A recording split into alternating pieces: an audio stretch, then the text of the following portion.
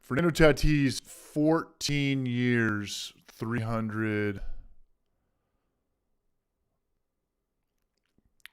Padres reportedly agreed to a 14-year, $340 million deal. Damn. I should have been a professional baseball player when I was 21. What we got going on? Audio, video, video, audio, audio and video, video and audio. Penis, penis, penis, vagina, vagina, vagina. Yeast and the Beast, what's up? Chris Palmer, what's up, you barrages? I'm trying to pull it up on my end. How's my audio? What's up, Lex? What's going on? Brumel Tone, what's up, barrage? Let's get over to... Yeah, Peter might be here with us tonight. Hope everyone's well. Turn that off. Turn that off. Turn that off. Turn that off. Turn that off. Let's reload it. Thelonious, what's up, barrage? Dill the Thrill, what's going on? Kind of look like shit on my end. What's up, Chris Palmer? What's up, bro? Whoa. Is it still doing the voice? We're doing the voice again? I'm trying to pull up on my end. How's my audio? What's up, Lex? What's going on? Bruno Tone? Still doing it. It's still doing it. It's still doing it. Yeah, Peter might be here with us tonight. Hope everyone's well. I'm going to fire it up. I'm going to fire it down again. Real quick shout out to Brad Portly Gentleman, who sent me beer this week. We're doing a Berlin Weiss. This is his Philly Sour. Shout out to you, Brad. Over to go. First beer of the night. First beer of the week.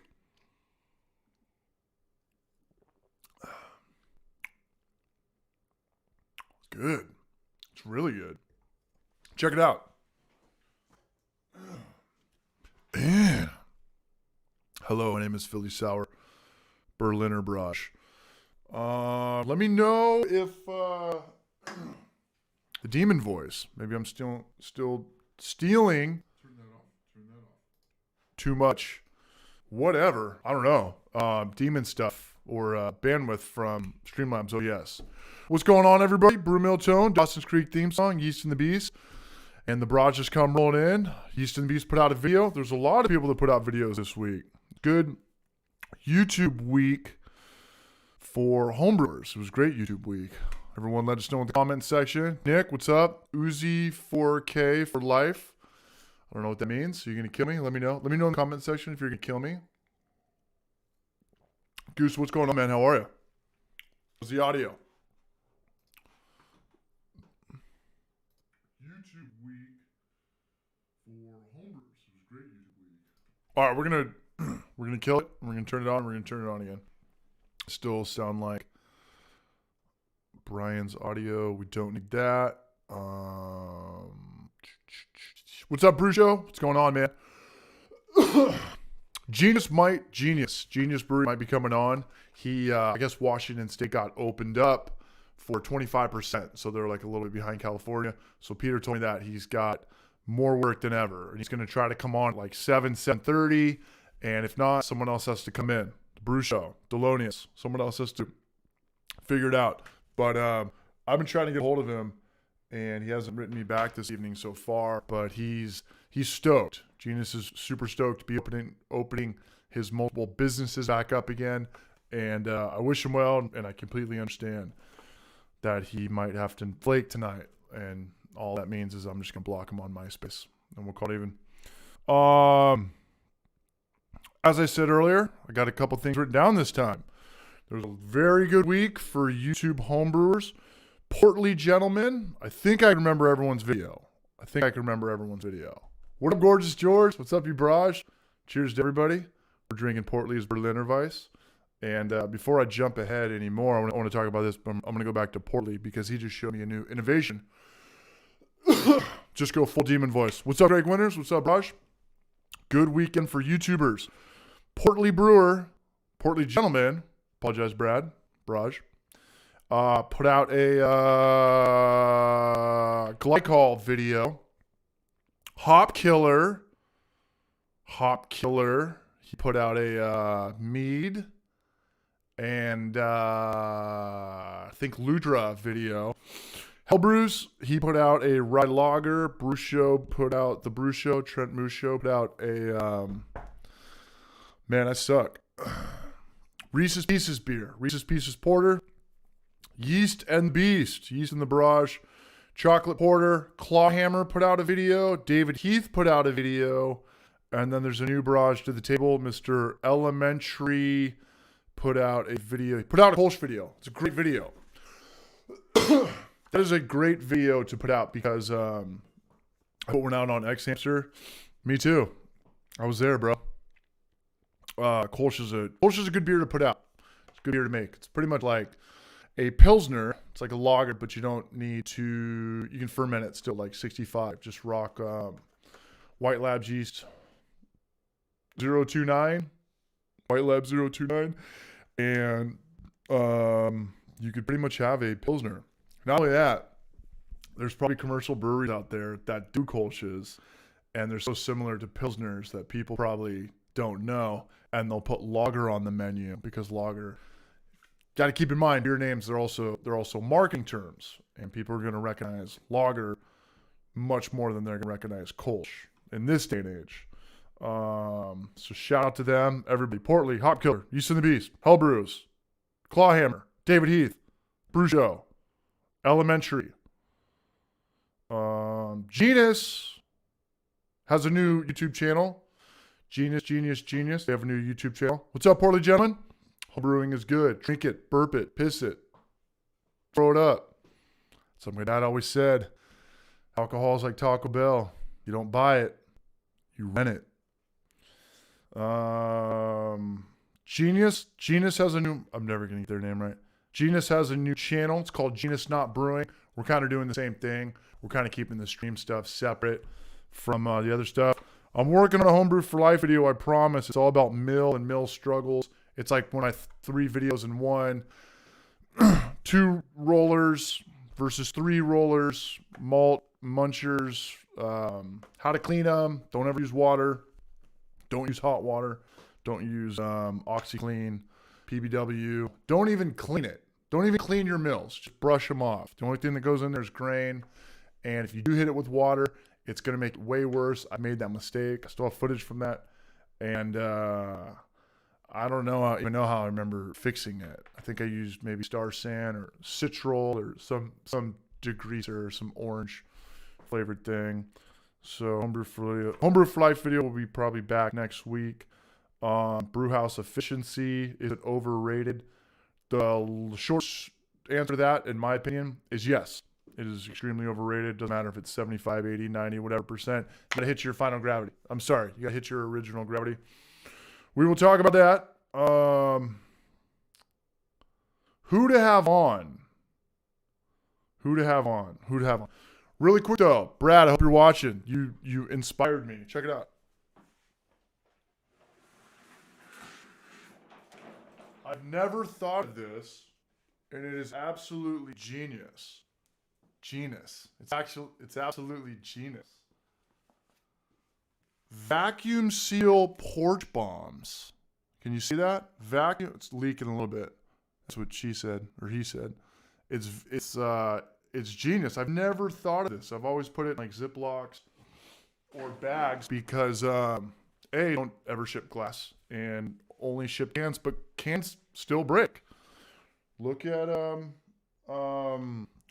the intro scene to Ace Ventura. So shout out to the Portly gentlemen. They are good. We're drinking your Barrage Linnerweiss right now, you brunch. What's going on, everybody? 35 people in the chat. Tom, what's up, dude? Kurt Pick, what's going on? Brian, hey, Short Circuited, what's going on? We might crockpot mashing video. Yeah, we might need to do 15 more crockpot short rib videos. Let me know in the comment section what your social security number is. Still trying to figure the kinks out. Brian, what's up, man? How are you, Barrage? What else we have figured out? Brian put out a video. We talked about it last week. Brian was on last week. That was a lot of fun. We got Brian drunk. He had a good time. I don't think he was hungover. Who to have on? Oh, really quick. Shout out to Chris Vodka. He sends me really cool graphic design stuff for Homebrew for Life. Retro video game themed. If you look at the Hoppy Hour channel on YouTube right now, that big banner art, he made that. So if you guys need any logo stuff done or graphic design stuff, hit up Chris Vodka. He's kind of he's active, not as active as most in the chat, but he's the man. Who to have on? Ramses. Apologies if I'm saying your name wrong. I can't even say my name right. Ramses, Europe, Eastern Europe. There he is, Chris Vodka. Give that guy a reach out, a reach around. Reach out to Chris Vodka if Vodka. Limit Vodka. If you guys need some graphic design work done. The barrage out there, I think it was Deutschland. It's not Dutchland. Sweden or Norway or something. I'm being a full-on American right now. I'm being a full-on gringo botching that. But Ramses was talking about McKellar people, and I've actually had a couple people ask who they would want to have on. I think it's got to be pretty much anybody, but I think when I mean on, I mean like generally like what me and Brian did. We did the broadcast. Me and Short Circuited Brian. We did the broadcast on Spotify and Apple, and then it came on here, and hopefully like people listen to that and they have some questions. And I think so, because there's Brian's podcast. It's got about 400 or 500 views, so I think it's some of the same crowd. Craig Tube on. I'm down. I want to talk about how he got his channel back. Craig Tube was doing YouTube before it was even like YouTube. Before YouTube was kind of a thing. Back when it was like cat videos and just people eating shit and get kicked in the nuts. And dramatic squirrels. I'm down though. Good call on that, Craig Tube. Who do you have on? Pretty much brewers, beer owners, GMs, YouTubers. YouTubers is cool because we can all kind of relate to each other.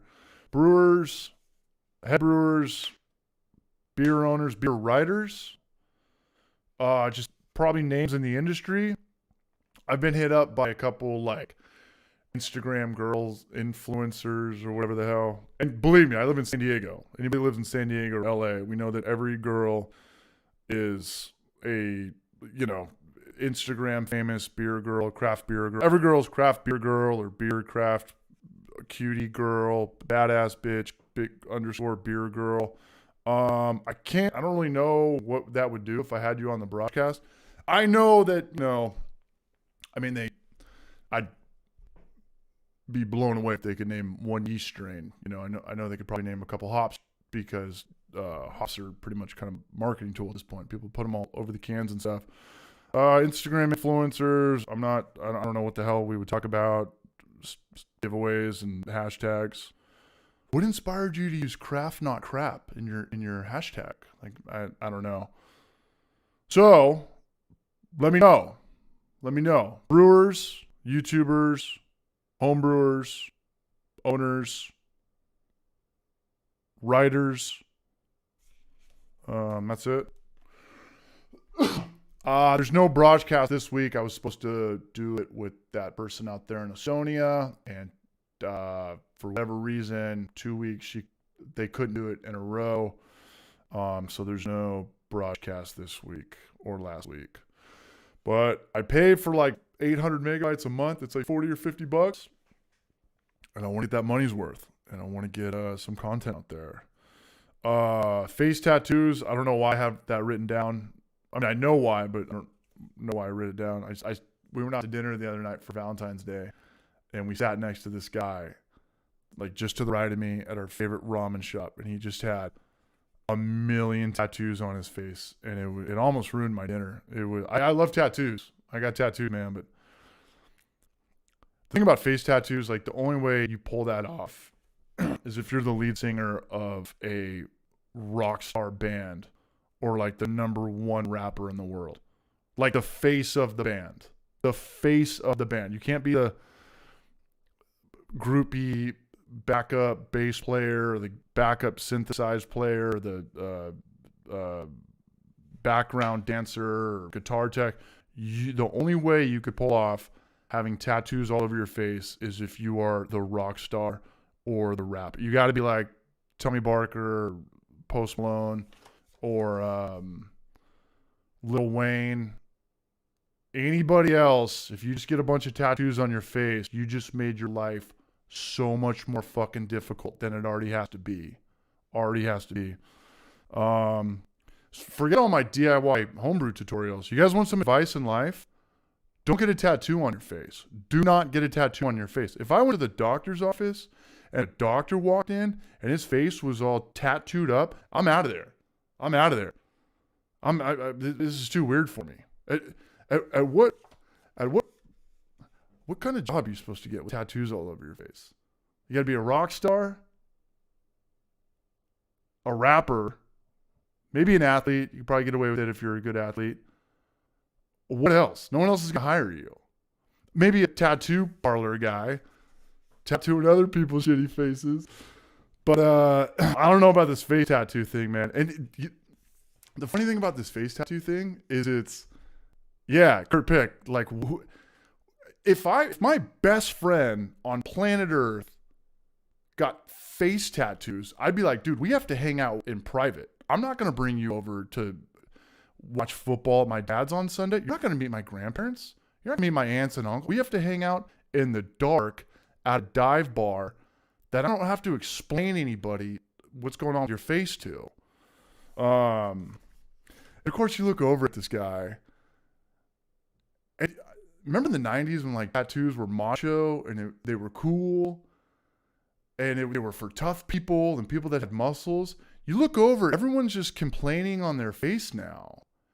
Now it's like, nobody loves me, no friends, I'm a piece of shit, I hate the world, my life sucks. It's like, what the fuck, man? What the fuck? I don't know, man. Wisdom. If the world ends today and the internet goes out and no one ever talks to each other ever again, don't get a tattoo on your face unless you're a rock star or a rapper. That's really good advice. That is really good advice. That is really... And the other thing about that is like, remember back in the day, like if you had a tattoo on your face, that meant like you were a murderer? Isn't that what that meant? Like if you tattooed your face, it meant that you killed people? Which is equally as dumb. Like if I'm ever wanted for murder, you know what the last thing I'm going to do is get a tattoo on my fucking face. You see a lineup, 5 guys that might be all suspects. They all have tattoos on their faces. You're all murderers. You're all busted. You all lost. It's all of you. I don't know, man. Face tattoos. Take my Ugg boots off. I know there's this guy in the chat right now with a face tattoo who's literally gonna just show up at my house while I'm blacked out and give me a face tattoo of his Instagram name or some shit. Oh, single hopped beers. We'll talk about that in a little bit. Single hopped beers. I wanted to have Peter on for that. I'm back at construction. I'm helping a buddy out. That's going to mean less Homebrew for Life videos. I'm literally just doing trenching. Oh, this is a good one. This is definitely a Homebrew for Life question. When to add dry malt extract? I am the warlord of adding dry malt extract. And I've literally added probably 2 pounds. That's a lot to a 5-gallon batch before. And you hit your gravity, final gravity, and it's like 10:30. You're shooting for like a double IPA. Easy fix. Dry malt extract. Tax season. I don't know why I have that written down. Tax season, aka hell on earth. Milling. I'm doing a video right now on milling. Milling's a good thing for homebrewers because we have an advantage as homebrewers over commercial brewers. We'll talk about that. Non-alcoholic beers. I don't know if it's just me or do you guys see a million non-alcoholic beers popping up everywhere. Golden Road has one. Lagunitas has one. Heineken, obviously these guys have non-alcoholic beers, but it's like the new trend. It's like the newest, dumbest beer trend. How to make it taste like beer without no alcohol in it. And it is becoming a thing. It's definitely becoming a thing. And I'm not going to make a video, but if anybody wants a viral YouTube video right now, if you have a YouTube channel or not, there's your video. How to make non-alcoholic beer, English. I know we kind of compete with each other based off the English that we're speaking. And, or for Raul Helbers, you know, como se dice, como se hacer sin cerveza, I don't know. But there's your viral YouTube video, guys. You guys want to make that video? How to make non-alcoholic beer. I never thought this day would come. I get it, and I think there's two reasons why. I get it. Streamlabs and OBS is still no joke. Brian knows what I'm talking about. I would honestly like learn this and put it on a resume. You know, in a couple years from now, they're going to be teaching classes on OBS and Streamlabs. And I think streaming is going to be like the new, I don't know, like YouTube takes forever to make a video. Podcasts, you can kind of just get up and go. But streaming is all about like the chat. And I think it's going to catch on. And I think it's going to be really good to know Streamlabs or OBS and capture cards and production. I have barely broken ground with it. I know just enough to kind of get by with this right now. I'm looking at myself. I'm seeing the chat. My audio probably still sounds like shit. Delonius, I don't remember what your real voice sounds like. Well, here, let's give it one more go. Cable Hogan, shout out to him. He knows this stuff. And this is ultimately like, and, you know, this is pretty much broadcasting. And I was talking to Cable Hogan about this. He's in the chat. He actually does like Monday Night Footballs and all that monster truck shit, driving around the stadiums and bull riding and stuff, you know, switching to that camera and, you know, making sure everything's in sync and all that stuff. So I just wanted to say that. I just want to throw that out there. If there's anybody that you're going to learn a lot more knowing OBS and Streamlabs than you are going to know art history or all the stupid classes I took in college. Intro to the Hawaiian Islands, Philosophy 101. What the fuck are you going to do with that? Yeah. Here, let's try it one more time. Let's kill the audio.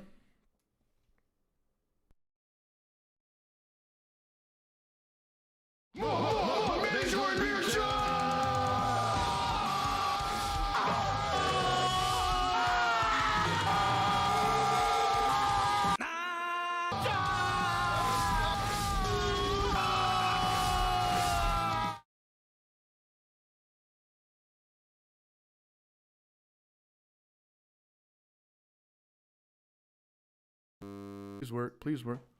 This right now. Reload.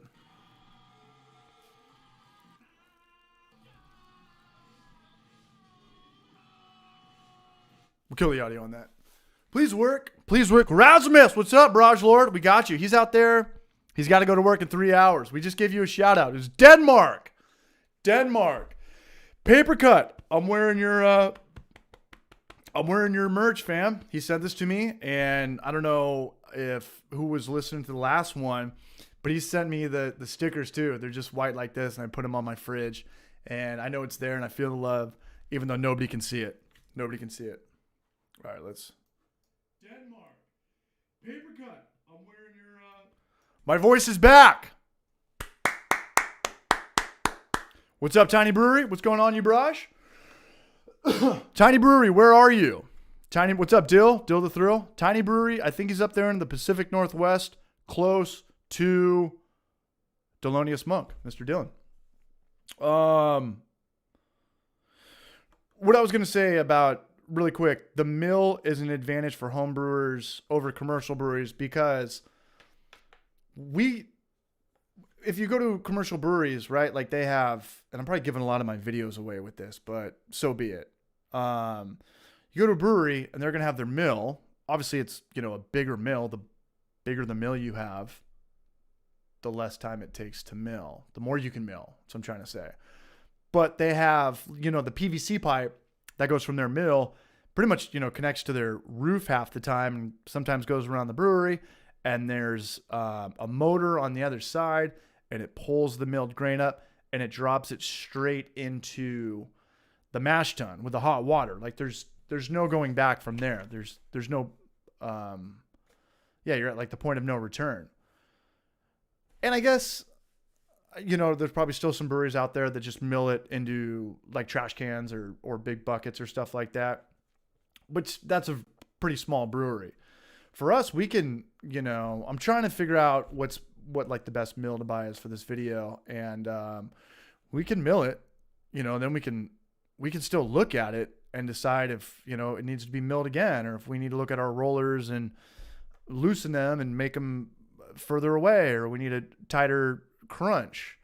I'm a Malt Munch 3 guy. I've had it forever. I got it used. If you guys get a new mill, might have some oil on it. Don't ever hit a mill with water. Don't ever clean it with water. Just run probably some rice hulls through there until you get all that oil out. Or you can just hit it with probably Star Sand? No. Citral, degreaser, yada, yada, yada. We already kind of talked about that. Does anybody have a 2 roller mill grain? So I'm reading in the forums, and it seems like nobody has a problem with their grain mill. I finally found the perfect mill. I want to hear about it. Portly, let us know. Brusho has a 2 roller. Kurt is drinking alcohol. Let me catch up with this. Demon voice sounds like Will Ferrell. Pull what out? I like you, man, but you're crazy. Yes! You just got shot in the neck with a fucking dart. 2 roller, yeah. The only thing I could probably say is about the 2 rollers is generally that I think they're a little bit smaller. My 2 roller is a lot smaller. $100 versus pretty much $200. That's the way you're looking at it. And here's the thing. If you're doing a 5-gallon batch, how much grain are you milling? 10 pounds? 9 to 11 pounds, give or take.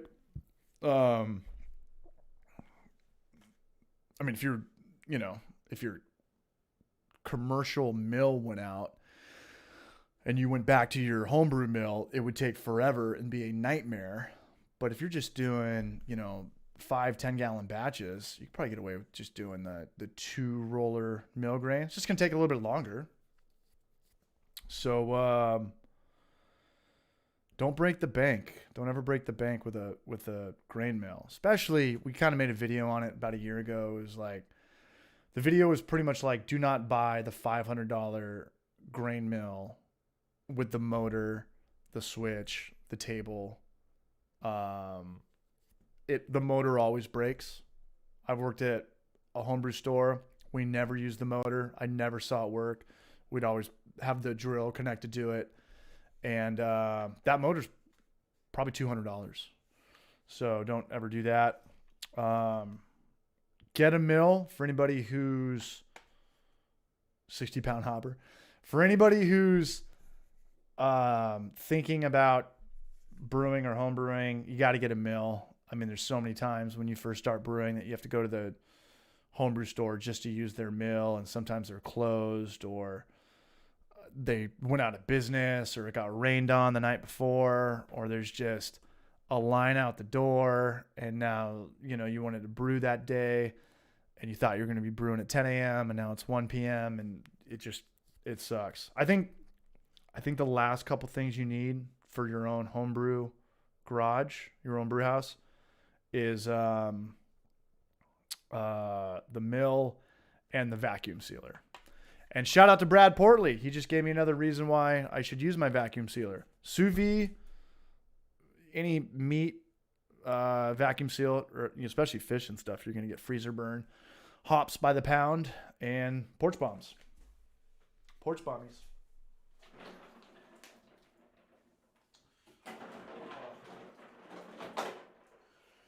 We're going to switch gears for a moment, Bradsky.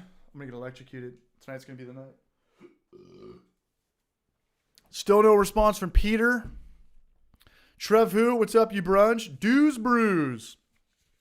Daniel, I don't have one, but I've heard the shear forces on a single driven roller can cause more. A single roller? I've never heard of that. How's that supposed to work? How is that supposed to work? And to this day, the most sought after thing on Craigslist in my homebrewing experience, in my homebrewing world, I already have the Malt Muncher 3. But if you can, it's $180 on Amazon, and it's going to last you a lifetime. If you can find one of those on Craigslist for $100, buy it. It doesn't matter if you have to drive 30 minutes, buy it. And then the only thing on Craigslist that I dream every night in Technicolor that I can find is 10-gallon corny kegs. Those are probably tough just to buy new. What's the price on 10-gallon corny kegs?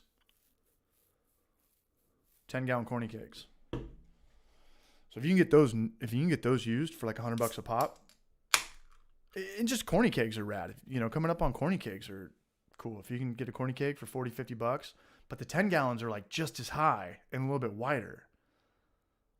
And if you do 10-gallon batch, you don't have to put them in 2 5s. What do we got here? Voodoo Ranger Juicy Haze IPA. This barrage is everywhere. These guys advertise like there's no tomorrow. New Belgium. What's going on with the chat? You can get a decent one on Amazon for less than $50. Whoa. 50 what? We're talking about the 10-gallon corny keg? Portly? There's no way. Yeah, Kurt, $39 for a used 5-gallon. That's cool. Jimmy J, I got 2 for $60. Great deal. You should call the brewery, ask for Pedro. No clue what that means. Think we're getting trolled. $300 for 10 kegs. That's a lot, though. 10 kegs, what are you supposed to do with that? That's a lot. Unless you're opening up a something. I don't know. Oh, a vacuum sealer? Yeah, I got my vacuum sealer for like $40 on Amazon. Works great. Benjamin Harris, what's up, you brunch? Wow, I'm way off. $200 for a 10-gallon. Yeah, they're up there. They're no joke, man. And I don't think they make a lot of them.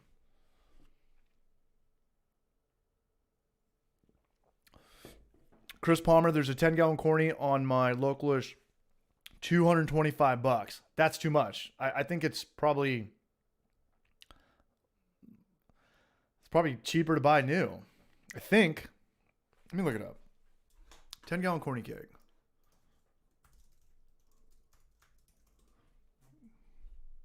$150. Let's throw this in the chat. 15-liter, 3 What? Yeah, $200. Torpedo keg, $10. Stainless steel, ball lock. Always go with ball lock. They have the much better pressure relief valves. Let me go to Bitly really fast. I don't know what the deal is with pin lock. I've just heard nightmare stories. Let's go to this. This is exactly what I want. Where's our chat? Who honestly wants to pick up a 10-gallon keg and move it? I do. Every day of my life for breakfast, lunch, and dinner. Brunch. Vlad the Impala. He's a local barrage. He's at Booze Brothers and stuff. Vlad, sorry I didn't gift you in the shout-out video last week. I forgot a lot of people in that. It's kind of hard for me to keep up with the Instagram DMs because they delete sometimes after 10 seconds. But on the Facebook Messenger, I see those every time. Homebrew for Life, Facebook. All right, let's pour it up. Rack it up. And I got to make a better list of writing this stuff down. Trevor's coming on. Brew Show's coming on. Raul's coming on. I've talked to Hop Killer. I've talked to Brad Portley, or Portley Gentleman Barrage. I got to write this shit down better. I know, like, I've been flaked on twice for the broadcast. Usually I'm the flake. I'm just bad at, I just double book stuff, and I say yes to everything. That's the best sound ever. But we'll get a little bit more structure with this. No, we won't. Hope everything's good. We got 47 people watching here right now. Still no word from Peter. We could take a caller. Whoa. We could take a caller. Yeast and the Beast. Is this happening tonight? I think you're looking right at it. We're on Discord. There's no paper cut tonight. I'm going to take your shirt off. Let me stick to the script. Brewhouse efficiency. Brewhouse efficiency. You guys want the long? Do you want the homebrew for life answer, or do you want the textbook answer? Brewhouse efficiency. Do you want to get, 85% efficiency? 3 roller grain mill it twice, and then I would use rice hulls in the mash. I would mash for 1 hour, recirculate. I would do a rest mash for a half an hour, and then recirculate for a half an hour, and then I would sparge for another hour. That's what I would do to get north of 80% brewhouse efficiency. That's not what I do. Not even close. I rest mash for 15 minutes. I recirculate for 15 minutes, and I probably sparge. I probably rinse for 20 minutes. And I don't look at percentages at all. I look at the gravity. And if I'm low, I use dry malt extract. And the good thing about dry malt extract is that there's pretty much a dry malt extract for every style of beer. There's Pilsen dry malt extract. There's pale ale dry malt extract. There's amber dry malt extract. There is, I think it's just called dark. It might be porter or stout extract. It's just dark, and it fits your beer style, and nobody's ever been able to notice. No one's ever been able to notice. I mean, there's a reason that there's different flavors of sugar. There's a reason. So what I do is I check I never do pre-boil gravity reading. It doesn't make sense to me. I do my gravity reading pretty much close to knockout, because you're not gonna lose that much more of your wort after that.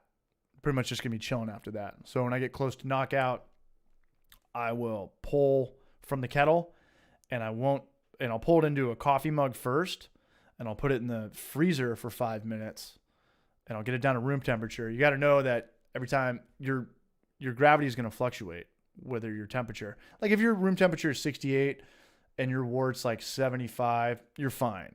But if you're doing a gravity reading at like 140 degrees, your reading's going to be way off. Instead of like 1020, it's going to say 1035.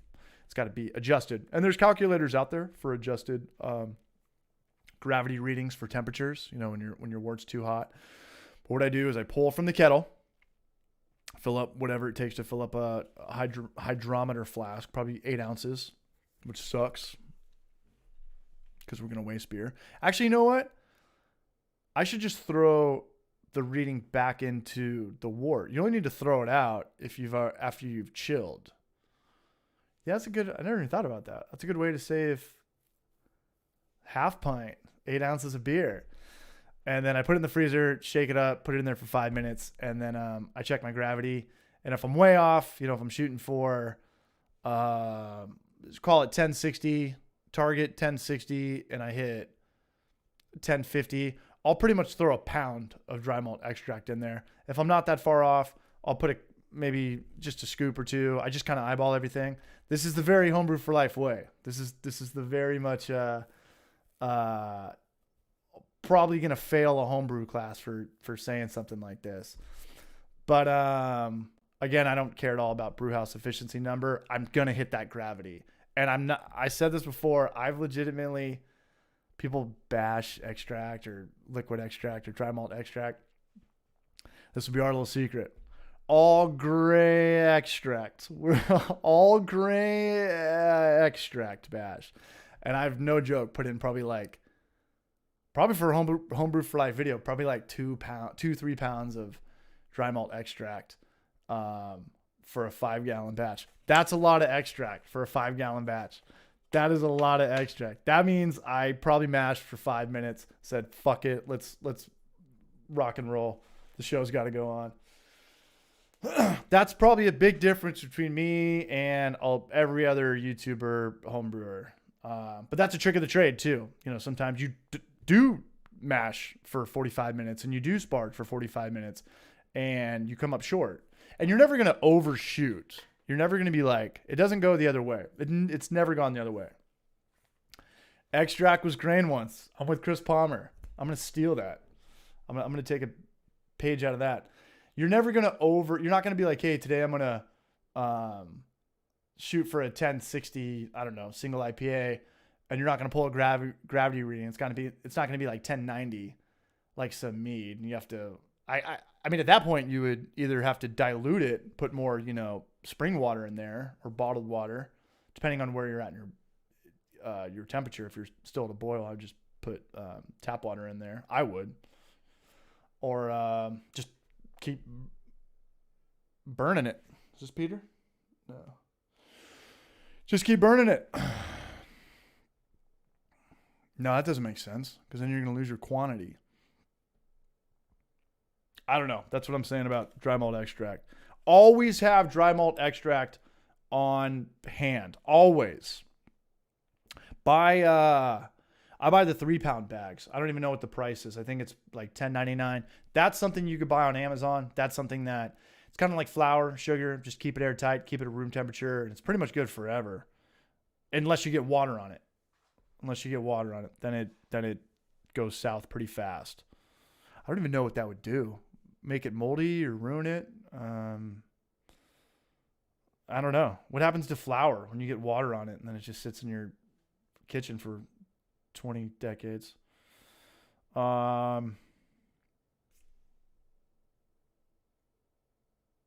Single hopped beers. I'm waiting for Peter on that. We kind of talked about that a couple weeks ago. When we first started brewing back in the day, it was always like Amarillo at 60 minutes, Mosaic at 30 minutes, 2 ounces, Chinook at flame out.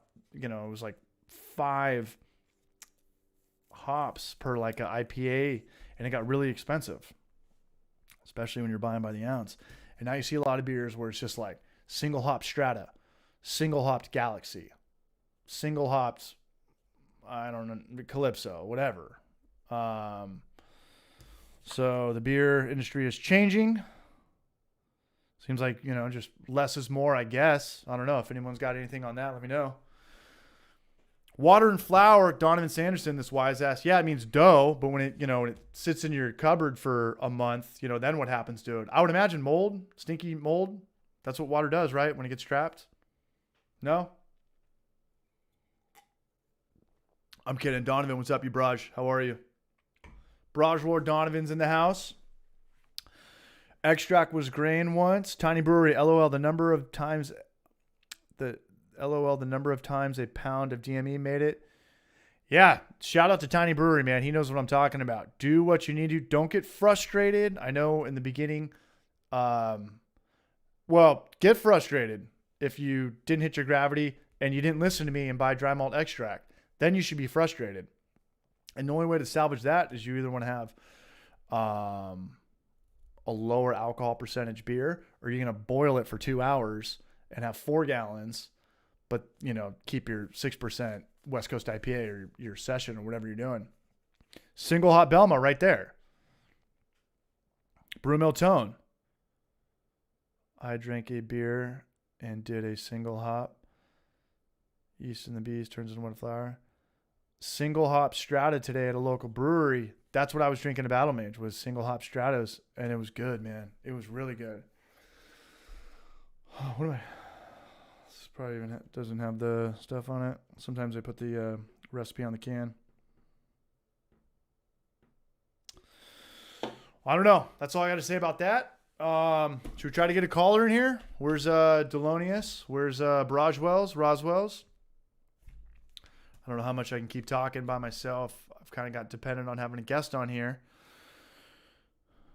Going, just tune it in. Takes a few beers. Voodoo Ranger. It's a great beer. $2.99. Should we try to take a caller? Who's on Discord? Who's on Discord right now besides Yeast and the Beast? Yeast, you want to jump in here? You want to weird some people out? Let me pull up Discord. Beast? Out there in Texas? Talk about your YouTube videos? I like Yeast and the Beast's style. He doesn't show his face till like halfway through the video. I'm going to start doing that. It's like Michael Jackson or Miles Davis and Jim Morrison in their early days. They would have their back face to the audience. They didn't fucking want you to see their faces. All right. Where's Discord? All right, who's on Discord? Delonius, a server. Homebrew for Life. Roswell's. Or Portly? All right. Yeast, can you hear me? Send me something, Yeast. Okay, that was Peter. Bad timing. I think Peter might be. There's Hop Killer. What's up, Raj? We talked about your video. Everyone's video. Everybody put out a video this week. Good job on your Mead Lutra video. Give that one a go. And I liked how you were honest in that video and you were talking about you don't even know if it's real. I learned something in that video. If it's real honey or not, I'm going to try to regurgitate what I learned from your video. If there's more than one origin on honey, it's probably fake like Walmart. Honey has to come from one spot. If it says like China, Indonesia, America, Hawaii or something on the back, then it's synthetic honey, whatever that means. Non-bee honey. We did a meat video once. Our honey was expensive as shit. Hi, am I on the air? Fuck. I put that in a video. I don't know who's on Discord right now. It comes in through Discord. Somebody figured out while I murder this beer. That's what the mead master's telling me. The good thing about brewing mead is like brewing a super shitty batch of beer, but kind of the exact opposite. What I'm saying is that like if you brew a great beer, me and my friends could probably drink it that day. Like a hazy IPA, you could drink these things like they're pink Starbursts. You could drink them like you can eat pink Starbursts. But with mead, you can't. I had mead on a 5-gallon keg. I had it on for probably 2 months. I drank like 3 of the things, and on, weekend at Bernie's falling over my living room. And it was fun. You drink like 4 of them, and I think we made like a 13% mead. And it was the longer you sit on it, the more it goes from sweeter to drier, which is people want the dry mead. I'm not a mead snob. If you want it to taste like sugar, it's going to be delicious and 13%. Honey wine. I think mead was around before everything. At least that's what Vince told me from Twisted Horn. I believe him. So, Hop Killer, we're going to get you on the broadcast. I think I'm doing Portly broadcast, Hop Killer, if anybody wants to go. CH, resize that Homebrew for Life power logo. It should fit better and not get cut off on the Hoppy Hour page. Email it to you. Thanks, man. Appreciate it. Daniel, mead is like an all extract barley wine with no hops, but you have to baby the hell out of the yeast. I think we just used Cali 001. And we got it from Maury, who brought it from Booze Bros, and it was ready to go. I mean, it was active, and we overpitched, and we were looking at beautiful airlock activity at least within a couple hours. Didn't have, I mean, it was pretty much a yeast starter. It was an overpitched yeast starter. So, I don't know. Yeast, what's going on? Where's Peter? You're doing it, Peter? No, he hasn't. Jason Reynolds wants to send you a message. We'll do that in a little bit. Padres got Fernando Tatis Jr. for 14 years, which means 3 years. Baseball contracts, ultimately mean 3 years. But we got him for 3 years, $340 million. Old Faithful 001. Yes. I don't know if we can comment on this actual video, but let me know who you guys want. Hey, I don't think you can comment until this video is actually over, because it's a live stream right now and we have the chat, but overnight it'll probably be like a 3-hour podcast. I mean, depending how much bullshit I could bullshit, how much diarrhea mouth I could conjure up, but then overnight it turns into a video. All right, I think I got Yeast and the Beast here. Yeast in the Barrage. Okay, Yeast and the Beast. We've got a join voice. Yeast, can you hear me? Yo, I'm on here. Can you hear me? I can hear you. Can you guys hear the Beast? Can you hear me? Yeah. I am Yeast and the Beast. This is Yeast in the Barrage. Is it coming through? Hold on. What's up? Say something, Beast. Yeast, can you hear me? Something. Yo, I'm on here. Can you hear me? I can hear you. Can you guys hear the Beast? Can you hear me? Yeah. I am Yeast. All right, that's Yeast and the Beast, man. I'm going to go crank one out to Pornhub, take a shower, try to have sex with my girlfriend. Take it over, Beast. I'll be right back. Keep it going, Barrage. All right. Well, if you're giving me the ring. You know what it's doing? It's doing the same shit where it's clicking out. I can hear you better through that, but then it's going to hear the echo. But you're live, man. Let me get it. Keep talking. Keep the chat going, Beast. I'm going to find a picture of you and pull it up here. You're not going to find a picture of me. How I'm celebrating 300 subs right now, so this is awesome. Hey, shout out to you, man. 300 subs to Yeast in the Barrage. Yeast and the Beast just hit 300 subs. I'm going to fuck this up. I'm not going to mess with any more like media sources or scenes or anything. Yeah, hell yeah. Yeast and the Beast is going to get a 300 subscriber tattoo on his face. And I'm going to follow him. We're going to get matching Coinstar tattoos on our face. That's the only way to do it. That's the only way to do it. Kurt Pick says talk. Yo, man, damn I it. really appreciate you having me on, though. The only way this works is if you're talking, man. Talk shit. Tell us who your best friend is and your worst enemy and all the trolls you get on your 300 subscriber channel. Well, I don't get very many trolls. All right, somebody troll him. Troll him right now. Troll away. Tell him his penis looks like a Christmas tree light. I've seen it. It kind of does. You seem like a tough guy to troll, man. But no, I'm kind of a nice guy. I don't really put out funny content. I put out serious YouTube content. All right. Well, how long did that video take you to do? The chocolate porter. So of course, normal brew day is about 6 hours, and then it's probably about 10, 15 hours of editing. 10 to 15 hours? About two hours to get it to upload because I live out in the middle of nowhere. 2 hours to upload. You might have to check some of your exporting settings because how long was the video? It's only 11 minutes, but my a couple gigabytes upload speed is about 1 on a good day. Are you paying your internet bills or what, man? You getting your shit in on time?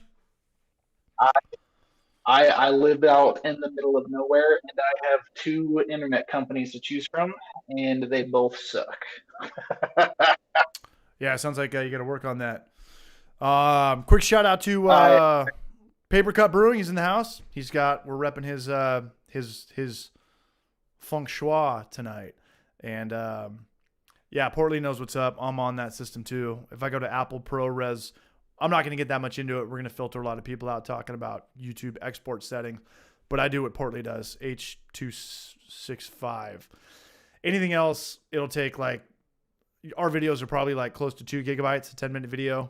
If you put it at like the Apple ProRes, whatever the hell that even means, it turns the file into like a 10 gigabyte file. And that'll take you all day. So anyway, Vlad the Impaler, shout out to Roger, all the Rogers out there listening, watching. We're talking shit about Rogers, all the ex-girlfriend Rogers breweries, shitty breweries out there. But in the meantime, I'm going to crack a... I mean, my You know what would suck if your boss was listening to this right now and his name was actually Roger. And he knows that you know that you're the only Roger. He knows. I don't think Fired. any of my bosses actually homebrew. So actually, I'm the only one that I know in my immediate area that homebrews, and that's the reason why I do YouTube in the first place. Because I don't have anyone to brew with, and I legit just want to make content and share it with somebody. I'm just sharing it with my wife, and she gets really tired of me talking about homebrewing all the time. Well, sometimes it's good not to have homebrewing friends because I know from personal experience it could turn into a fuck show really fast. Well, I think if I had friends, I would have done YouTube. But if I think I would have just invited them over, maybe had a good time, and not bothered with filming myself. But I treat that camera like it's my friend watching me brew. Well, right on, man. Congrats on 300. What's your favorite type of beer? Yes. Style of beer to drink and or brew. I actually don't have a favorite style that I like to drink, but my favorite style to brew is anything that I have on hand. I'll do anything, anytime. I don't know if that's a good answer or a bad answer, but we just learned that about you. Hey, well, there it is. Hey, where's Roswell's tonight? I like it. What's on the menu for the next vid? Donovan Sanderson. Again, this mill video is going to be the death of me. Not that every video isn't, and I'm always bitching and complaining about editing and stuff, which this is what I do and this is what I love. Sous vide, the Walmart roller thing, that's kind of how this video started. The Walmart roller got discontinued. There was like a three roller grain mill out there, Walmart and Best Buy and Sears. I'm literally giving away all my video, but that's fine. And it had such bad reviews, it got discontinued. Like 3 out of 5 stars at Walmart, 2 out of 5 stars at Sears. Amazon wouldn't even sell the thing. So then I just like grabbed another, whatever the best rated Amazon 2 roller grain mill was. And we started just bullshit. I don't even know. I'm gonna scrape the video. No, I'm not. I'm at the point of no return. But I don't know. I never know.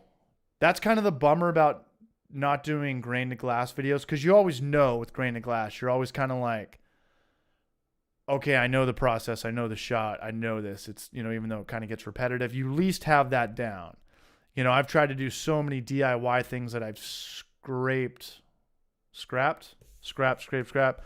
And instead of scraping the videos, I said in 2021, I'm going to be more honest with the channel. If the beer sucks that I make, I'm going to say it sucks, talk about why it sucked, what I could do different next time.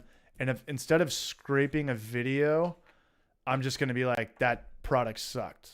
I'm going to go kind of how like Brian from Short Circuited goes, where it's like, I've scraped videos before because I hadn't even tested it out. No.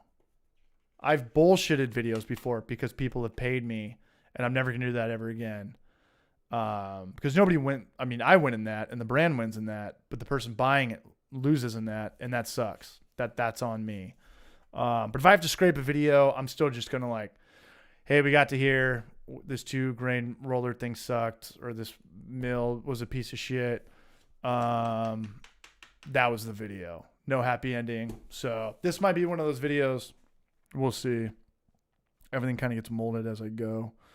The moral of the story is don't get a face tattoo. I think that's what it comes down to, is don't get a tattoo on your face. Beast. Yes. So hey, I got a question for you. Did you fall asleep at the wheel? What's going on, man? You jerking your ex-hamster gherkin or what? I have not. I mean, I could be if you want me to. Roswell's. He's coming in here next. All right, Beast, you got 5 minutes, man. What's going on? Let's hear the question. All right.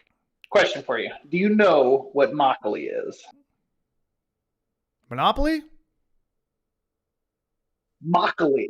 No. Final answer. No clue. Moccoli is a Korean rice wine. And actually, I'm brewing one right now, and that will be my cool. next video. So Cool, man. right now, be on the lookout for that. No, there's no way on planet But Earth that's all I got. a person like me would know what that would meant if it wasn't for you that just told me that right now. And that's rad. And I look forward to that. And like I said, if you want that viral video, I'm telling you guys, I'm telling everybody right now, the new beer trend will be non-alcoholic beer. You heard it here first. Not even non-alcoholic beer. There's going to be like hop water and shit like that. Make the video, Beast. Make the video, Beast. Or somebody make the video. Non-caffeinated. All right, Beast, we're going to... I call it the brew show. All right, that's all the time we have for Beast. We're going to boot you, and we're going to get Roswell's on here in a second. I just got to figure out how to boot you first. How did I do it to that one guy? Let's go to... Hey, well, I'll leave. Yeah, later, bro. Right on. Are we still here? Kurt Pick. All right, let's go back to East and the Beast. That's all the time we have. That's all the time we have. That was cool. Kurt didn't like that. Kurt did not like that. Soju? I don't think it was called that. I do not think it was called that. Roswell's, let me know, man. You got to hold it down every time I drain the main vein. Why does this look so bad? Is it blurry on your guys' end too? Why is it always so blurry? It looks good on my end. I don't know. We'll figure it out though. Probably not. But shout out to East and the Beast, man. Good job on that spike in that 300. I was reading your comments and somebody was talking about how they wanted to film one of their brew days and they were giving you a shout out that how difficult it actually was. And it's super difficult. And it's super obnoxious when there's 5 people over getting drunk in your garage. Just bullshitting.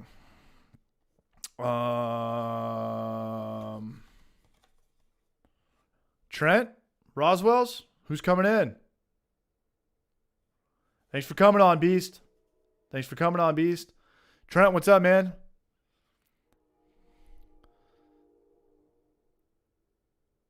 Yes, I thought it was my piece of shit internet. Probably is. Tom, you got the Discord or what? Non-cocaine cocaine. I hate cocaine. I just like the way that it smells. All right. Pick them up full, put them down empty.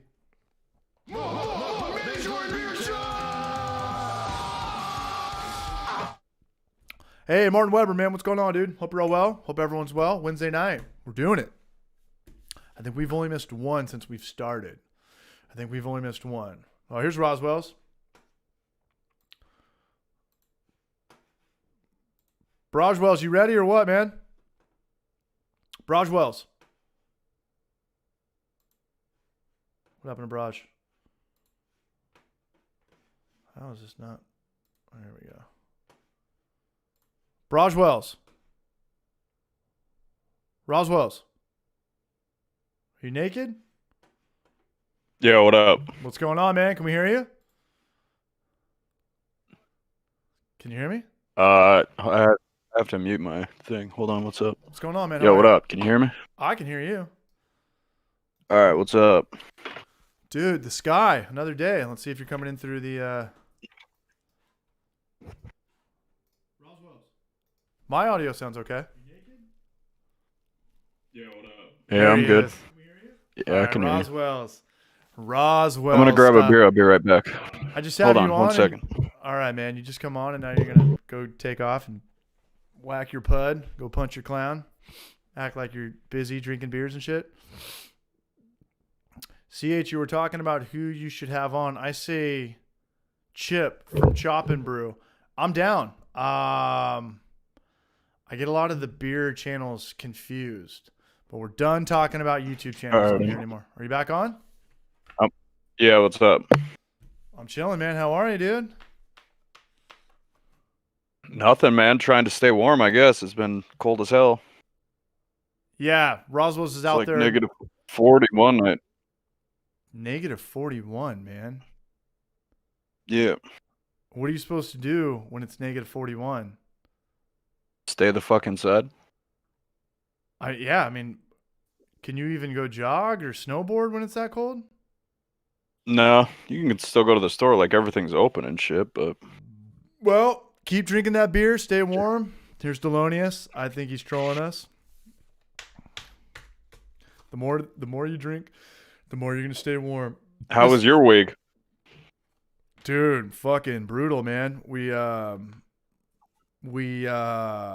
helping a buddy out right now. I'm just doing trenching. I'm doing trenching. Oh yeah, I got you.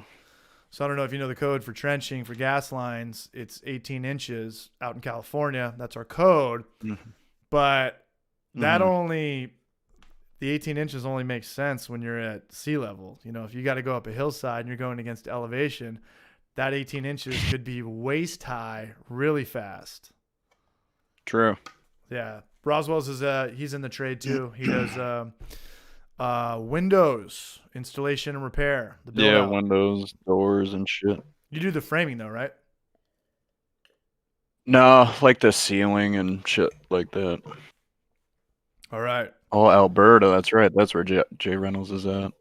I was just gonna ask you something too. I can't remember. Ask me or Jay Reynolds?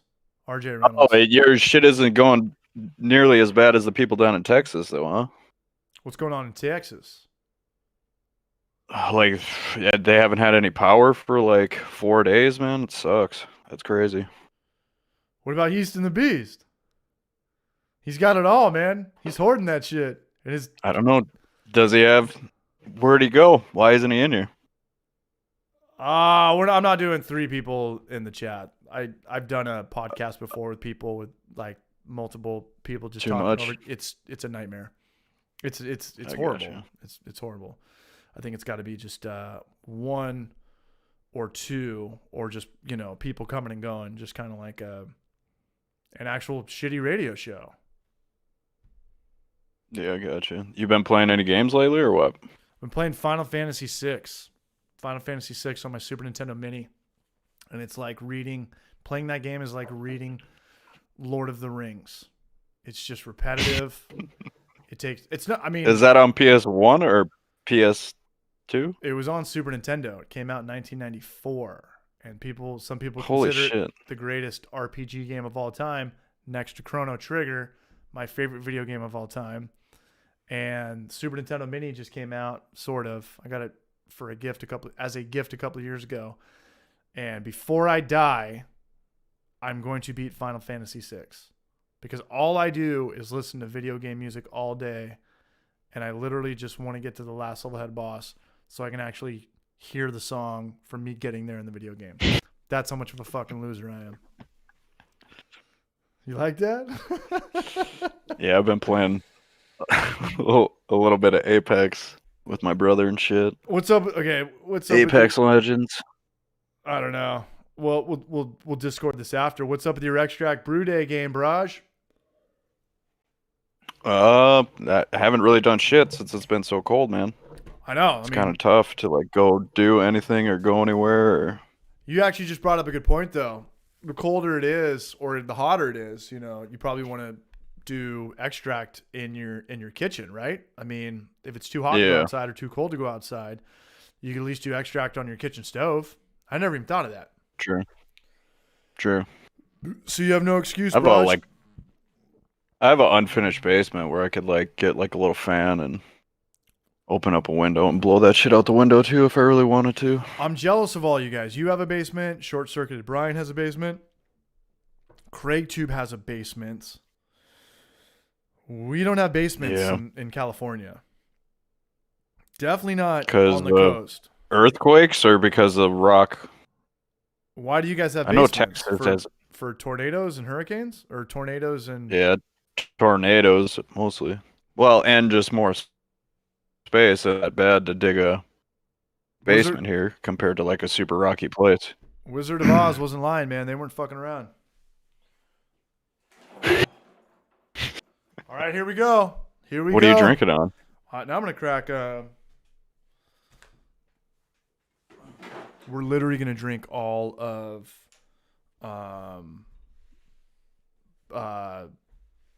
Brad's beers tonight. I always get confused. I don't know whether I should say their name or they don't want their name to be said, or if you should go by like their Instagram or YouTube name. But it's Brad, Portly Gentleman. And he lives up there in LA. Trent lives up there in LA. And I was thinking about getting an Airbnb in LA maybe next month. I was going to go up there. Maybe you guys want to get down. Trent, me and Trent, we've broed down in real life. We've collabed. And Portly Brewer.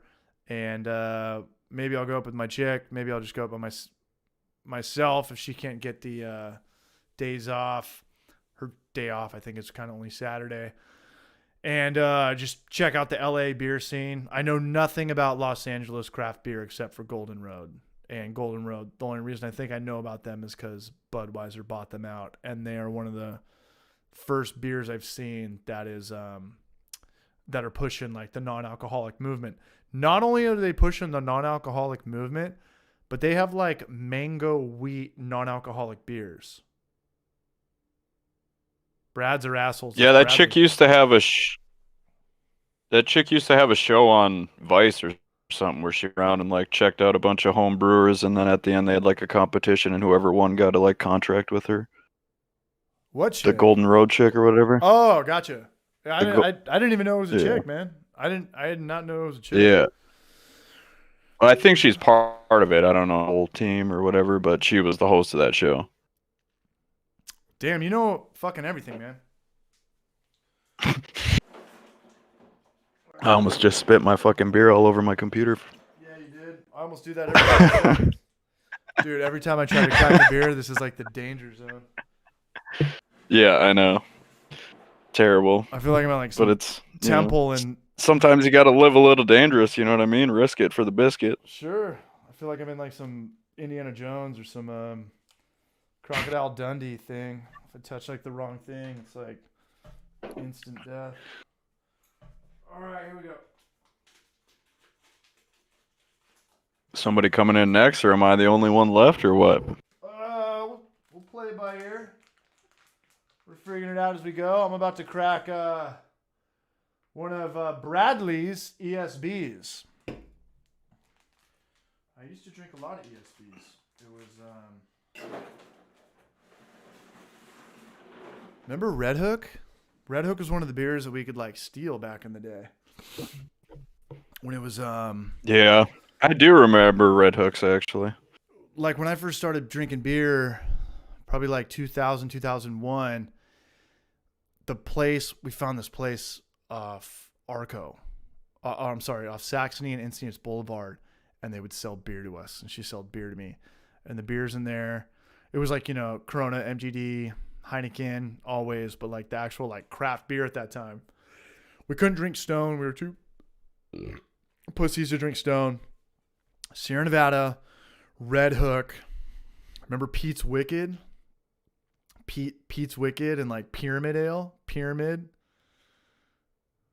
Dude, we were totally like low class and drank like Busch Light and shit like that. Why? All the way up until I was probably we're also a maybe 23 or something like that. We're also a completely different demographic. I mean, what are we, 2,500 miles away from each other? True. Like, nobody drank beer around this bitch until like a couple years ago. It was just like Budweiser and Bud Light and fucking MGDs. Basically just like your log Coors, all that shit. That's what basically everybody drank. Is your town kind of like the actual South Park town? Like people wear hats that say like Bass Pro Shops and like whiskey and shit? Oh hell yeah, dog. sure, Oh right? fucking Carhartt coats, fucking yeah. Not that many. Everybody drives a truck. Maybe a mullet. Everyone's white. Not too many Hispanic, black, Jewish. Nah, Nothing. no, it's getting more diverse, but like when I was a kid growing up, it was pretty And we're the same age, right? white. It was pretty white. I mean, most Yeah. places are pretty white, aside from San Diego. San Diego's probably like 50-50, where I grew up. But yeah, you're It's just so cold here, man. Like it's tough, Where man. the Like, and if you're fuck not is used to it, like, North Dakota. you know what I'm saying? Like, if you're not used to the cold, like, it's gonna be pretty tough for you. Yeah, because you're like Canada Just being stuck cold. indoors. Yeah, because Yeah. there's two just types. being Of, like, there's two types of cold. There's like Colorado cold, which is cold, but everybody can kind of compete with. And then there's like Canada. shit, Colorado's like 60. I know. You guys are like Winnipeg. You guys are pretty much Canada. Yeah, we used to go to Winnipeg before, like I was 21 and shit, because you can drink up there when you're 18. Is Fargo in North Dakota or Minnesota? It looks like it's right on the border. Yeah. Fargo's 2 hours away from me. It's the biggest city in North Dakota. It's the biggest city in North Dakota. What's wrong with Carhartt? Nothing. That's just where here. What's up? You getting trolled? Yeast. Yeah, yeast and the beast. East in the barrage. Yeah, you're pretty close to Winnipeg, and then I'm looking around Montana. I know I got some friends from there. South Dakota. I couldn't name one city. I don't know one person. I'd imagine it's probably pretty beautiful. Sure that you could probably Carson Wentz is from my hometown. Carson Wentz. Philadelphia Eagles? Yeah, he's like 5 years younger than me, maybe. I know that, Barrage. Yeah, he's I think he used to be better. But anyway. Yeah? What were you saying about Canada? I wasn't saying anything. What? I was saying Carson Wentz, I think, used to be better. Okay, so where Oh, yeah, I don't really watch football that much anymore, man. I don't know. The 3.5 hours to watch a 45-minute game really starts to piss me off after a while. That's a good point. No, like, hate to anybody that watches it, but it's just like, I don't know. I'd rather watch like UFC or even F1 doesn't even have any commercials, you know what I mean? So What's F1? I understand car racing. Oh, I don't know. I've never watched that. Damn, you fucking are from North Dakota. I've never watched a car race in my No, life. it's like there isn't even like there's only one race in the United States. Like mostly it's international racing.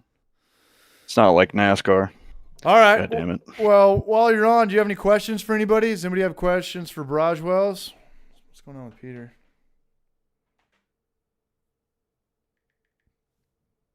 No, nobody does. Sean? Well, Yeah. Well, at least you have hockey and you What only the have hell 3 happened at- periods.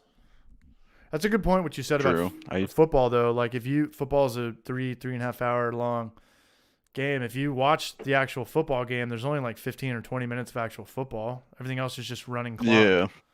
It's kind of weird like that. Towards the end, I used to like just start the game like an hour through, and then you could just like fast forward. And by the time it got to the Football's like horse. end, you'd basically caught up. Kinda. You kind of say that about basketball too, but football's kind of like horse racing. It's like you're there all day, but there's only really like horse racing. There's like 10 races. Football, there's only like 30 plays. You know? No, maybe that's too cynical. But if you think about it, like I think it's just like. Go ahead. well, I mean, like they're gonna pretty much punt or kick a field goal on every 4th down, so they really only have like 3 plays. I don't know. It's just kind of weird sport. Like you run it for a 2-yard gain, it took 2 seconds, and now you get like 35 seconds to run off the game clock to set up for another like 4-second run. Yeah, I think it's just the most popular thing, and they know that people sit and watch it all day long. So if they pack in, 2 hours of commercials, people are still gonna watch. It's just like I don't know, video games these days. Like the video games are all broken. They just keep on adding new shit for you to buy, but they don't ever fix any of the problems with the video game because they know people will just continue to keep on playing it.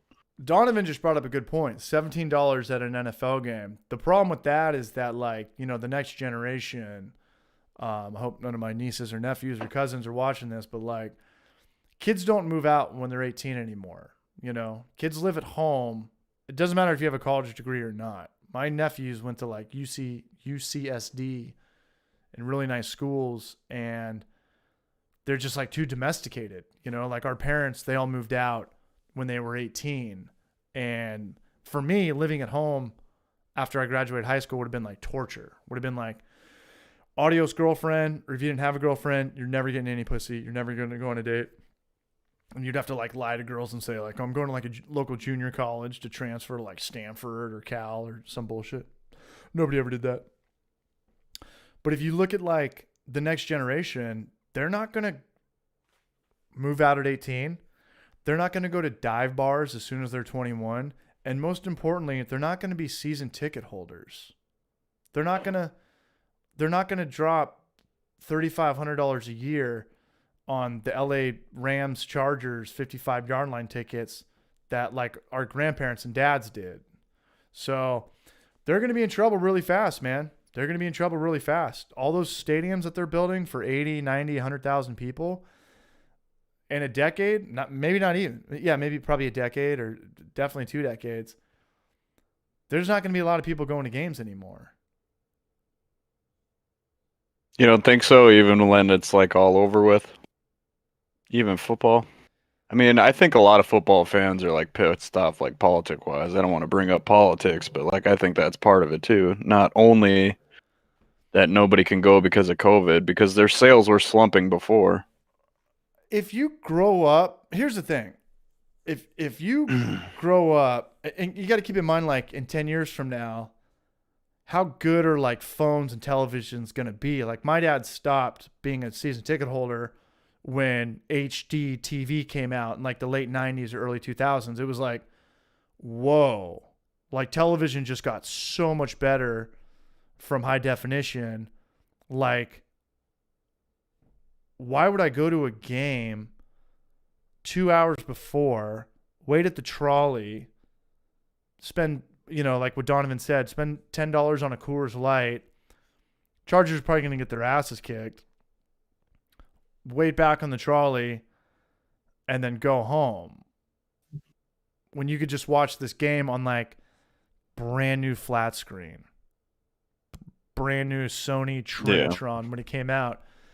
I'm telling you, man, like my nephews and nieces and cousins and stuff like that, they don't have jobs and move out. They have college degrees, but they don't like really have like full-time jobs. They're not going to be season ticket holders. Their friends are not going to be season I feel like ticket a holders. lot of people have gone into like shit that doesn't even like, I mean, because there's still jobs for trades and shit. Like they still need jobs for HVAC, plumbing, electrical. Like there's jobs, just nobody goes to school for those jobs anymore. You know what I mean? Yeah, and that's what's going to happen. That's going to be like, you know, the big. Here's the thing I've learned about college. When my dad, how old's your dad? How old's your parents? 67? 66. Okay.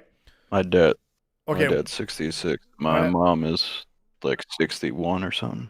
Same as my parents, give or take. When our parents went to college, my dad didn't. When our parents went to college, it was like pretty much rich people go to college and poor people go to work. That's how it was. So all the poor people that, you know, the middle class or whatever, the lower the middle class, they work jobs, but like now they want their kids to go to college by like any means necessary. Like when I went to college, it like nobody even questioned about like how much it cost or what your major was going to be. It was legitimately just go to college. And then when you graduate, there's going to be people waiting in line to give you jobs.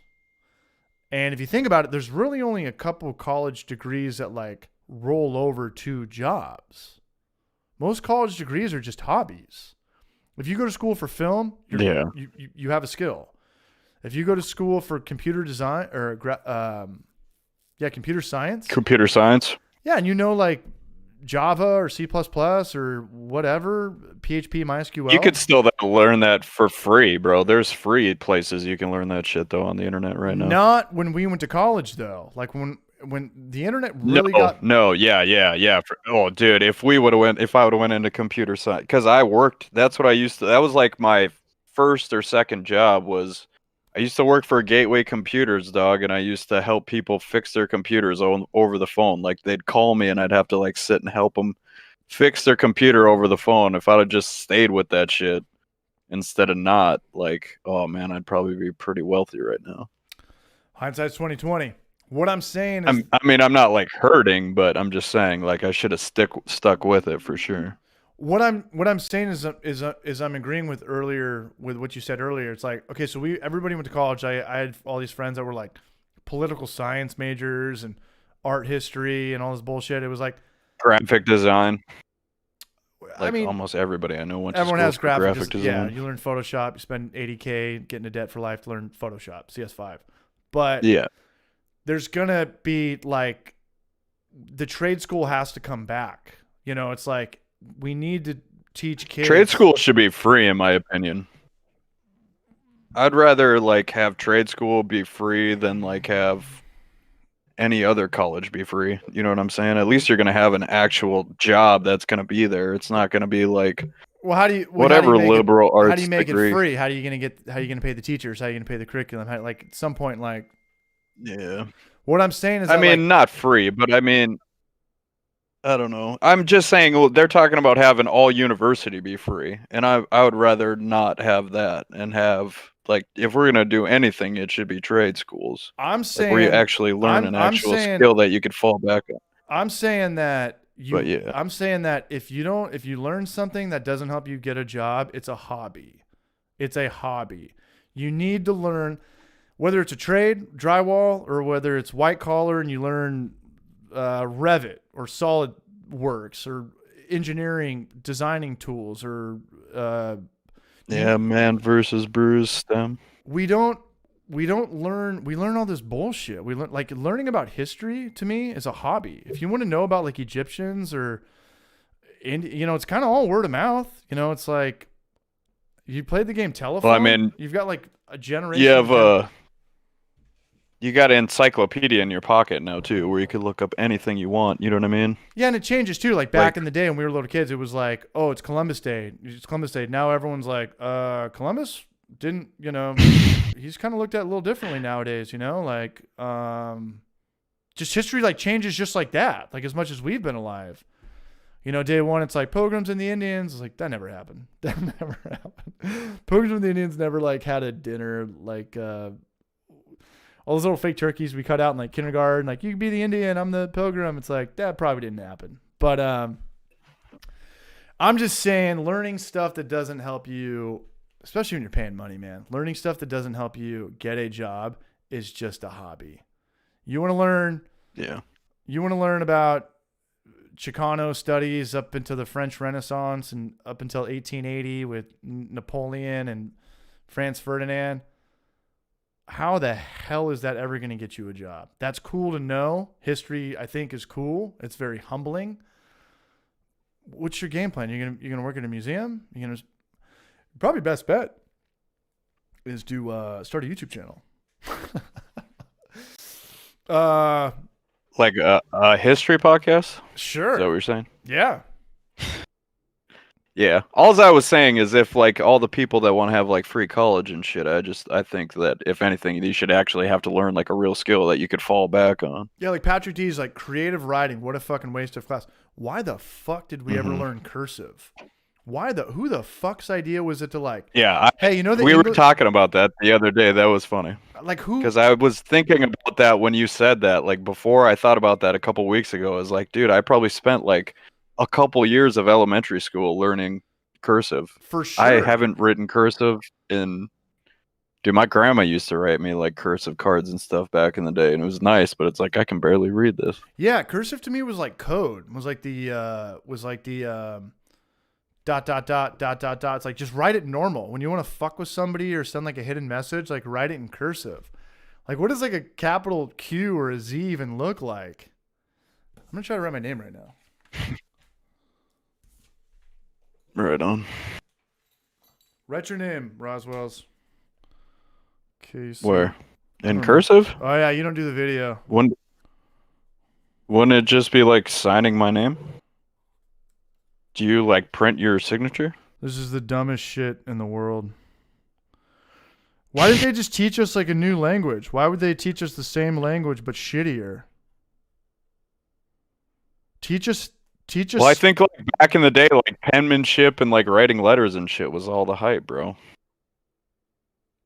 That looks fucking ridiculous. Kind of like going to stadiums. Except for don't you kind of get like a little rush from like the crowd and shit when shit pops off? Yeah, like when you go to a concert. Yeah, that Like was, crowd energy is like a real thing, you know what I for mean? sure. And I've never been to a UFC fight, but I have friends that go to them, and they're like, you feel like you are in like Gladiator. Like there's like. Don't ever tell me to shut the fuck up. Who told you that? Oh, that's pretty good, bro. I'm actually impressed. Who told you to shut the fuck up? Let's kick his ass. Yeast and the beast. Oh, he's trolling you. It's all good. It's like you said, man. The internet is the only thing on planet Earth that's ever been undefeated. Yeah, Casey Sterling Hardy. But I got Peter True. coming in, man. Anything you wanna finish with, Cool. Roswells? Nope, man. This was everything I here we hoped go. for. So Look at Peter. Check him out. Look at this loser. Oh shit. Peter, is he there? Enzo, what's up? There's Peter waiting. I'm gonna take off though. I'll talk to you later. All right, Roswells, have a good night, bro. Later, Brosh. All right, where is this brunch? Oh, here he is. Genius Brewing. Starting a video call with Genius Brewing. Pizza? What's up, dude? What up? Hey, what's going on, man? Can you hear me? I can hear you. Can you hear me? Yeah, I can hear you. All right, let me set it up. Let me switch the scene.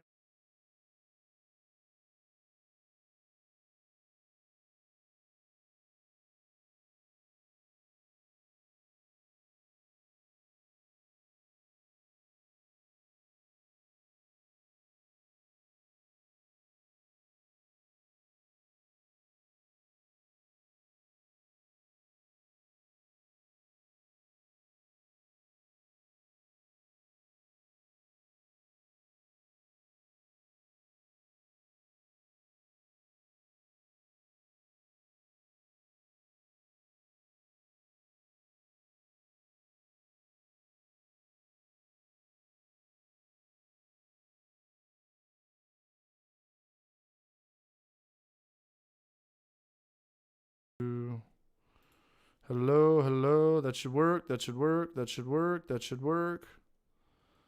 What did we have on scene? Peter's talking. Hello. All right, let me figure it out really fast. We're going to go to, okay, that was Brian's audio. We're going to do output audio. Hello. That should work. All right, we're going to go to audio output capture. Going to. Hello. Some people in the audio are great. Some people saying it's off. I think they can Bit with they back. can hear me. What did I do for Brian? Just not me. We're gonna do audio output capture. I think you're in, bro. Peter, I think you're in. Sweet. I got my kids running around everywhere. Yeah, I'm out of here. I'm gonna. Just not me. No, we're good. Peter, what's up, dude? You. What's up? How's it going? Muy bien. Congratulations on being open again, at least for 25% up into your Washington State, man. Thank you. Yeah, there's a lot of way between now and very shortly from now. I'm excited to have it happen. Well, good. And we kind of stuck to the plan. We were talking about 7:30. We're not that far from that. I'm gonna interrupt you really quick. Yeah, it took me a second to figure out how to open this. What's up? Let me go. Yeah, it took me for a second just to figure out how to get this open. Okay. I'm not using OBS this time, which is nice. It's easier. You're using OBS? Hold on, let me go into I'm not. that. And we're going to go into. All right.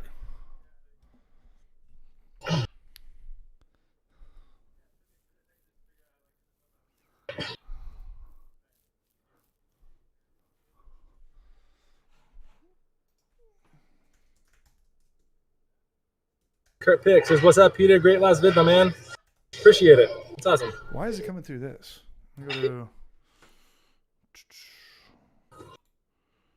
We're going to go to. How's it going now? How's it going now? The same as it was 2 minutes ago. How do I turn this thing off?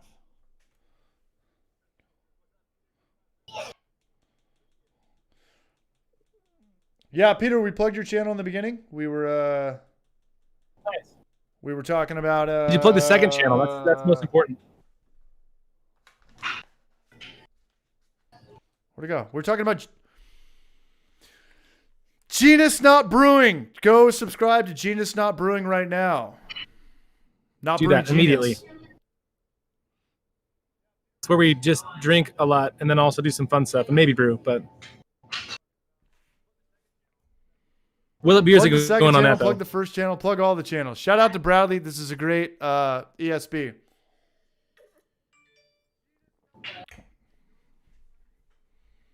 What's on tap, Similac? I'm drinking a West Coast IPA we did, which is kind of like a pseudo hazy take on a West Coast.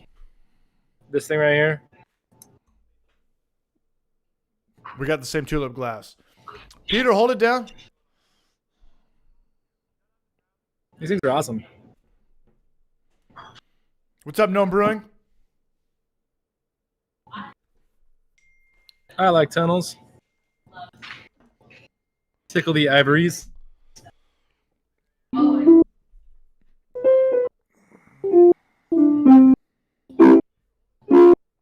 That's all I got.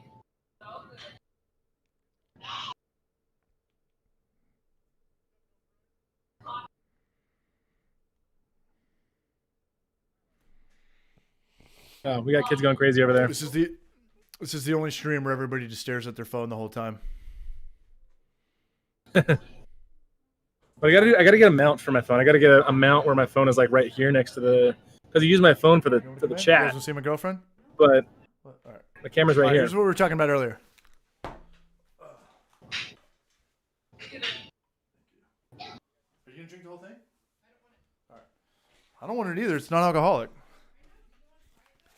All right, I'm gonna try. How's that? Peter, Now I'm can looking you at hear my me? phone, but it's Peter, on can the you hear me? screen. Yes. Can you hear me? I can hear you. Yeah, you got to have two things going. I feel like I was peeking my mic when I'm this close, though. Turn that down. It Hopefully is. that's better. Mango Cart, mango wheat non-alcoholic beer. Whoa. Pizza, non-alcoholic mango cart. All right, we got the subbies coming in, I think. Nice. You sound good, Brush. Thanks. There's a new trend in San Diego. Everyone's making gas non-alcoholic can- beer. It's oh. the worst trend.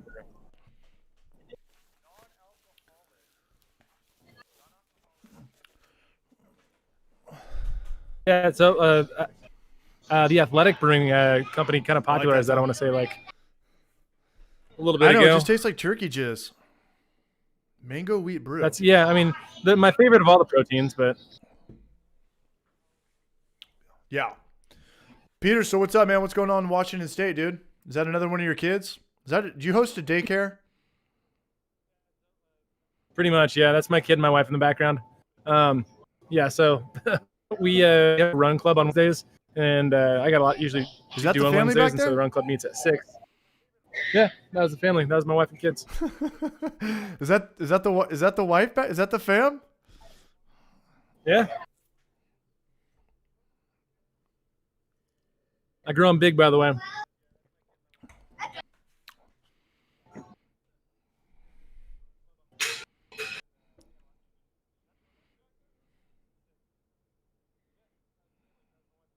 Cool, man. Right on. Is this Brian from Genus or Peter from Short Donovan Circuit? Sanderson Peter wants to know: from, is this Brian from Genius or Peter from Short Circuit? It's Yeah, I was just reading it's Martin from the Homebrew Challenge back there having a good time with Logan. Too soon? And today we're going to brew beer. Let some water in All right. kettle. This doesn't That's, work. If I do this that's all I got. I'm not good at impressions. All right, it's got to go this way.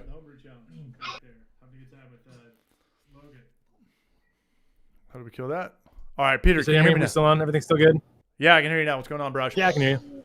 All right, so now we're on the same Can you hear all page. my kids everywhere? Yeah, I was going off the delay earlier, so now we're good. Now we're caught up. It was a little bit thick, man. Cheers, Peter. I'm glad you're here. I'm just being a loser, drinking non-alcoholic beer. They went pretty hard with the Not I guess that's the Latino theme. Latino theme? Mango cart. Interesting. I don't know. We were talking about that earlier, though. So there's a lot of breweries in San Diego that are starting this new non-alcoholic beer trend, and they're obviously putting more chips into it than normal. Do you see that any of that up in Washington State? No, nobody in Washington's doing non-alcoholic beers. Mango Good. carts are big. That's from Golden Road. Yeah. Which Golden Road's an AB InBev company. Yeah, it's But I know Athletic Brewing Company as an independent has done a lot of like getting out there with non-alcoholics, yeah. trying to be healthy and stuff. Yep. Tom's having a good time in the chat. Mr. Tom Alvarado, he's enjoying himself as with I am. Everybody, what's going on in the chat? For those who are a little bit new to our bullshit, this is CH from Homebrew for Life. We do a live stream. This is Peter from Genius. I know we got about 50 people here right now, 57 people right here. Thumbs medium the video. We talked about this. We talked about having Peter on for about a week. And when did the politicians or whatever open up Washington State? Like yesterday or Monday, 2 days ago. 2 days ago. So I'd imagine No, Sunday. They moved it forward to Valentine's Day. right. So I'd imagine you haven't probably worked this hard in a very long time because you couldn't work this hard in a very long time. I mean, I always have stuff to do, so I'm always like doing a bunch of stuff kind of between. I coach as well. I've always got my kids that I've got to cart around, and then whenever we have downtime at the shop or anywhere, it's just more YouTube, Instagram focused. I'm just putting more into social media. How's that going? It's going okay.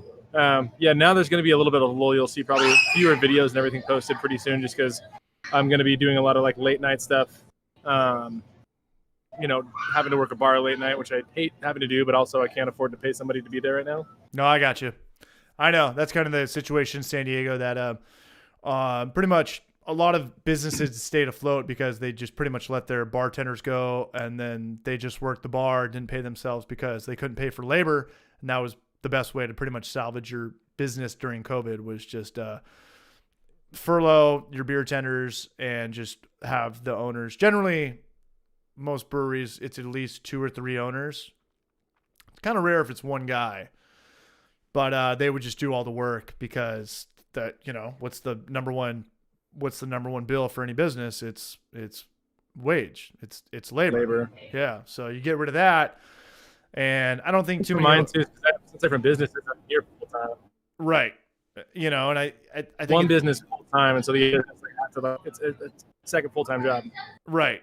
And I think most business owners, I don't think they mind too much, like beer tending a couple days out of the week, or I don't think everyone's open regular hours 7 days a week. But that's how it kind of worked in San Diego. It was very good to be small during COVID. Yeah. It was very good to be small. Absolutely.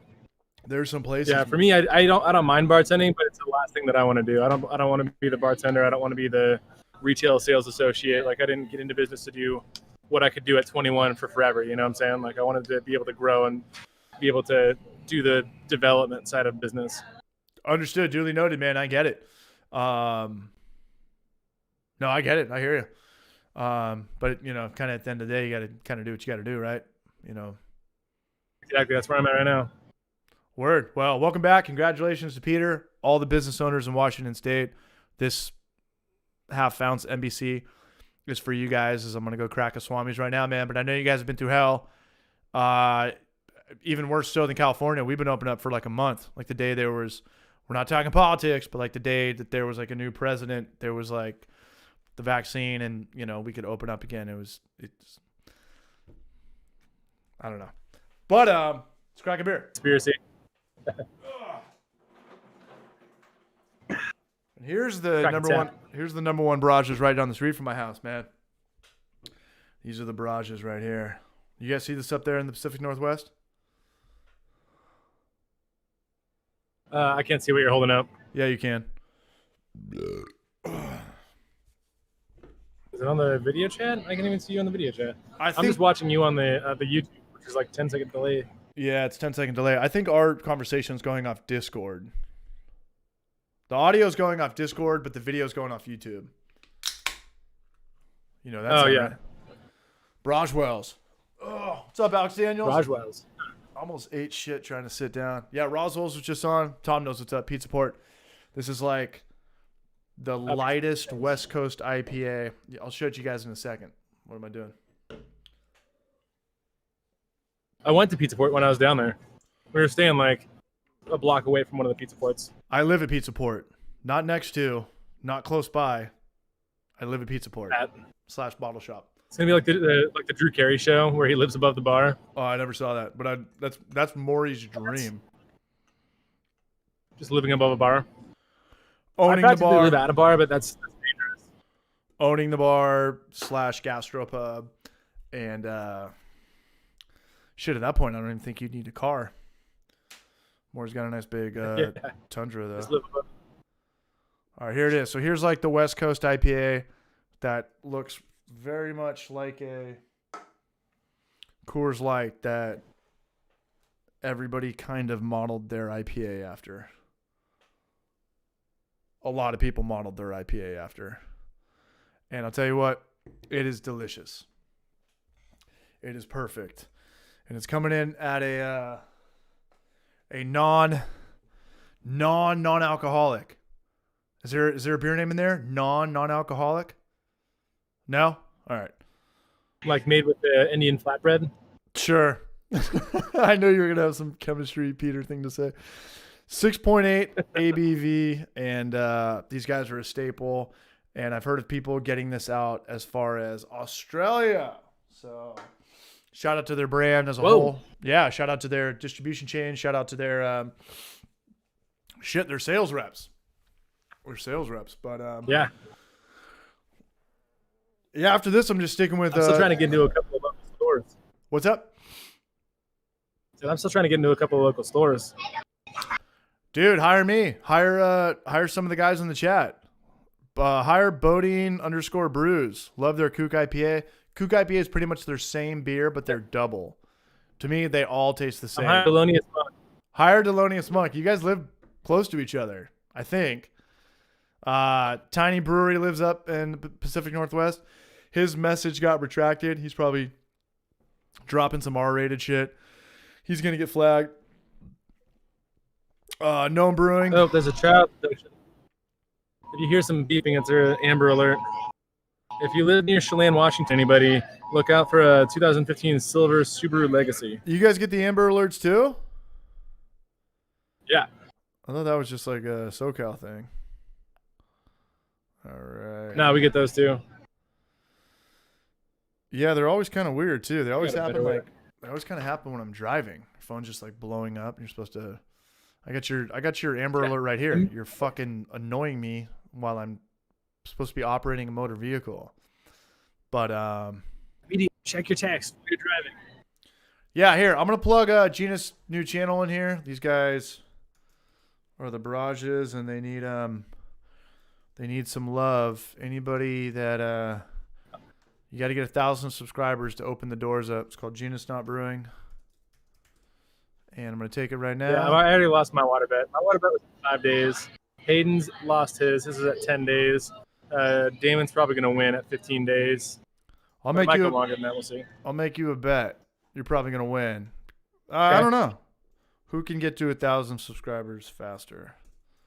But here's your channel. As I'm plugging your channel in the chat right there. So there's some homebrewers in here. There's some YouTube homebrewers in here.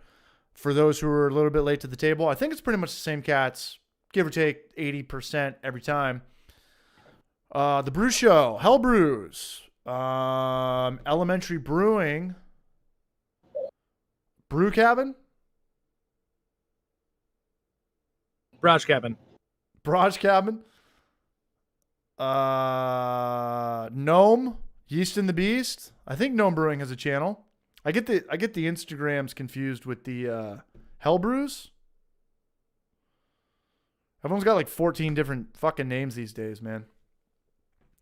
Especially me. The Hoppy Hour. See, I know, you got a ton. Yeah, we got a lot of Hoppy names Hour. going on. I got a lot of handles. Bueller. Barking Backyard Brewery mentioned us in their story. All right, let's give Peter a little shout out. Peter, can you do another half an hour, or do you got to go do running team stuff? Oh no, that stuff's over. So now after we get off of this, I can do another half hour for sure. All right. But after I get off this, I just got homework to do. I did end up going back to college, by the way. I told you I was going to, and I wasn't joking. All right, yeah. Like you need a ton more stuff to do. Keg Day. Shout out to Backyard Brewing. Shout out to that's us right there. Genus and Homebrewers for Life. Shout out to Barking Backyard. Nice. His backyard barks. Shallow Creek Brewing. Let's give this guy a little love ski right here. This is when I catch my buzz, and I think the show gets a little bit better. Let's give this guy a shout out. Here's Brew Mill Tone. What's up, you brungy McBrunch? Let's give this guy some love. I'm going to take a week off of everything. Construction, Homebrew for Life, broadcast, and I'm going to figure out this Streamlabs OBS stuff, and I'm going to buy whatever it takes to get more data. There's no lag. There's nothing blurry. I don't. Fired up. Yeah, I get so stoked off this stuff, and it's not that frustrating anymore. But I remember like back in the Babs and the Maury days, we would just all show up and it'd be live, and there'd be an audio delay, and sometimes the power would go out. Yep. What do we got here? Who's this? We got one more from who's talking shit? Jason Reynolds. Accept. Jason Reynolds, what's up, Braj? All right, Homebrew for Life stole your Homebrew for Life glycol system. It's the bathtub. We talked about this. It's a great system. Brew Roger. Roswell's. He's on one, man. And if I don't know if Peter needs any graphic design work, but Chris Vodka is his Braj. Oh, I hired a graphic design kid. Is there a Genius Not Brewing? What is going on? Is there a Gnome Brewing channel? Let's throw that sub around, man. Gnome Brewing. Yeah. I might already be subscribed. Let's see what this guy looks like. Let's see if he's good looking or not. Not the same beer. Yeah, I am subscribed. He has a grain to glass gnome grown. See what he did there instead of homegrown? Give him a thumbs up. This is our Thumbs down. What is that? Coors Light? Keller Pills. Carapils. Keller Pills. Got Keller Pills. it. Pilsner, but hazy. Hey, shout out to Gnome Brewing. You put out a video this week, sort of, 8, 9, 10 days ago. He's got the recipe and everything, and it is very much so broken down. Oh, he does the pre-boil gravity after I just talked a bunch of shit about people who do pre-boil gravities.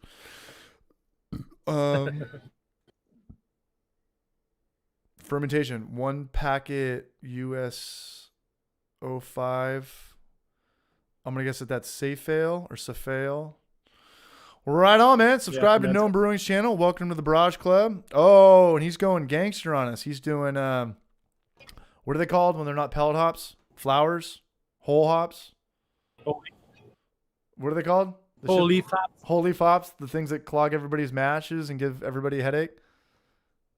I use those for a hot back. So one of the best ways to get like intense flavor in an IPA is to take your regular IPA as you normally do it, and then do a whirlpool or at least bag or strain out the pellet hops that are in there, and then run that whole thing through a hop back stuff with the whole leaf hops because it helps filter it and then just gives you that extra juice squeeze of hop goodness. All right, we're plugging Gnome Brewing right here. Gnome Brewing. This guy's got a beard, man. This guy's makes my beard look like a first day of school bitch ass beard. That's Gnome Brewing. Give his channel some love. I don't know what his game plan is to do with the channel. It's fun to have it's extremely fun to have a YouTube channel. I think that's why we're all here. Whole leaf, tiny barrage. I think everybody here is pretty much from Southern California or the Pacific Northwest, besides Roswell's. I just noticed this. I was just looking over and I saw. Was that your boys out there? This branding for. I know you love their branding. Yovaru. You love their branding. Yeah, this is the first one that I've gotten that has this yellow packet. I just noticed it. That's dope. Right on. Hop Killer Brewery still in here, man. Let's give his channel some shine. Hop Killer Brewery. Let's get his mead video. There it is. Citra Dry. I think they're in California too. Oh, I just pulled it up. It's at that Zach Galifianakis hangover part. Where is it?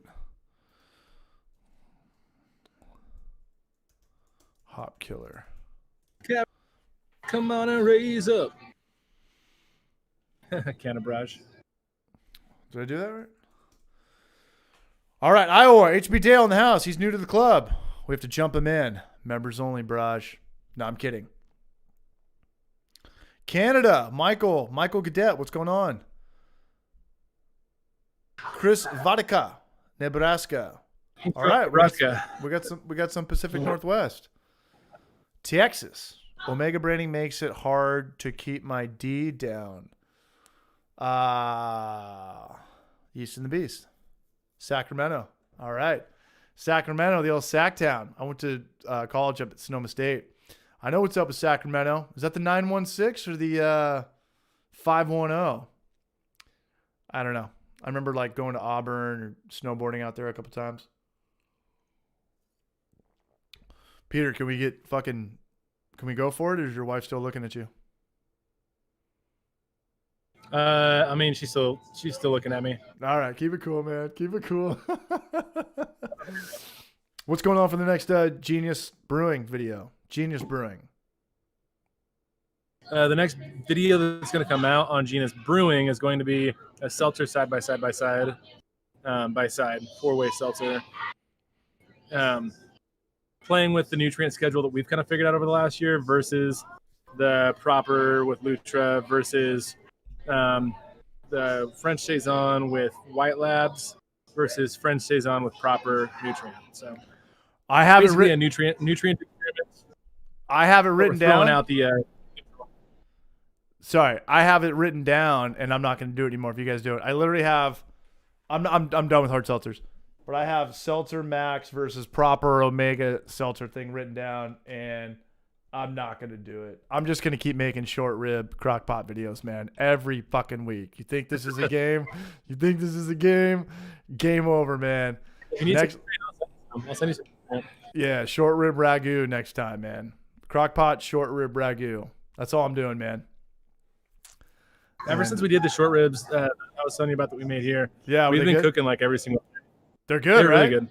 Well, it's a good thing about the good thing about short ribs is that it's cheap and it's affordable, and if you just put it on in the morning, keep it at low, by the time dinner's ready, it's like the perfect meal. And it's easy. And it does hard to mess up. It's really hard to mess up, and all you really need is patience. Like you can't. I've kind of blown it on crockpot stuff before. Like the meat can get like a little bit soggy, but it's supposed to be soggy. It's not gonna like catch on fire.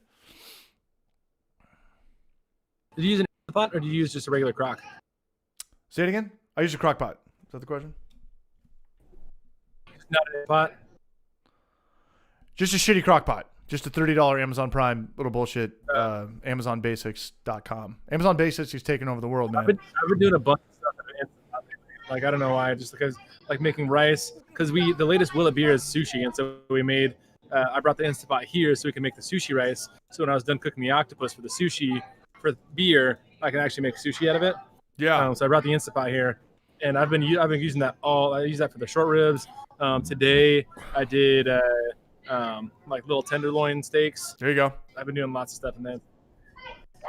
You know, when I come up and visit you guys up there, I'm gonna do a big Pacific Northwest trip. I'm gonna try to do Canada and stuff. But if you want to collab, we should do just a food video. Well, I mean, we could do like anything you want, but I could come up there with, you know, maybe some, I don't know, beef Wellington, Wagyu, crock pot,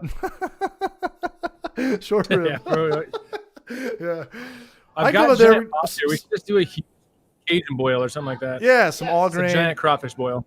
I'm down. And what people don't realize is like anybody who has a Grain Father or a Bruzilla or an Anvil Foundry, we have also like the best cooking tool. We have like the New Orleans lobster boil stuff. We have the biggest sous vide thing. You could put a whole tenderloin in there. I sous vide and mash and boil today. Yeah. Go to Costco, get the whole tenderloin. It's like $100. It comes out to like damn near 12 filet mignons. And that can fit into even the smallest all-in-one electric brew system, which I think is probably what I have or we have, you know, the 5-gallon batch one. Yeah. You could fit a fucking hog in there, man. Pardon my French. It wasn't French, it was English. We should try that. I'm down. I got something from I've got a Delonius. Digiboil. Whatever recipe video you come out with is what's for dinner that night. Shout out to Delonius. Shout out to the brunch. We'll get him on. Yeah. You guys are probably only a couple hours apart from each other. Delonius should check it out, or you know, we could all meet up when we go up there, and we'll get drunk and sleep on the rooftop of Genus Not Brewing, Genus's building. It's a very slanted rooftop. Yeah, we'll live to tell about it. All right, 8 o'clock my time, which means it's midnight Peter's time. No, I think we're on the same time zone. We are, and I'm drinking Bradley Brage's Brew Dogs. I got a couple more Berliner Weisses. Brad, I don't know if you're watching anymore, but can you let me know what the ABV on these beers is? I don't know if it's like a traditional Berliner Weiss where it's floating around like the high 4s, low 5s, or if it's like a Brad concoction triple IPA where I'm going to piss the bed as I'm watching Last of the Mohicans Part 2 with my girlfriend tonight. Let me know in the comment section. Love me some decapitation. Yeah. Brew with rocks, Pete. Looks like Kurt Pick has a question for Peter. If we had Ryan if we had current Ryan, so Ryan did help us do that video. But if we had current Ryan when we did the original Stein beer in an Anvil Foundry, that could have been such a better video. That could have been such a killer video. It was a good video, but it could have been a great video. I don't know if you saw it. Stein beer, Hot Rocks. Yeah, shout out to Bruce Show. He knows what's up with Daniel Day-Lewis, my favorite actor. By far. Let me see if we got any trolls. See what's going on. Hopefully. Going on. Trolls show more passion than anybody, man. They make it count. I know. Justin Timberlake, Anna Kendrick. That's all the trolls that I can name. They watch Genus Brewing? Nah, they only watch Crockpot. Yes, of course they do. They only watch Crockpot short rib videos, man. Come on, man. You know. My left foot was gnarly. Shout out to Trent for knowing that one, man. I think that's a true story. That's a story about a dude who's got like gnarly cerebral palsy, and he learns how to be an artist with his foot, while his gnarly blue collar dad like beats the shit out of him for being a cripple his whole life and being like a burden on the family. I think that's what put Daniel Day-Lewis on the map. That's a gnarly movie. And he learns how to like I haven't paint. seen that one. No, it'll make, I don't know if it's going to make you cry, but it's going to make you not want to be lazy. And yeah, he learns how to like draw flowers and stuff with his foot, and he becomes famous for it. And I'm pretty sure it's a true story. A movie like that has to be a true story. If it's not a true story, you're like, yeah, I'm going to be this famous screenplay guy. It's about a guy who is quadriplegic, but he can like paint flowers with his foot. You're like, no. That has to be a true story. I drink your milkshake. That's from There Will Be Blood when he beats up Paul Dano in the bowling alley. I saw that movie in the movie theater. I think I was by myself. I drink your milkshake all the way. Yeah, Daniel Day-Lewis knows what's up, man. Shout out to anybody that watched There Will Be Blood. And I don't know if anybody picked this up, but the first like 40 minutes of that movie, there's no dialogue. And it's the dude from what's that band who I kind of hate but I kind of like? Radiohead. Not Tom York, but the other guy did the sound for that. Peter, are you a Radiohead fan? No. Yeah, they were always kind of like this. They're a great band. I just never kind of figured them out. They're kind of like how I look at REM or something. Remember the band REM? Kind of like cool to be emo in their own little world, but they kind of come out with a hit every now and then. No. I feel like I probably know the entire lyrics to a lot of Radiohead songs. I don't. I learn a lot of lyrics just from popular like radio channels, and then I just never learn who sings them. The way I'm going to say it, here's how I would explain Radiohead. They were probably the number one band for college radio from probably 2003 to 2008. That like them and like I don't know. They're a little bit more old school than like Muse and I did know some Muse songs. Yeah, and stuff. I don't know. Jimmy Eat World is one of the Jimmy Eat World's one of the ones that like I had no idea who they were until one of my friends was like, "Oh, Jimmy Eat World's my favorite band," and then they started like playing an album by Jimmy Eat World, and I knew the lyrics to all the songs, and I was like, I had no idea. Jimmy Eat World, that's like American Pie band, right? Like Stacy's mom has got it going on. Is that Jimmy Eat World? I don't think that one's Jimmy Eat World. I wish you would step back from that ledge, my friend. Like not another teen movie theme song? No? Because I'm a creep. Stacy's mom is... All I listen to is Britney Spears. Stacy's mom is Fountains of Wayne. I don't know, man. All those. Remember the movie Loser with Jason Biggs? Seems like every like theme song was like the same song. Yeah. Yeah. They were the exact same band. They were literally just carbon copies. Here's another advice. We talked about how not to have face tattoos ever, unless you're like the number one rock star or rapper in the world. You know, if you're not that, you have a face tattoo, you're gonna make life insanely difficult on you. But for anybody that works construction, Roswell's could probably vouch for this. What's the band we're talking about? Jimmy Eat World. Don't play that while you're working on anything on a house. All the subs will eat you alive. Like 2018, they're all cool with me now because I can dish it back or take a joke. But I would be listening to like Tame Impala or like Mac DeMarco or I don't even know, just something like chill, and they would just destroy me. All these like 30-year construction guys like, oh my God, are you gonna go home and like eat razor blades? Is this like suicide music? You know, call me a lot of homosexual slurs and stuff like that. And I was like, dude, this is cool, man. This is like Tame Impala, bro. This is like at a job site you have to be listening to like Suicidal Tendencies or like Megadeth or, you know, Pennywise or Slayer and shit like that. Or kitchens. What? And you ever work in a kitchen? It's the same way. Like chefs. Yeah. Same kind of like you have to have that like.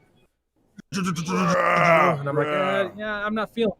Right, but if you actually broke down like Slayer and Megadeth and like listening to lyrics, it's like, I don't get along with my dad. I'm angry at my dad. But when you put in like the raw, like the gore and the double bass pedal, it's just like when you actually like slow it down, it's probably like from the heart, you know, like my mom never loved me as much as my sibling rivalries and my sisters got away with the remote control. But then we put like the double bass pedal and all the costumes and Kiss Army shit on. It's so yeah. I'm gonna grab another. Yeah, get another beer. And in the meantime, we learned 2 things tonight. Don't get face tattoos, and don't listen to Tame Impala, Mac DeMarco, or what was his band, Jimmy Eat World. If you're working on a job site with tweakers and ex-tweakers, because they will eat you alive. They're not gonna eat you alive. They're just gonna talk a lot of shit to you, and sometimes it's weird when people talk shit to you when you don't know them. Yeah, it can be weird. Who's here? Elementary Brewing. Elementary Brewing. Subscribe to Elementary Brewing channel. We talked about him in the beginning of the broadcast. We talked about him at the beginning. Primus is good. Primus works. Primus. Toyota Primus. It's a Toyota Primus. Yeah, man. Shit, dude. Primus, that's way mellower, and it's, way more easier on the ears, but it's still that same, like, Slayer, Megadeth, Lamb of God crowd. Lamb of God. If anybody in the comment section knows Lamb of God, I used to chill with the guy that listened to Lamb of God, and that music will freak you the fuck out more than any other music, more than Marilyn Manson or NWA or rappers, singing about killing cops and shit. Lamb of God, that is heavy duty music. Heavy duty music. I'm alive. All right, we're talking about Lamb of God. Peter, when you go home tonight, just bump Lamb of God in your living room while your family's trying to sleep. Imagine like when I go home, I'm gonna pass out immediately as soon as I know. go. I'm gonna smoke weed and listen to Lamb of God and watch Last of the Mohicans. Lamb of God is like Marilyn Manson meets a bag of crystal meth, uncut meth, meets Slayer. Put all those 3 things in a blender. That's that band. Lamb of God. Heavy duty shit. Would put it into the blender, make it cut crystal meth, or would it Probably still be yeah. uncut? Now it's after the cut. blender? Now it's cut. Yeah. As long as you put a garnish of short rib on it, you got it figured out. But good rule of thumb is probably don't chill with people that if you hop into a car, the guy wants to give you like a ride home or something, he's bumping Lamb of God, probably shut up, have good manners, get home, and then never talk to them ever again. That's all I have to say about nice as possible until you're out of their sight. Yes. You got to be kind of a fucked up dude to listen to this band. You got to be pretty angry. Not that, we're all angry and we all have our own things going on, and every single human has different emotions, and we deal with them in our own ways. But I think that Lamb of God is like the one step down from like probably robbing a bank. So not like cool robbing a bank like Ocean's 11, like peaking on speed on, you just snorted the rock and no one's answering your phone calls. So you just think it's a good idea to rob a bank right now. So, yeah. Still got some people here? Yeah, Slipknot. I forgot about them. I forgot about Slipknot. Those guys are fucking heavy duty, man. There's a lot of heavy duty band. Like I think Korn is from San Diego. I went through a Korn phase. Korn with a K. I went through like a POW phase. Prisoner of War. POD, was that the band? Future Breed Machine. Lamb of God is pretty tame. Are they? Shit, does it get gnarlier than that? There he is. Here's a little Pikachu. All right. Peter, you want to hold the chat down? I got to drain the main vein. I got you. All right, man. Or Brian's name. It's Brian right there. Just throw up into the mic, Brian's kid. main vein. Unicycle Master. Oh, he's grab it. Yep, that's it. Where we are. What? I think all these bands are like honestly way out of my. I listened to like Coldplay. I was that kid, that like good Christian kid. Listen to Coldplay. Listen to bands that were pop Christian kids was like popular because Christian listen to them. Let's skip the same ones. Kid's name. This is Mandatory Milk Chug. This is Emery. He's a giant. He is 11 months and he's 28 pounds. So he's a big little guy. I breed him big.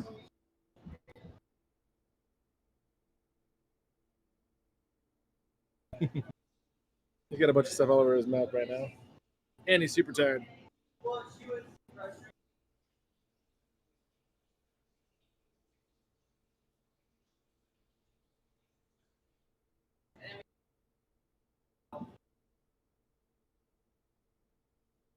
This is the one I'm relying on to be my NFL tight end, my retirement plan. Because he's like 99th percentile in weight, 98th percentile in head size.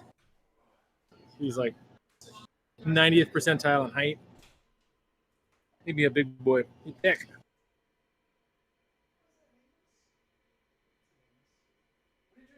Our symmetry solution. I've not heard.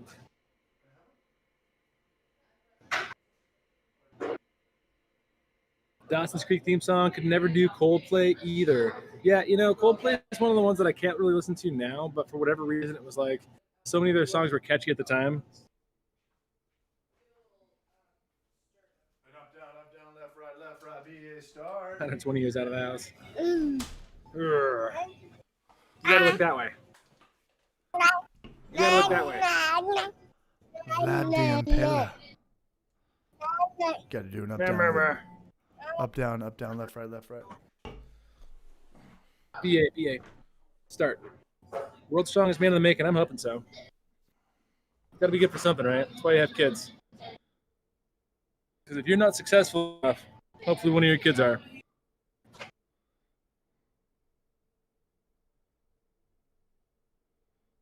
Life philosophies right there.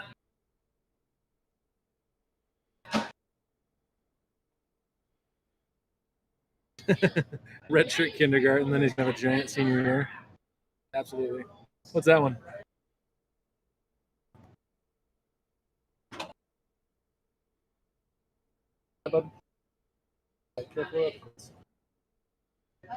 Careful with the cords. If you unplug those, the whole thing comes undone.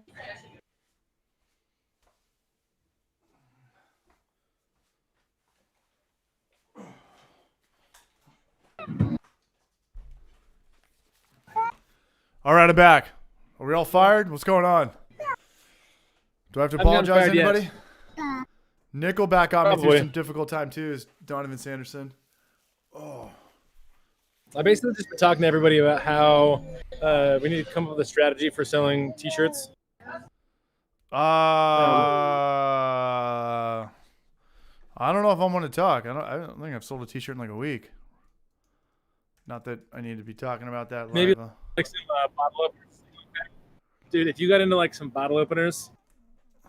Who, me? Yeah. Nah, it's not gonna happen.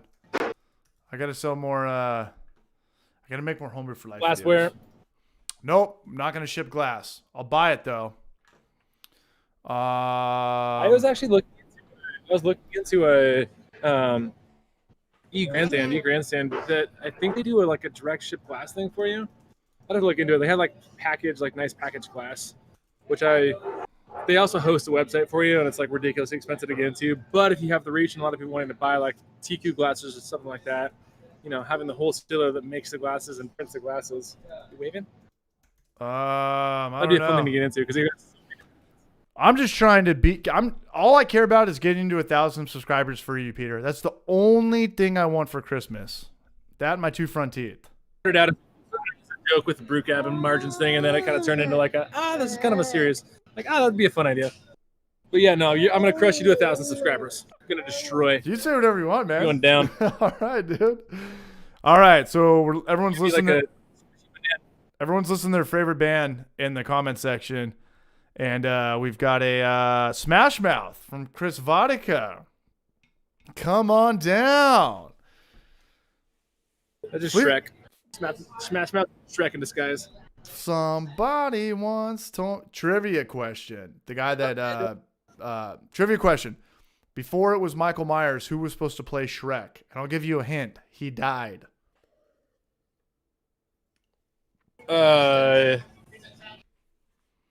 He died before Shrek came out, Yes. and that's why he didn't preach. Sean What's up? Connery. Not even close. Cindy Okay. Lauper. I was in the right ballpark though. Soundgarden. Okay, that's good one. Rest in peace, Soundgarden. That looks like the only accurate. Fish. I'm actually down with Fish, man. I was a hippie in college. I used to love listening to Fish, especially their covers. Yeah, shout out to Bruno Tony. He wins. Or no, Eric H. Eric H wins. Farley. Oh no, Elementary Brewery one. Yeah, it was Chris Farley. Sorry, let me do the math. Elementary Brewing. Congratulations. You win another beer. Yeah, it was Chris Farley. It was supposed to be Chris Farley. I feel like Farley would not have. Feel like Farley would what? Paul Walker. I don't think he would have been as good. Too soon. I think it was supposed to be Tom That would have Arnold. been a good Shrek. Yeah, it was supposed to be Tom Arnold. That was why I thought that George Clooney Batman movie bombed with Uma Thurman and Arnold Schwarzenegger with Iceman or Ice Out guy, Mr. Freeze. I thought they, instead of giving the Batman role to George Clooney, if they would have given it to Tom Arnold, it would have been a commercial success. Is that the wife? Can I meet her? That's Lisa. What does that mean? Is that your wife? Yeah. All right.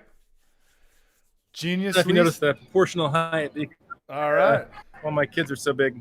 You guys want to do an NBC or what? Let's play guess. Let's play guess mine and my wife's height in the comments. You're. What do you? We already know this. My wife is. You're 6'4". You know how tall I am? 6'4". I'm not gonna say anything until Penis everyone's got is to only, guess, and then I'll let you know. My penis is only 2 inches from the ground. From the ground? That was from one of Into my. That was one from my favorite movie when I was like 15. Booty Call with Jamie Foxx and Tommy Davidson from In Living Color. Oh, nice. I went to a debate with Ron Jeremy versus Greg, and that's where I heard that joke. How's Ron Jeremy doing these days? Is he gonna run for California president, governor? I'm hoping so. I mean, Is he still alive? I heard he went to prison for like AIDS or rape or something. probably barely. Yep. Yeah, that's the way that- Miltonius, that's all I am. that's how that cookie crumbled.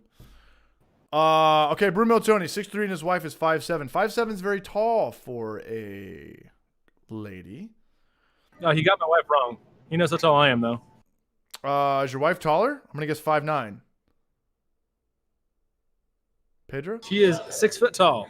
No, she's not.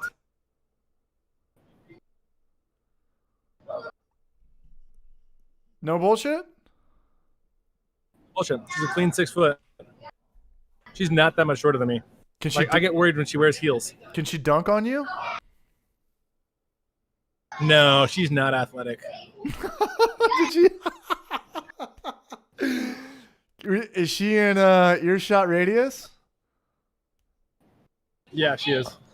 How does she feel about that?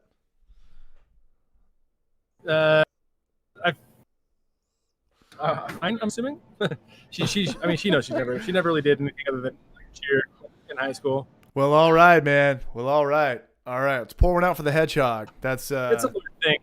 all right. It's a learned thing. It's not.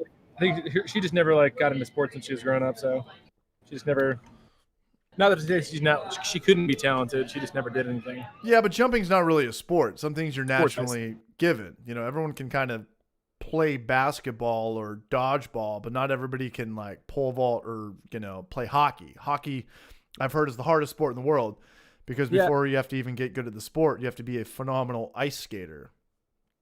But most people can, you know, jump or run or throw or kind of catch something based off just, you know, human ability, basic instinct. Yeah. I feel like you got to be active growing up though, and she grew up an only child without a lot of just without as much activity in her life. Fair So it enough. probably could have been. All right. Right. Well, crazy, man. 6 foot. That's My crazy. kids, my kids are gonna be beasts, and they will grow up active. Your kids are going to be big. Yeah. Basketball, runners. I mean, They'll be large. They'll be large. Yeah. I'm guessing basketball for the oldest, runner for the middle, NFL tight end for the youngest. All right. Fair enough, man. Wait, were you listening to the part when Roswell's was on and we were talking about how kids aren't going to be season ticket holders and shit? No, I wasn't. Yeah, I was in a meeting before I got on. Yeah, we were talking about earlier. We were talking about season ticket holders and $17 beers and stuff like that. And I don't think the next generation will be season ticket holders. I don't think that. I think there's too much technology, and televisions and phones are way too good to go to a game that's a $200 ticket and all that stuff. While who even knows how good cell phones are going to be in 10 years or televisions. Not only that, they're probably going to cost $5. They're going to be the best thing of all time. Or $5. I'm serious, man. Back in the day, And the cameras in the fields are going to be crazy too. Like you're going to have like first person point of view drones flying through the fields with the football player. So the best is going to be on your phone, not watching in the stand from squintable vision away. I'm blown away. Like after, you could probably relate even through YouTube or Streamlabs or whatever. Like you watch like an NFL replay and they like grab the camera and turn it around and then like show it from that angle. You're just like, what the fuck? Was that like, was that like Max Payne, like the Matrix, like in real life? Like slow motion, like, okay, now let's look at the same play from like the linebacker to where like the quarterback was. And you're just like, remember that like Max Payne game where you turn like the little hourglass thing and you have like time to go in slow motion? No? I remember the game. I don't remember very much about it. It's pretty much the Matrix. If you want to make the video game, it'd be like remember that Mario Kart game? Remember that Donkey Kong game? Those are like that's my wheelhouse in video game world. Yeah, Tetris and GoldenEye. Oh, the pinball that used to come on every Windows computer back in the day. No, dude, I'm serious. Like I literally watch NFL now, but everything. I think Monday Night Football gets a little bit bigger of a budget and Thursday Night Football than like your typical NFL Sunday stream game. I might be wrong, but it's just like, do you have a camera on every player and coach, which has got to be 100 on each side? Like what? It's mind blowing how much money goes into that league, that business. It's not even a league anymore. Sports. It's pretty much a casino. You have to have like make sure like what's going on with every single person on the floor. It's like it's crazy. Is this guy picking his nose? It's going to be in the tabloids. Is this guy cheating? Is this guy stepping out of bounds? Is this guy throwing a fit on the sidelines? Like they've got it all, and then they've got it all in like slow motion, and they can like turn the camera around. It's mind blowing, and we watch it for free. It's entertainment. Sure, it's a good time to be alive. For football, being a football fan. Back in the day, it was like one shot. It was that soccer shot from like the 55-yard line. That was it. That was all we got. Ew. I just swallowed something weird. Keep that between us. What the fuck was that? Beer? I don't know. Semen. This shit's kind of weird. Check it out. We should do a I can't see you. Yeah, you can. I'll see it eventually whenever it pops up on the YouTube part. But Zelda. We should do a collab like side by side Donkey Kong Country 3 speed run on a live stream.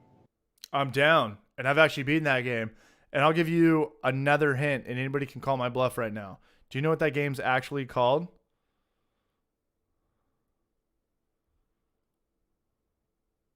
Cobra Kai. I think it's called Dixie's Double Trouble. Donkey Kong Country was Donkey Kong and Diddy Kong. Donkey Kong Country 2 was, I think, Donkey Kong and Diddy Kong 2. And Donkey Kong 3, you're actually the girl with long hair that comes out. Yeah. And she was called Dixie. Look me up on that.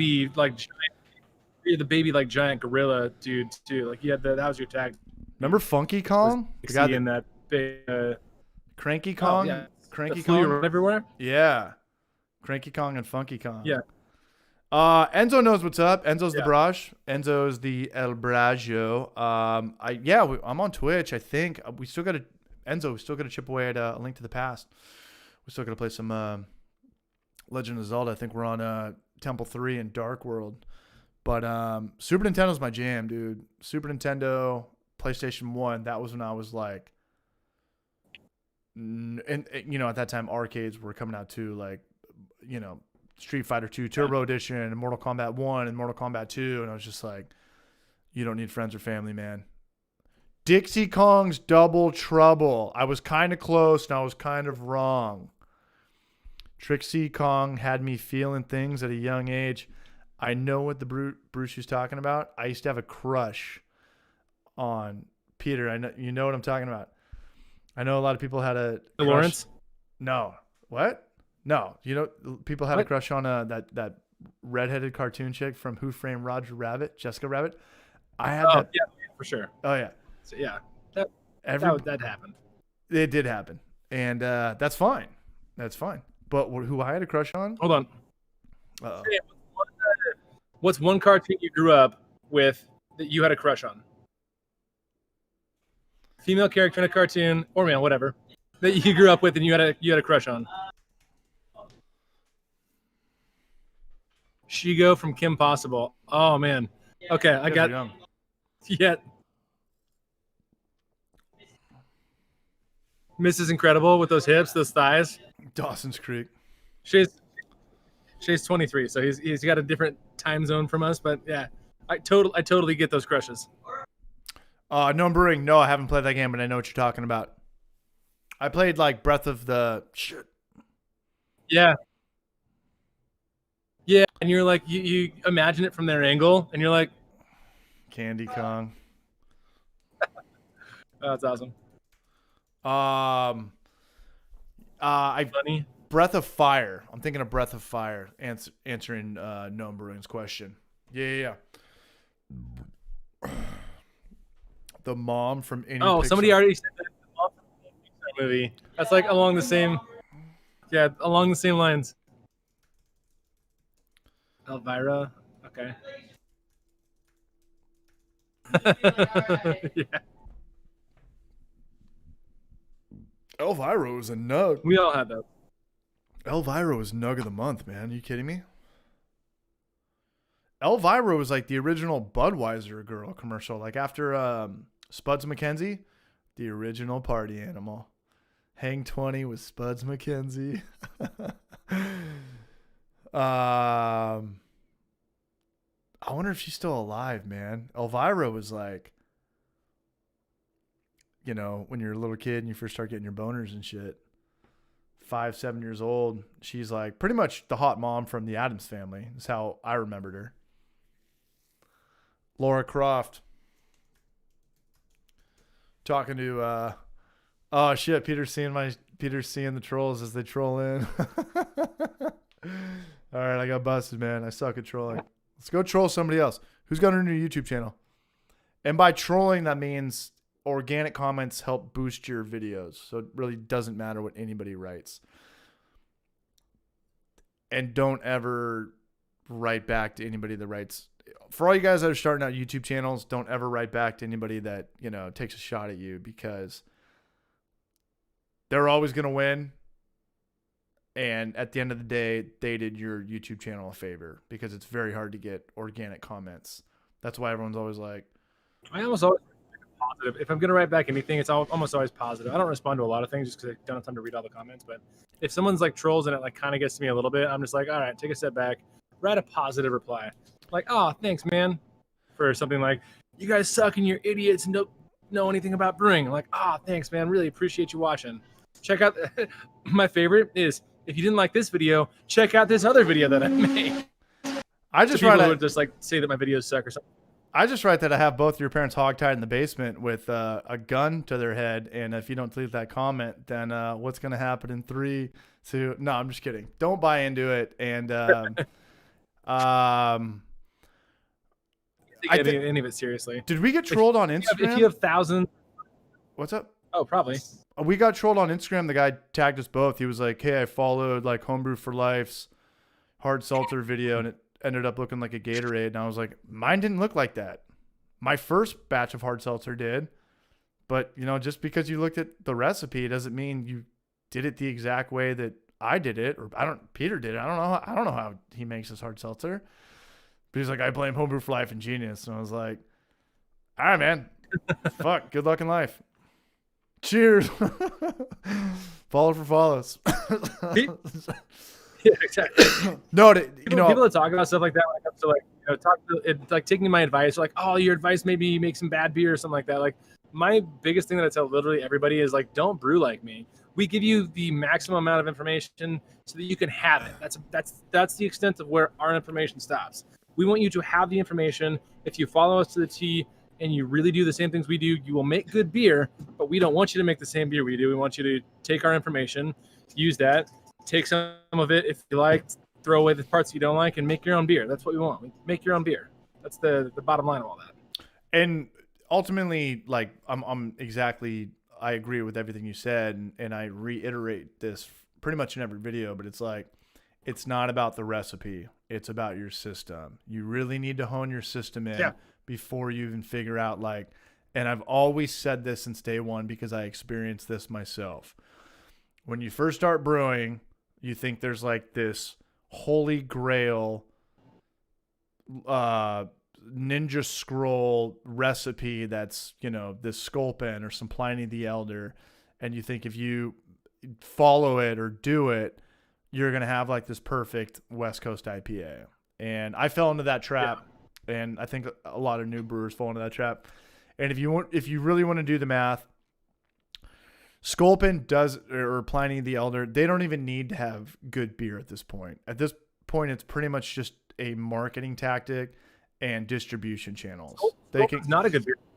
Sculpin tastes terrible these days. I haven't had a Sculpin in a while, but what I'm saying is that, like, it, you know, you could be the best guitar player of all time, or the best comedian of all time, or the best homebrewer of all time, but if you can't get accessibility and exposure to it, it doesn't mean anything, except, you know, bragging rights. Except, you know, monopoly money, or, you know, Enron stock. Just to reiterate, my system still changes all the time, and I'm still trying to make it better and better and better and better and better and faster and faster and faster and faster and faster. And Moore even said that when he came on. He's like, you know, they got a new system, this and that.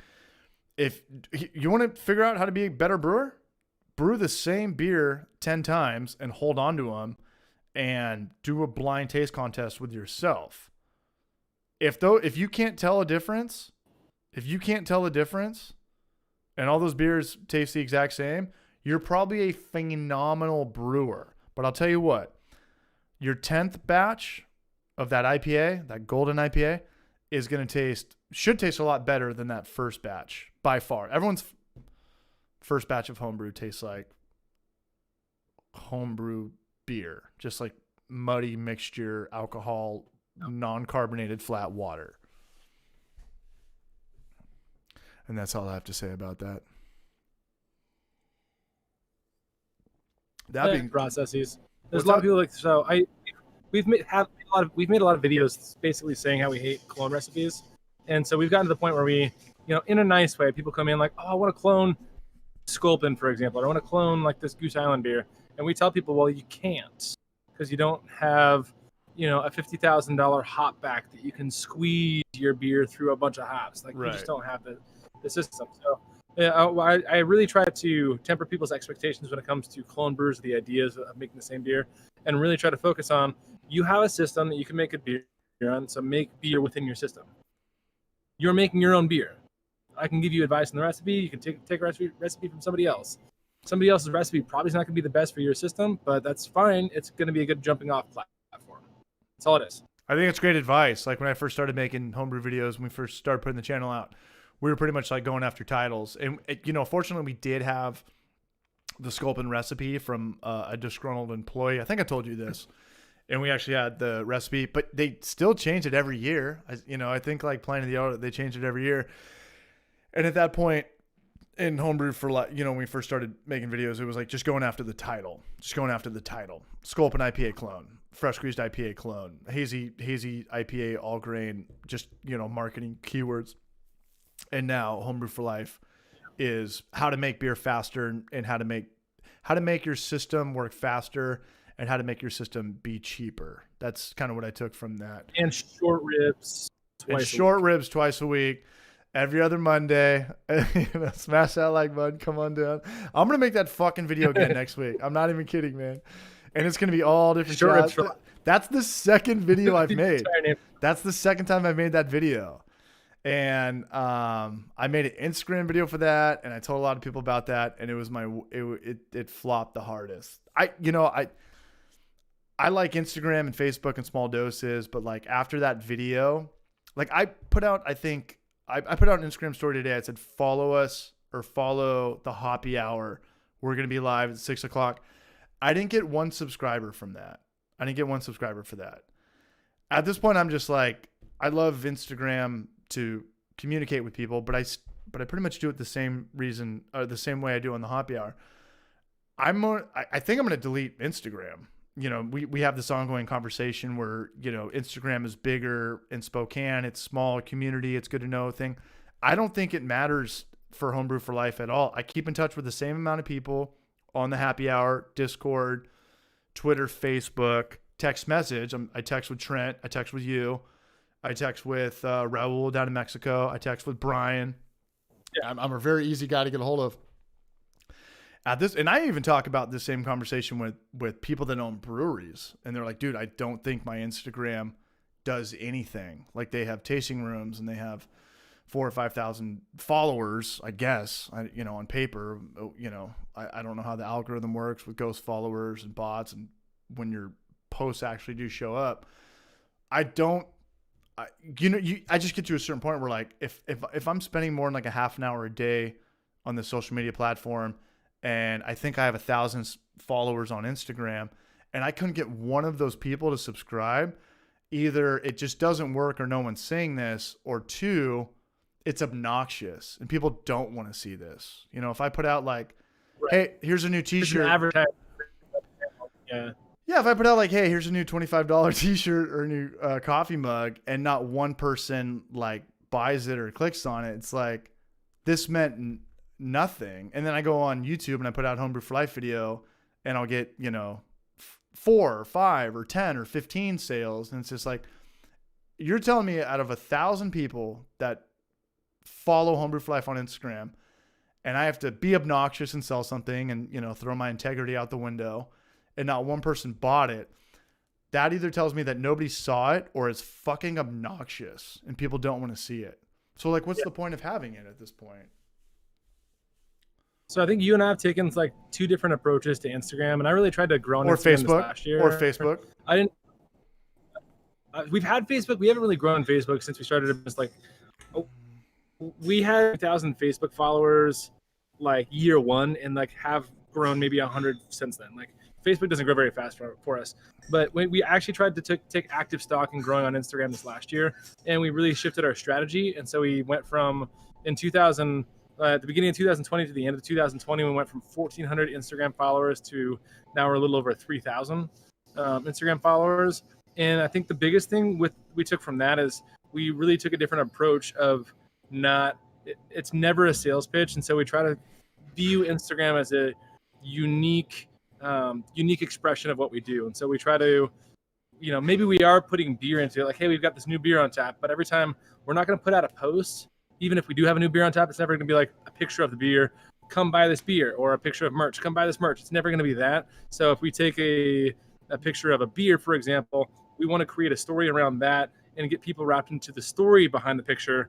And then they end up focusing on the beer if they read the caption, if they're captivated by the picture. So it's really about the content first and then the sale second. And so doing that, we've doubled our Instagram last year, and I think it's going to keep growing like that. And so I'm actually really happy with where we've gone on Instagram, but it's definitely a different approach. If I was just new beer out, come buy it. I've got a sale on this. A lot of breweries go like, hey, by the way, we got half off beer on whatever day. Or hey, we're closed. They use it to communicate like, hey, we're closed today. Like that kind of stuff doesn't get reach, and Instagram doesn't like it in the algorithm.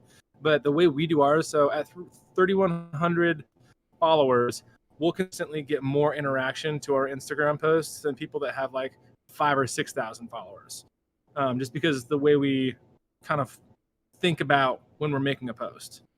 So I think it's just a different strategy, honestly. I do, and I think you look at it completely different than me. But I think I'm more of a guilty Instagram user because I will go to it. I'm like the social dilemma ADD Instagram user. Hey, I'm gonna go see if Battle Mage or Helia or Culver is open, or if their sandwiches are open today, and then I go to it. Next thing I know, I'm down this rabbit hole of it sucked me into some political thing or trying to figure out my ex-girlfriend, what they're doing in life. And I'm wait, why did I go to Instagram again? Oh yeah, it was to see if Culver's Deli was open. Next thing I know, 20 minutes of my life, I'm just oh shit, that's a delicious Philly cheesesteak sandwich. # short ribs is showing up or something. I'm just whoa, whoa, that was now I'm trying to get into the shower after I've, been pooping and looking at my phone, and I'm going to fall and, crash into the bathtub because my legs are so sore because I just went down this Instagram path for 20 minutes of wait, what? Oh yeah, is Battle Mage open tonight? They just had me for 20 minutes because I'm such an idiot and a tool. They just I just think in that 20 minutes I could have cleaned my room or done an oil change or something. That's how I think. I don't know. The older I get, the more I'm kind of there's just less. I don't study the analytics, I think, as much as I study the YouTube analytics. Different strokes for different approach. And at the end of the day, you have a crew of guys, I have myself, and there's only so much time I can spend time on, and if I'm, my Instagram following too. So if I make a post and it brings people into the tap room, I'm getting that money back. So we don't spend money on advertising on the whole, relative to a lot of places. So we don't do print ads. We don't do commercials. We've thrown some money out at some Instagram ads. We've thrown some money out at YouTube ads, for very, very briefly. But overall, our monthly budget probably amortizes to less than $50 a month over the course of a year, which for a company that does the sales we do is incredibly low. So we kind of rely on that organic growth to get people engaging with our brand, basically. Fair enough. Yeah, everyone's got, it seems like Seamus McMasters, we all kind of have we've obviously seen all, the social dilemmas, and we're trying to figure out, how, I love obviously Instagram for the communication, unless, some little shithead kids asking me what spoon to buy, plastic or, Amazon or more beer. Buy a fork. Yeah. But, obviously it's a great, it's an amazing platform, but at some point, everyone's got kind of love and hate relationships with, there's a reason people deactivated their MySpace. There's a reason people deactivated their Facebook. There's a reason people are, I guess, now deactivating their Instagram. They're going over to Discord, there's obviously a love and hate relationship with these social media platforms. And some people, the balance just goes a little bit differently, or maybe there's more of a conversion, or, and I have a girlfriend with a job, and I know that pretty much the ultimate, what is going to come down to YouTube is putting out YouTube videos, so anything that kind of distracts that or gets in the way is the enemy, is the problem. And that's why I pretty much got a post office, so I could put my phone in there every morning and I come back here and I unplug the internet and I just write and I edit and I write, and I'm pretty much a fucking psycho. I don't know. I'm just like, it's got to get done the way that I want to get it done. And it's like Instagram to me is like the new like tech deck. Remember like in high school, the little tech deck, like you're trying to do your homework and then you grab the deck and then next thing you know, for half an hour, you've built this skate park and you're trying to do all this stuff. Yeah, it's just, I think everybody has a completely different take on Twitter, Facebook, Instagram. Exactly. I don't spend time on Twitter at all. I mean, Ryan put together a lot of that for us. Somebody already commented, is Ryan as cute as he seems? No, not at all. Ryan like manages our Twitter, which is basically just reposting stuff about our other stuff. That's really all we use it for. We don't care to spend a lot of time on it. Twitter's rad, man. The podcast gets. I totally. Twitter is I'm like, just not on it, Brand. Twitter to me is like the exact opposite of Instagram. Like you go on Instagram right now, post a picture of a stain on your t-shirt, and it gets like 100 likes. And you're like, what? Like, it's a stain on a t-shirt.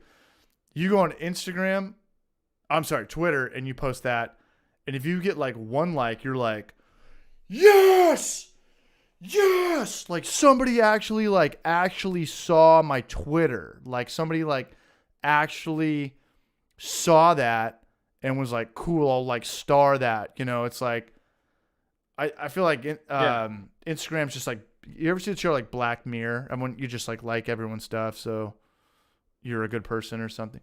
I don't know. Twitter's like the exact opposite. You're like, no way, bro. Like 3 people like this post. It's the same content. It's the exact same content. It's just weird how like the feedback works. And I get it. That's what makes Instagram so addicting is the feedback, right? Like if you took a selfie and you put it on 5 different platforms, Tumblr, MySpace, Twitter, AOL.com, whatever. The most reaction you're going to get to, feedback, likes, comments, happy faces, thumbs ups, thumbs downs, that's the one you're going to get the most addicted to. So Instagram was genius in that sense. They just took pretty much Twitter and Facebook and, the smartphone and combined it, and they made it like, how do we get people the most feedback? Like how do we get it? Why? Because that's going to get them addicted to it. But at the end of the day, it's the same exact content. It's just, the same picture of, our face. We're having a good time, whatever. It's kind of weird how it works. That's ultimately what makes it so a successful platform is you have to get people, extremely addicted to it. So I don't know. When it comes to Instagram, I probably wouldn't be able to manage it if it were just me. So I mean, we obviously Just hired Ryan last year. Just take a cell phone picture of beer and just put the phone down. Let them know that you're there. I mean, that's what all tasting rooms in San Diego do. We try to do like a whole different like story kind of feel behind our Instagram, which is I think why we're growing as fast as we are on that. But we're trying to make it a platform that we're on, whereas previously like up to last year it was kind of a throwaway platform. Like, yeah, we've got 1,400 followers, the interaction super low, we're not doing a lot. And this last year, 2020, is when we really started like trying to recreate what we do in Instagram and try to figure out the algorithm, try to figure out how to grow on that. And that's when it started like making that connection. So Peter, if I delete my Instagram, I will give you all of my followers.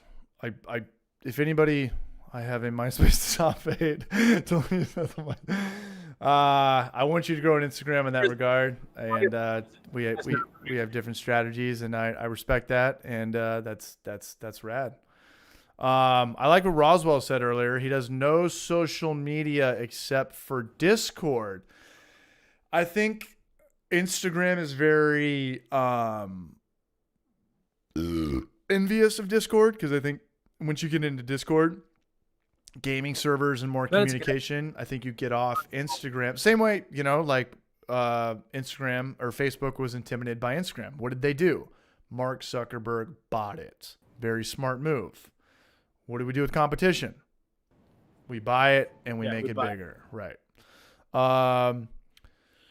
So yeah, do you think there's any Discord moves with Genus Brewing? Do you think there's maybe like people that come in, or like a this is a good question, like people that actually come in, like a Spokane. It's pretty much social media, like a giant text message without like the likes and the popularity and Right. feeling like, do I delete it? Do I take it down? Is this cool? Am I an idiot? It's just like a message board. I feel like a, it come with bigger teams not brewing. what's up? So we'd have to have a different. It could become a thing if we got bigger on Genus Not Brewing's channel, because that one could actually turn into like a gaming and more social channel. But right now we're like strict like education, and there's just not the vibe behind the followers that we have there.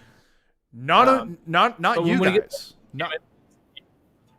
Not you Oh, guys. just in general? No, like to put out like to your customers, being like, hey, if you are on Discord, like this is the Genus Discord server, and being like, hey, like it's kind of a cool way to talk to people without kind of giving your phone number out, or talking to guys or girls or people, whatever, without giving your phone number out. And be like, hey, are you gonna be there tonight or whatever? Hey, if you buy this person a drink, like a big popular thing in San Diego is that people put up chalkboards in their tasting room, and most San Diego tasting rooms are like small breweries or like neighborhood bars, and they'd put this thing on the thing where it's like, hey, I want to buy this guy a drink who's not here, and they would buy, give the beer tender $6, and then you would write their name on the board.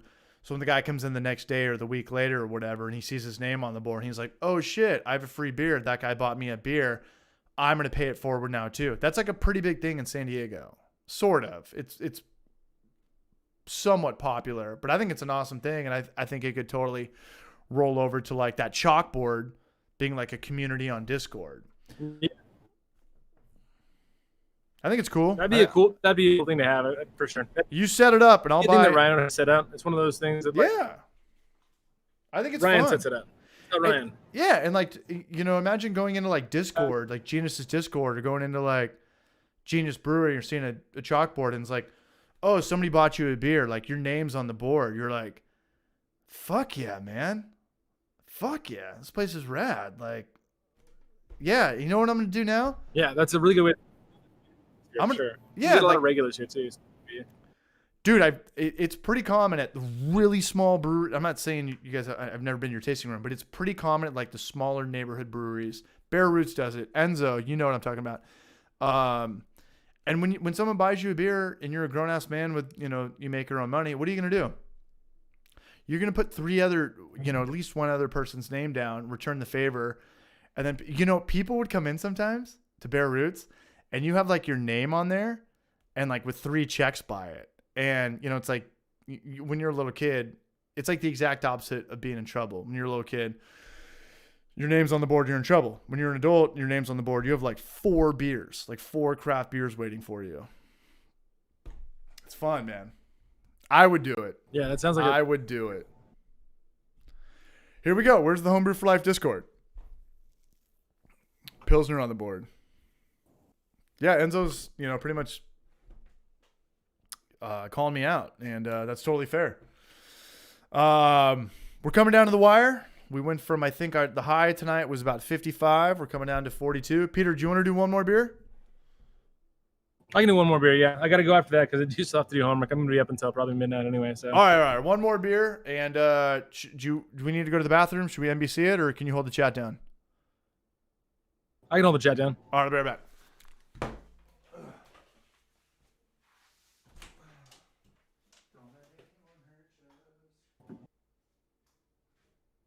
All right, so when he gets back, I can't even see. He might still be there. But when he gets back, we got to really slam the margins and make sure that everyone knows that we're talking to him about how we can increase those margins. So we're talking about bottle openers. We're talking about get your own branded pint glasses. We're talking about jacking those shirt prices up to $27. Really make sure we're hitting that margins kind of conversation because it's going to feel really comfortable, feel really natural. It's just a good way to, good way to make him feel at home when he gets back to the conversation, I think.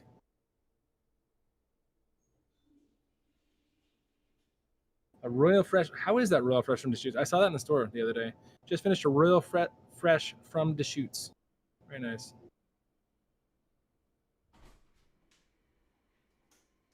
'Cause I do wish I knew more about the Twitch and all that. What is that floating behind me? What is floating behind me?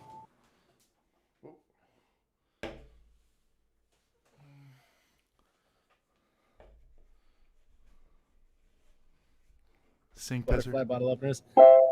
Those butterfly knife bottle openers are actually really cool. I've seen a couple of breweries selling butterfly knife style bottle openers. They're completely unreliable and they're like a waste of space in your pocket, but they're cool to own. Current West Coast IPA is a diacetyl Trent's off Hot Instagram. Creek. Did a soft crack. Should have warmed it up for diacetyl rest to keep it cooler. Advice: if the yeast is still active, you can probably still warm that up and get a diacetyl rest. If not, you got to pitch Brett and age it cold. Brett cures diacetyl if you keep it long enough. Brett Brooks.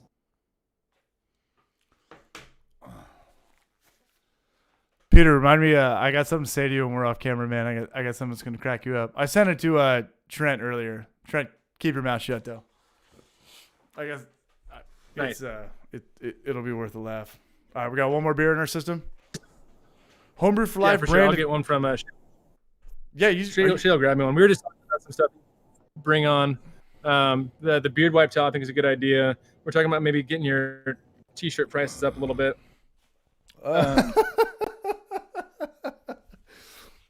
I'm gonna buy a Maybe t-shirt. some glassware ideas. Peter, how do I buy a t-shirt off you guys aside from YouTube? I'm gonna buy a t-shirt off you right now, Braj. I want the powder puff. The website. I was actually wondering. The Powerpuff one's so cool. Yeah, go genusbrewing.com. I was gonna buy one from you too, but I couldn't find it. Like the Teespring wasn't showing up under any of your videos. No, this last week. You know what? It does that sometimes. Like if I'm on Firefox, the YouTube shelf thing doesn't show up, and I only have that on my Windows 10, which is my PC. This is my PC. Bought a shirt. Hold on, Gotcha. I'll I bought a shirt for Brad last week, and I was looking to buy one for you, but I couldn't find it. Genius Brewing and Supply. Yeah, Excuse if you go to Genus Brewing, Okay, here we go. you'll be able to find out. You'll be able to select your color. Is it better to buy off Teespring or off your domain? Off our domain. Is it cheaper to buy off Teespring or domain? It doesn't matter. Let me pull it up. Higher margin. I'm actually not sure which is cheaper. You got to pay Ryan more. Is that Tim licking a beer on your homepage?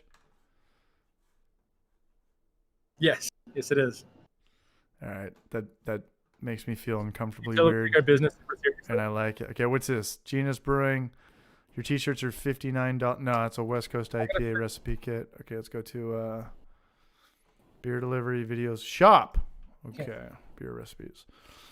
All right, guys, what do you guys say? Do I go with Genus Stone Light Brewing? No, I want the Powder Puff. But I do also like the Genus Brewing Awesome Branding t-shirt. Whatever happened to the Powder Puff? It only comes in sleeveless in Seattle? All right, we're doing. It's on there. Okay, we're gonna do Genius Stone Light Brewing. We're gonna do quantity of 1. You better have PayPal. I will send confirmation. Shipping is $10. You want to know how? How'd you swindle that? Let's go to. Well, because they ship to Australia sometimes, and so people are like, Oh, I know what you did. Yeah, you did the flat rate. So it's $10 for everywhere in the world, right? everywhere in the world. If you buy a homebrew kit, it's the same price as buying a T-shirt. Right. So it's domestic guys. We're paying for the international guys. It's all good. I'm still gonna get it. Standard flat rate. That's the only way. I'm good at setting up. Setting up internet stuff. You know what? That's how we did it at one of the breweries that I worked at. And sometimes we would just do $5 for everybody shipping, and then we would eat it on the international stuff. Yeah, you have my address. And there are plenty of people that get like 3 or 4 shirts, and then I'm like, then it kind of evens out because like then the shipping is like amortized over like 3 or 4 shirts. I'm gonna do in-store pickup just to waive the $10. How much does it cost to get to Spokane? Do it. What? In-store pickup. Why is there so many fucking letters? 17018 East Sprague Avenue, Spokane, Washington. All right, we're just Sign me up for email list. We'll keep that one going. And all right. Thank you for the order. Yeah. Order number is 10081. I'm officially a Genius Barrage Lord. Ooh, thank you, Casey Hardy. They know me. And I'm going to get a official confirmation, officially official. All right, well, let's crack a beer. Let's cheers to that. It's gonna be did I tell you I was here till 6 doing that brochure? No, you Yeah. didn't. Yeah, I got back and then I was here till 6 a.m. You are a Barrage Lord. Who's talking shit? Yeah, I was able to figure that out pretty quick. Oh, It was just Peter, like there you doing all go. the research. One of you guys is doing good. I've got the confirmation that shows up on the phone.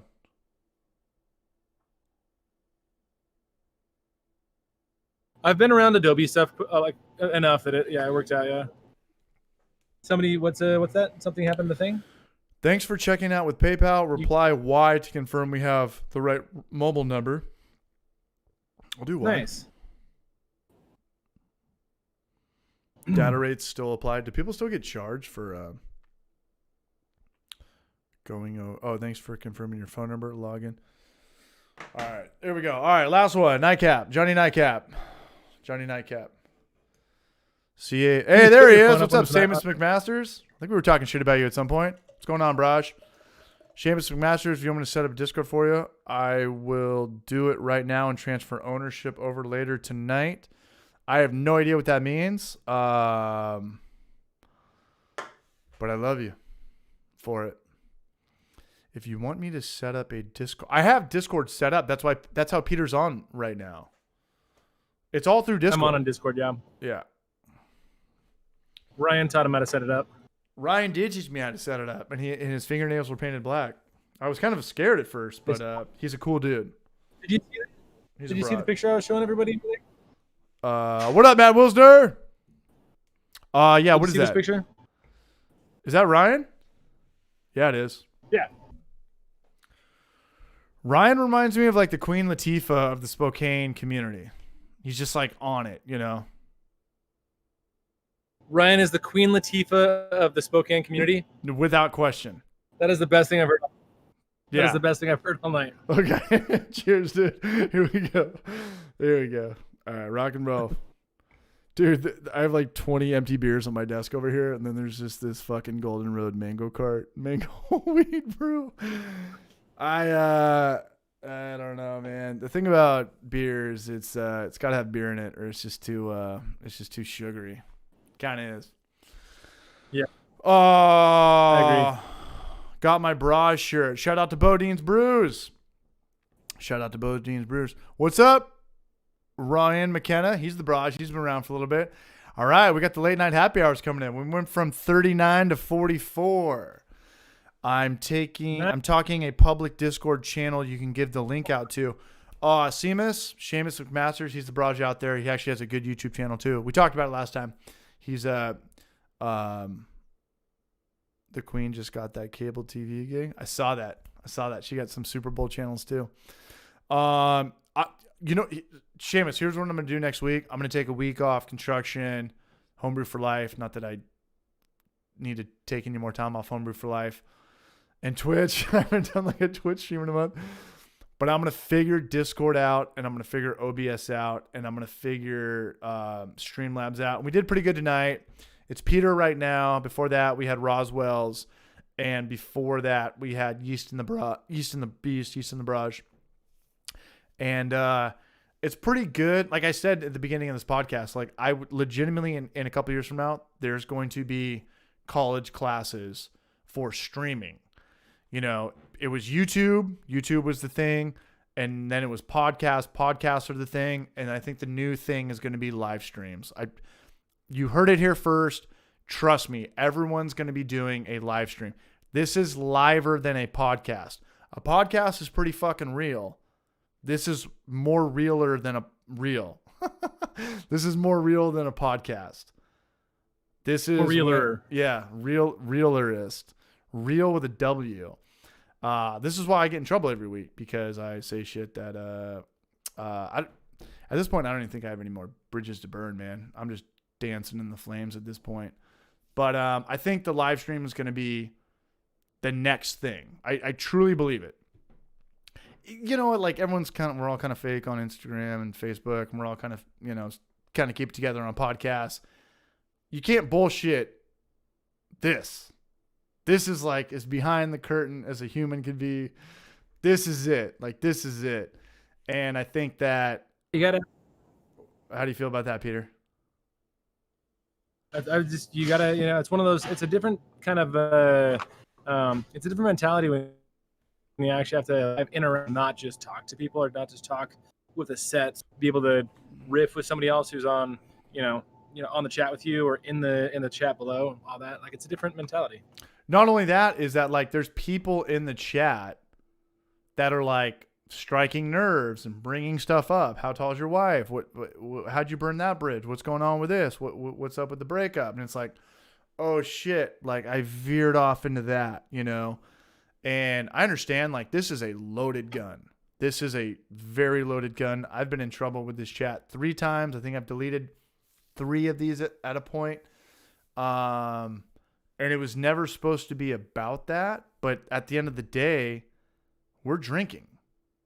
And we're pretty much being as real as we would be in person at a bar drinking. And long story short, I'm saying that in 2 years from now, there will be Discord and Streamlabs and OBS on as college night classes, because I think streaming will be a thing. I'm not saying I'm trying to get to it early to be Instagram famous or whatever. I'm just saying this is fun as hell, and I think it's going to get popular. And I think there's a lot of people that could do it. I think there's a lot of people that could run a stream. I mean, that's what Twitch has been. But instead, it's pretty much the theme for the last 5 or 7 years has been video games or League of Legends. But now it's just like you go on Twitch and it's like people playing guitars or guys like DJing or girls knitting or guys just having a live podcast. And I was like, this is as fucking real as humanity can get without us being, I'm looking at Peter right now through a Logitech $50 lens. And there's some degree with that, with the podcast, but I don't drink for the podcast.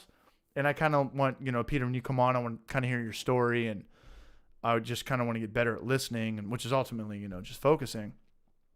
But this is a fucking live happy hour. Like, there's 50 people here watching us drink beers right now. We're not even talking about beer or recipe development. We're just bullshitting like guys in a locker room, or guys that are, playing golf or froth or bowling or whatever, like, this is a live wire.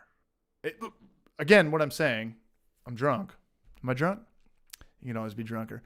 But what I'm saying is that I think like a podcast we could set up, and like I plug it into my Zoom H6 and then I upload it to like Zencaster or whatever.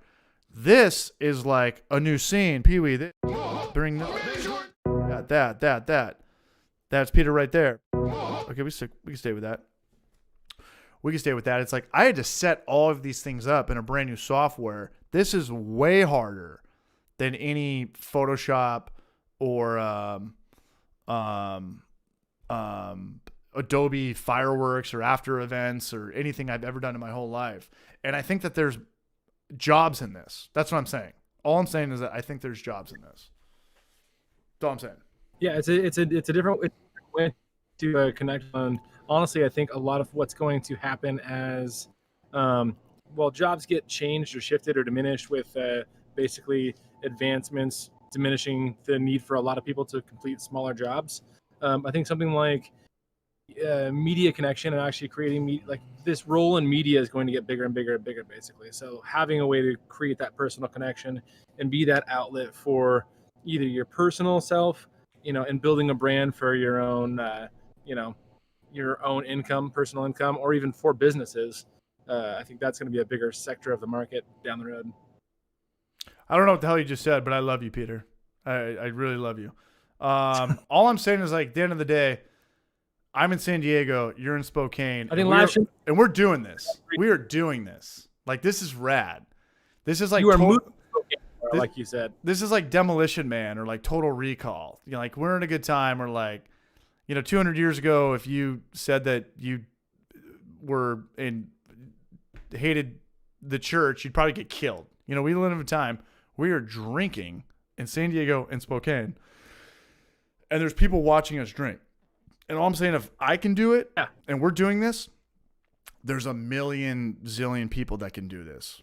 That It's always crazy to me when I look up on Sundays and there's people like from, across the world where it's 1 a.m.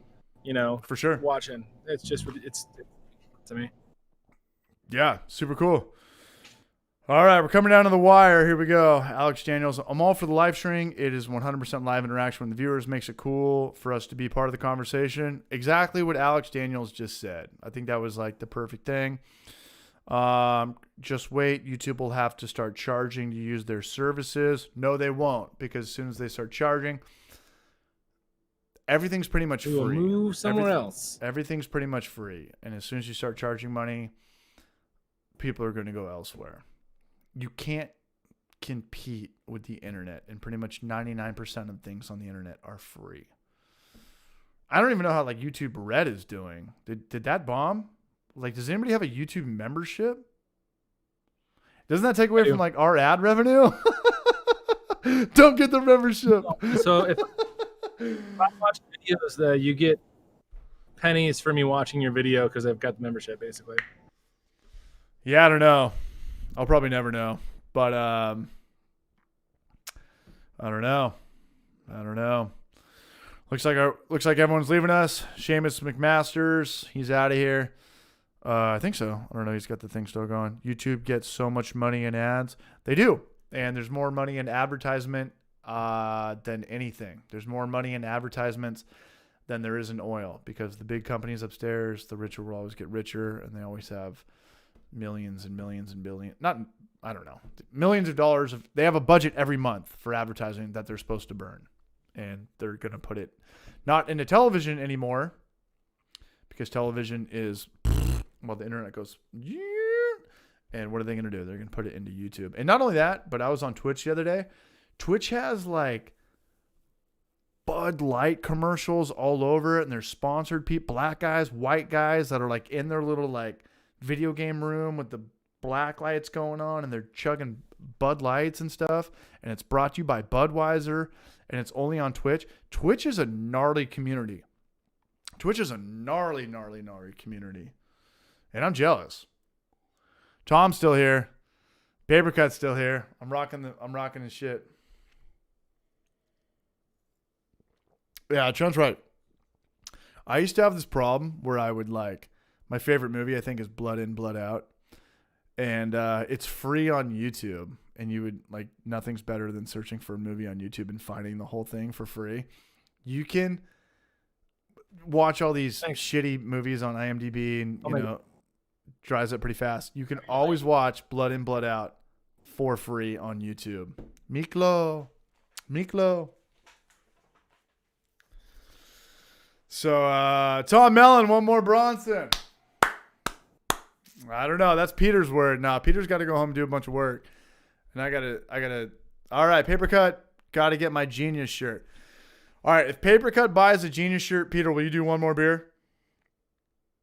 If somebody buys a Genius shirt. Yes. Yeah? All right. Somebody let us know. And I will remember this. I'll try to save this thing. I'll put it in some sort of video. Hey!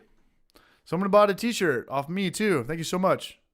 All right. My Zelda t-shirts. I'm on my Teespring right now.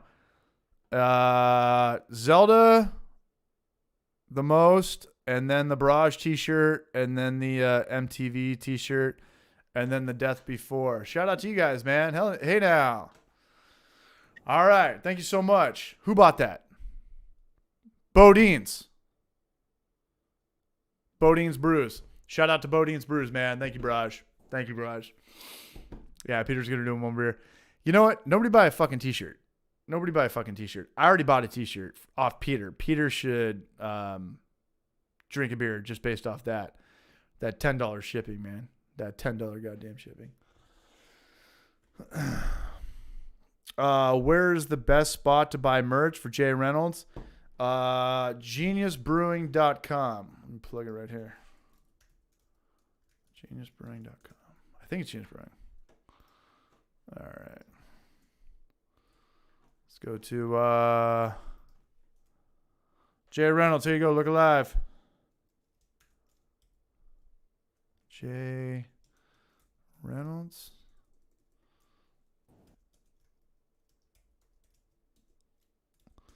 Boom. All right. You might have. All right. So I already bought a t-shirt, Peter. I think someone else is going to buy a t-shirt though. I'm plugging your loot. Nice. Hey, is that Matt? Matt Wisner. I got my Death Before t-shirt in the mail today. Right on, man. Cheers to Matt. Thank you so much, man. Thank you. That was my first concept. Can you waive expedited shipping on the shirt I bought, CH? Hey, Kurt, thank you so much, man. Thanks for buying the merch too, man. I appreciate that. The Death Before, that was the first one. CH got my Death Before $18 4-pack last week. Love that's on the next level. Shout out to Tom Mellon. Shout out to Kurt and Jay Reynolds, man. And Matt Wisner, man. The Death Before, that was the first t-shirt that I came up with. And I was working at one of my best friend's breweries, I think, when I came up with that. And they hate me for it because they sell 4-packs for like pretty close to $18. And they had a hard time with that and it rubbed them the wrong way. But I don't care at all. And we're still friends. And it got too out of control. It got like too out of control. Like there's places that legitimately sell 4-packs for $24.99 of like porters. And their whole thing was like, yeah, we're small batch. We have to do everything hand by hand. And everything's like hand done. It's like, hey, bro, the customer doesn't give a fuck. They don't give a fuck. If it's a machine, if it comes from China, if you have to hand do it, if you have to do it with your my left foot, Daniel Day-Lewis foot or whatever, they don't care about like how it got there. I know that, obviously the brand does, that's means a lot to them to do it one by one and dip it in hot ink and stuff like that.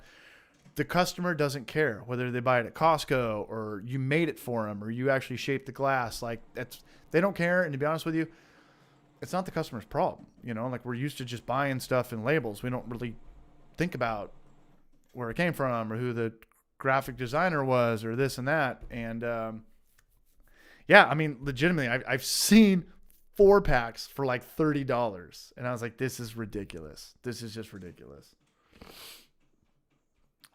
Marco. What's up, Marco? We do mix and match 4-packs. What's up? Cans in our brewery for $20. Any 4 beers we have on tap. And that includes like a barley wine, imperial stout, whatever.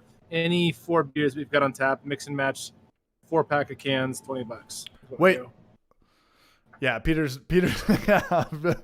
I'm sorry, man. Brewery owners hate me when I wear this shirt and I put this shirt on. I sell the shirt, but it's it's ultimately it's a homebrewer shirt. It's a homebrewer shirt. If I go to the store, I'm gonna avoid those things. If I go to a store, I'm probably going to be buying like a 6-pack for $11. Oh, for sure. Yeah. It is. Buy my beer when I buy my beer because I make different beer than everyone else. So yeah. I've got an octopus beer on right now. No, and who else can say that? I got an octopus beer on. He's got an octopus beer on. He's one in a million, man. He's got margins. I'm kidding. I got the margins. I'm kidding. I have no margins on octopus. I lost money on lobster beer. I spent $300 on lobster for those beers. And I might have almost made it back in this beer sales. How much did you lose in labor too? Another 500? Oh, easily. Yeah. It's all about having fun. It's about having fun. Hey Peter, when we're sitting around the old nursing home playing checkers and chewing on fucking gummy bears, it'll all be worth it, man. That's the idea. $13 crowlers. That's pretty normal for Roswell out in North Dakota. Tom Alvarado, $24 4-packs are the norm out here. Dude, Bergen's the shit. Bergen's like the top beer in San Diego, or the top beer in North County as far as like good tasting and growing the fastest. They've got like investors and rich dads up the wazoo. But 4-packs for $14, that's a steal. That is a steal. So Tom, buy up all that Bergen. Peter, here you go. You got a question. How much are those lobster 4-packs? 4-pack for $20, 16-ounce cans. All right. I line price all my beers, so I'll like a 13% out, year-old aged barley wine. It's still $6 for a 12-ounce pour, $6.50 for a 16-ounce can, and if you get a 4-pack of it, it's still $20. Okay, I'm so about building my name and building my brand. Wait, the actual money-making part. Okay, so Peter, how do you do that? You will actually can everything you have on draft in 16-ounce pints? I've got the Cannula Pro. Okay, nobody in San Diego does that. Nobody would do that on the fly. We do crowlers. Yeah. So there's a lot of your orders that are just mix and match 4-packs of what's on draft? You sell a crazy amount. Shit. Like probably half our in-house sales, especially since COVID, probably more than that, are just our 16-ounce cans. Okay. All right. That's why okay. That makes a lot more sense. You're not like taking, a fermenter and you have, stacks and stacks of cans with the same label on it, right? You're pretty much just like making mini crowlers and putting them into 4-packs on the fly. Exactly. Right. That makes a lot more sense. Okay. Nobody in San Diego still does that, but I like that idea. Does that slow down the tasting room? Like if there's a lot of people there, does that take a lot of time to get from one customer to the next, or not so much? A single 4-pack, it's not that bad. It takes like, a minute and a half maybe to get through a 4-pack. Less if you got 2 people working on it. If you've got somebody that comes in, they're like, I need 20 cans to go, that slows down the line a little bit. But I'm also not going to say no to 20 cans of beer that I'm selling. So, do you have your customers fill out their beers they want or their flights that they want on a piece of paper, or do your beer tenders just remember? Yeah, you mean if they're doing like actual like flight kind of things? Yeah, a flight or a 4-pack, do they write it down? Because I got in trouble one time. Yeah, no, they'll just ask for it. So they just come to the bar and ask for it. So yeah, we'll just write the beers on the cans as they're telling us. Got it. So we'll pull up a can. What do you want? The first, we'll write it down. If it's a flight, so we actually don't do flights. We do 5-ounce pours, multiples. So if they want to get 2 5-ounce pours or 3 5-ounce pours, that's totally fine. But we don't do like flights because I feel like it's weird to be like, if you want to get the flight deal, you got to get 5 5-ounce pours, and that's the pain in the ass for the bartender. Right. It limits what the customer can do. Their experience where they're gonna have like one beer that's old and warm and flat by the time they drink it. So we let them be the decider of that. Yeah, I got in trouble. I used to get in trouble because I used to tell people like we'd be so busy and I'd just be like, just fill it out yourself. Like, fill it out yourself. And the boss was like, no, you never let the customer fill it out yourself. And I was like, this customer is going to take 40 minutes to figure out what taster that they want. I can move on to this guy that already knows, what pint that he wants. That's why I brought that up. I don't know. I used to get in a lot of trouble for that, where it's like, hey, people that wanted to do flights, but they would still ask for tasters. Yeah, well, like, can I just try a taster of? Can I just try a taster of everything? And then they would get a flight. Like, I just want to get a flight. I'm like, you just fucking had one for free. Damn. So here you go. You fill this out. It's always a middle-aged white woman with fucking jewelry on that bitches and shit. But to Paper Cup Brewing, price of aluminum. Yeah, price of aluminum is super high right now. It is, and aluminum's tough to get right now. Shout out to Paper Cup Brewing. That was something we had on the broadcast a little bit ago. It was very tough to get, especially in COVID. I think most from shout out to Chris Anaclito. This is a GM I used to work for, and he was saying that the problem of aluminum is high right now is because in 2019, 2020, aside from COVID, most aluminum comes from China. And what happened in 2019, 2020, LaCroix, White Claw, Truly, yada, yada, yada, different formats, different SKUs. You know, usually they're used to making like the 12-ounce Coke can or the beer can. Now they've got to make way more like the Red Bull style cans, yada, yada, yada. So not only was there, you know, the pandemic, but aluminum was through the roof. You know, you don't sell Truly and White Claw in bottles, plastic or glass. You sell them in aluminum. So the aluminum game got weird in San Diego. It got weird in San Diego because people were breweries were hitting up other breweries like, hey, can I buy some crowlers off you? 32-ounce crowlers, or, you know, can I buy some cans off you? And it's like, no, that's actually like worth more than the beer. And that's the only way the breweries were able to stay afloat in San Diego, was because the growler game is done. Nobody has, you know, remember growlers from like 7 or 10 years ago? You know, we used to put them on our fridges and stuff. Like, I think ultimately those became trash. I use those as pretty much yeast starters, and, you know, I don't know, pick up yeast from Maury at Booze Brothers and shit. But aluminum was like the name of the game. And if you didn't have a crowler machine, and there's breweries in San Diego that were, there was breweries in San Diego that did not have a canning line or a crowler machine, that they would do a GoFundMe. You know, neighborhood breweries have a lot of love, and they would do a GoFundMe to get like an October crowler machine just to be able to, you know, sell 32 ounces of beer just to stay afloat. And I swear it worked. I swear, you know, more places stayed in business that went out of business. And yeah, back to what Papercut was saying, like aluminum was the name of the game for COVID in San Diego for 2020. If you had aluminum and beer, you were cool, as long as you were small enough. I don't know. Peter, you want to chime in on that? I mean, I do a lot in just my my sales to go. People, the idea of like being able to can something off tap and like have a can of beer is like that weird foreign, like still super cool idea, and people are confused by it but excited by it at the same time. So when we tell people that you know, if they're asking for to-go options, we're like, you know, you can get a growler for $21 and have the glassware itself, or you can get a 4-pack of cans for $20 and not have a glass thing that you got to hold on to. People are excited by that. I don't know why. Like the cost equity is about even, maybe a little bit worse for actually getting the cans to the consumer, but at the same time, the idea of having a can of something, it seems more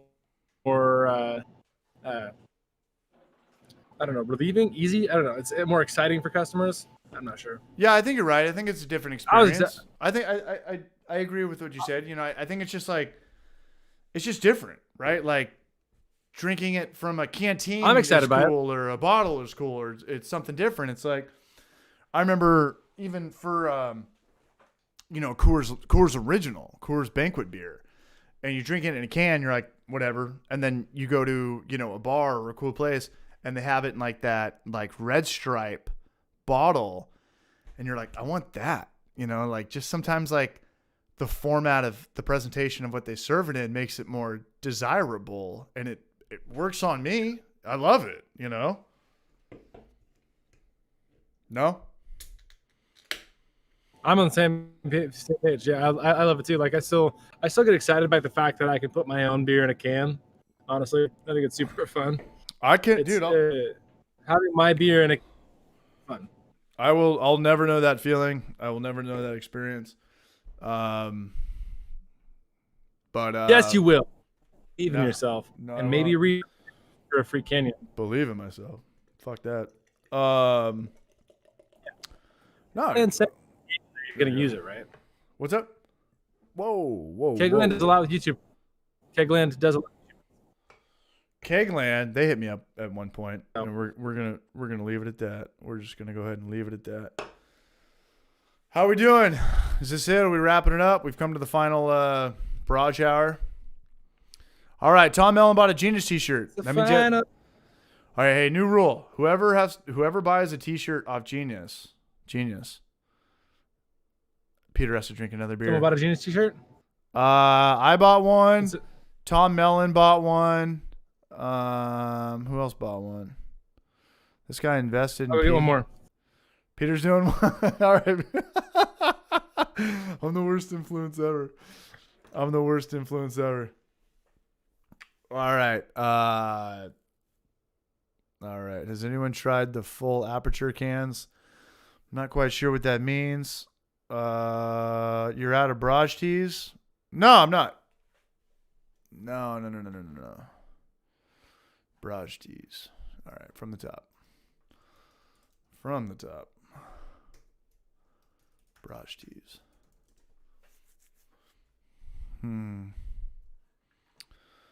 All right. It's already got me. Now I'm watching like yeah, we're all out of barrage teas. No, we're not. No. Here's the Homebrew for Life stuff right here. All right, so Peter, there you go. So Peter, you have to give some shout outs to Tom Mellon and Bodines_brews and then me. You got 3 t-shirts tonight. Deal. All right, and shout out to Seamus McMasters. It's almost 1 o'clock there. All right, this next one's for Seamus McMasters. Peter, there's people at 1 in the morning watching us right now do nothing except murder beers. All right, Tom Mellon. CH and Seamus then McMasters. Bodine_brews. I don't know why you're writing them down. Are you going to send them a Sunday live postcard? stream. Before loneliness can break my heart, send me a postcard. Peter, I got to use the restroom. Can you hold it down? Peter? You're doing it, Peter. Doing what? You're playing. All right, Peter, can you hold the chat down? I got to drain the main vein. Tell the girlfriend I love her. Tom Alvarado. I don't know. There's too many lights going off. Give them 1 to 10. What is it? Shade to design this. Oh, that looks cool, man. This label. I like that. That's like the Red Bull blue, and yeah, totally cool. All right. Stripe for red. Yeah, Tom, I got that order, man. Thank you, Tom. Tom bought a t-shirt too. All right, Peter. Somebody else bought a t-shirt off you. T-Man. Oh no. He bought a Homebrew for Life tank top, sleeveless in Seattle. Sorry, dude. I named that after Peter. Peter. I named that after. Buy a t-shirt if I play a song on the keyboard. Don't do it. All right, hey Peter, hold it down. Everybody, make sure Peter holds it down. All right, bear back. In fact, I don't know how to play the piano. So.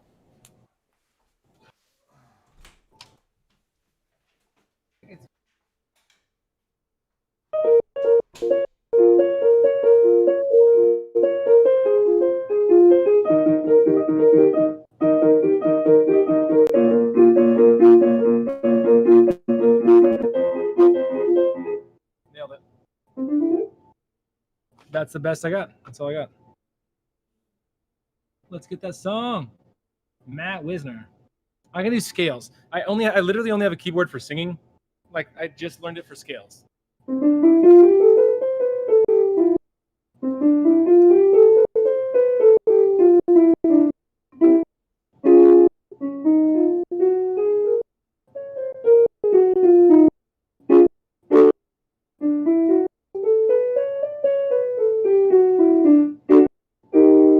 And that's all I do. I just do scales. Usually with some yaws, yawn size, things like that. That's all I got. Hey, Coldplay. Yeah, Peter Martin. Got it. Nailed it. Haha, nice. Thanks, Trent. Appreciate it. That's about all I got. Some people say to sing. I don't sing when drinking because it's really bad for my voice. So I don't do that, but I can sing. I actually was a vocal performance minor in college. Fun fact. Little things that you know about me. So I understand what the piano does. I just have no idea how to play it.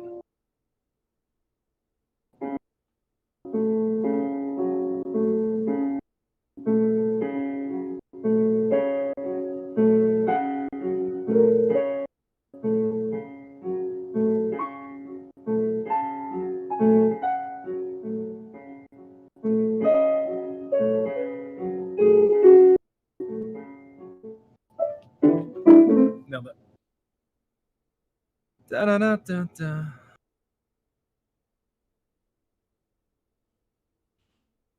Fun facts with Timothy. Fun facts.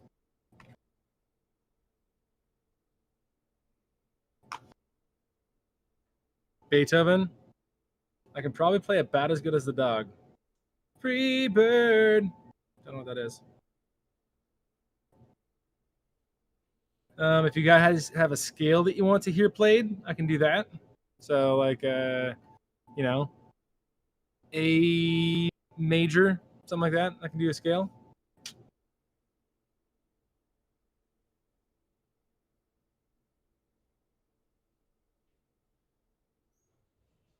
Sounds like a clue to Resident Evil to open the chest room. Chest room? I'm gonna go with chest room. My first one was better. Because boobs.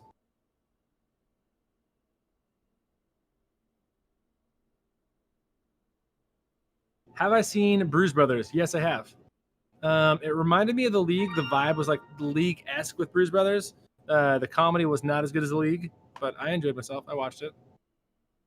I'm part of a professional brewers group on Facebook, and if you were to ask what they think about Bruise Brothers on that group, like 90% of them hate that show because of how it represents the culture. So it's weird. Yeah, hell yeah. Paper cut nailed it. Fucking took a poop. I wiped my ass proper and everything. Oh, it's part of being a human. Humans do poop. That's a good tidbit that I don't know if everyone out there knows. What happened? Who happened? Okay, poop. Every time somebody buys a t-shirt off Peter, he's got an NBC barley wine. Shout out to Tom. I got your Discord. No. Tom, thank you. Yeah. What the fuck are you guys talking about? Oh shit. Yeah. CH dropped a deuce. Freebird.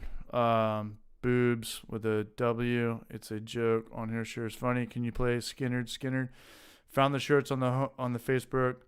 Homebrew for Lifing. Shout out to Jay Reynolds, bruh. Shout out to anybody that's not in the Pacific Standard Time Zone. Because I know me and Peter are hanging on by a thread. And you guys are elsewhere. So shout out to you guys, man. You guys are making all this shit possible. And ultimately, it's like good. What's up? It's like 6 p.m. right now. Yeah, it's sunset right where we are. All right, Peter. You got a question from T-Man. Favorite late night snack with a beer? Pussy. It really depends on how drunk I am. Yeah, that is a good late night snack. Back off, war child. Seriously. If I'm super drunk, I'm probably going to Taco Bell on the way home. Being honest there. Taco Bell's happening. I'm going to get a Crunchwrap Supreme. That just needs to happen. Other than that, pretty much any meat. If all I've got is deli meat, I'll snack on deli meat. Maybe wrap it in some mustard and some cheese. If there's like actual steak at home, I will cook that up midnight. I will do it. All right. I need meat when I'm drinking. You heard it here first, ladies and germs. All right. Anything else? All right, Peter, how you doing on that Bronson? I got about this much left. Where you at? I got about this. All right. I'll crack another one. Here we go. It's my last one. There's a new rule. It's my last one. I got a new rule with the Chica, and I'm playing golf with my dad tomorrow. I want to whip his ass. Yeah, smart. But once I'm out of beers and I bring like 5 to 7 over in my little this thing right here, we're done. Check it out. Yeah. Hey, same glass. We're twins. Yeah, brush.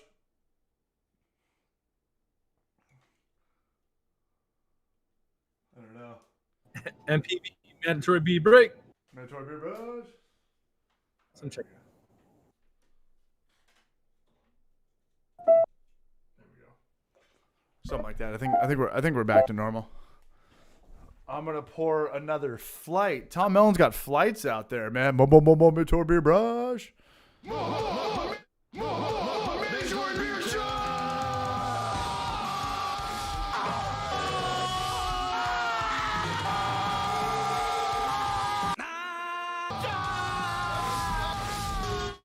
I snap at people. I snap at middle-aged women, man.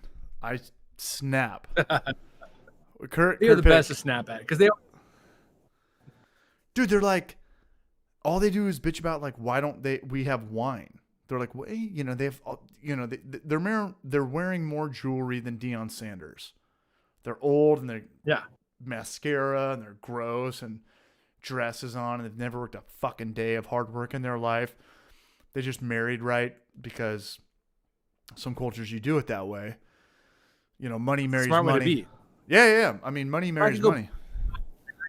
Rich, 5-year older than me, girl, and be done for life. Yeah. Nah. I'm ugly as fuck, man. I gotta work hard, man. I gotta work a honest living. I gotta work an honest living, man. But I do know girls from my high school that a million right now. Millionaire was like, "You're gonna be my husband for forever," and you can still, have a sex life outside of me. Yeah. Would you take it? I think I'll tell you off camera, and by off camera I mean yes. I don't know. We're gonna do the chat, and we're gonna do. I'm trying to figure this out. How do we do baby CH? We'll do baby Peter. So this is like something I've learned on the fly. Peter, how good is your OBS skills or your Streamlabs? Can you create scenes? Medium. Medium. Could you do what I'm doing on the fly, or would you fail? On the fly, I would fail. You would fail. I could teach this to you in probably 40 minutes. But if you had to go on the fly while people were waiting at 6 o'clock, you'd probably pull an October CH, like a November CH, where I would just be like, fuck it. I just pull out my iPhone and we would just like film everybody like right then and there with like a GoPro or something, Yeah. What's everyone laughing at? Did we say something funny? Even just me. I'm gonna move Peter out of the way Yes. so my face is bigger. Peter is the bass player. I am the lead singer. I'm kidding. Peter will be the. No, here we go. I'm gonna be the bass player. Check it out. We're going bass player CH. Whoa! What was that? That's the chat. We're going. All right, I'm fucking. See, now I'm just fucking the world up, man. All I do is fuck the world up. You have a keyboard at your bar? Yeah. Of course you do. Okay, so we're going to. How do we do it? Okay, so I'm trying to pull all this shit up, Peter. That's Logitech. That's window capture. Okay, so that's Pedro. Okay, we're gonna figure this out on the fly. Peter, we're gonna work some things out. All right, so here's CH. Where's Peter? Here's Peter. I don't know what this did. I don't think it did anything. And nothing else matters. Slapping the bass, man. Bruno Tony knows what's up. Slapping the bass, man. All right, we're gonna go. All right, we're going back to lead singer. All right, your backup church choir synthesizer. Your Edward Scissorhands crazy Oregon lady posting up like that. All right, but we do have a Bronson. By the way, beer is code name for Bronson. Slapper the bass, man. Slapper the bass, man. That's what I'm saying, man. You guys got to learn OBS. You guys got to learn Studio OBS. You got to learn OBS Studio. I mean, I set OBS up every Sunday for our live stream.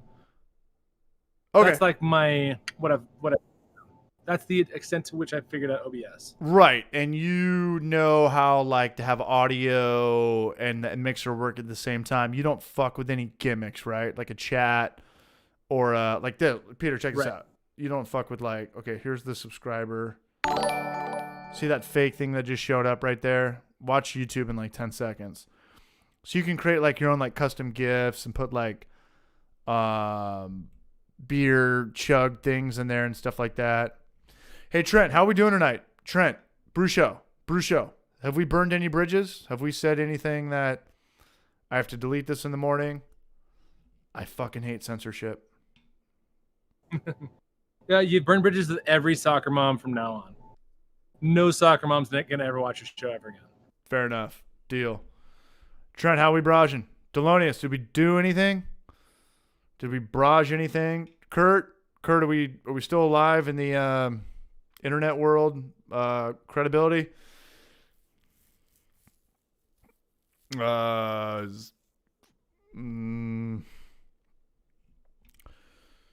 Who's the fucking guy's channel we were talking about? Craft beer channel? They're not going to do my broadcast anymore. Nord Bridge is burning, but Discord is devolving fast. I don't think I know what devolving means. But in the meantime, I'm just going to fill up another beer. Whoa. Devolving. What happens when Charles Darwin sins? I think. I think it's when Alex you. doesn't like him. I think it's when Finches you actually. disappear. I think it's actually when you take money from the Starbucks woman's tip jar. All right. Is that not normal? That's what you're supposed to do, right? I don't know. Okay, this is all fucked up. Okay, so we're going back to this. Okay, here we go. All right. You guys like this better or this better? What's better, this? Or this? This.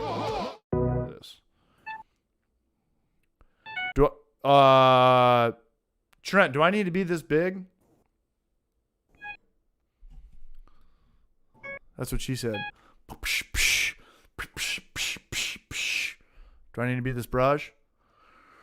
Here's the thing. Homebrew for Life, we're going to, or whatever, what's this fucking channel called? The Hoppy Hour?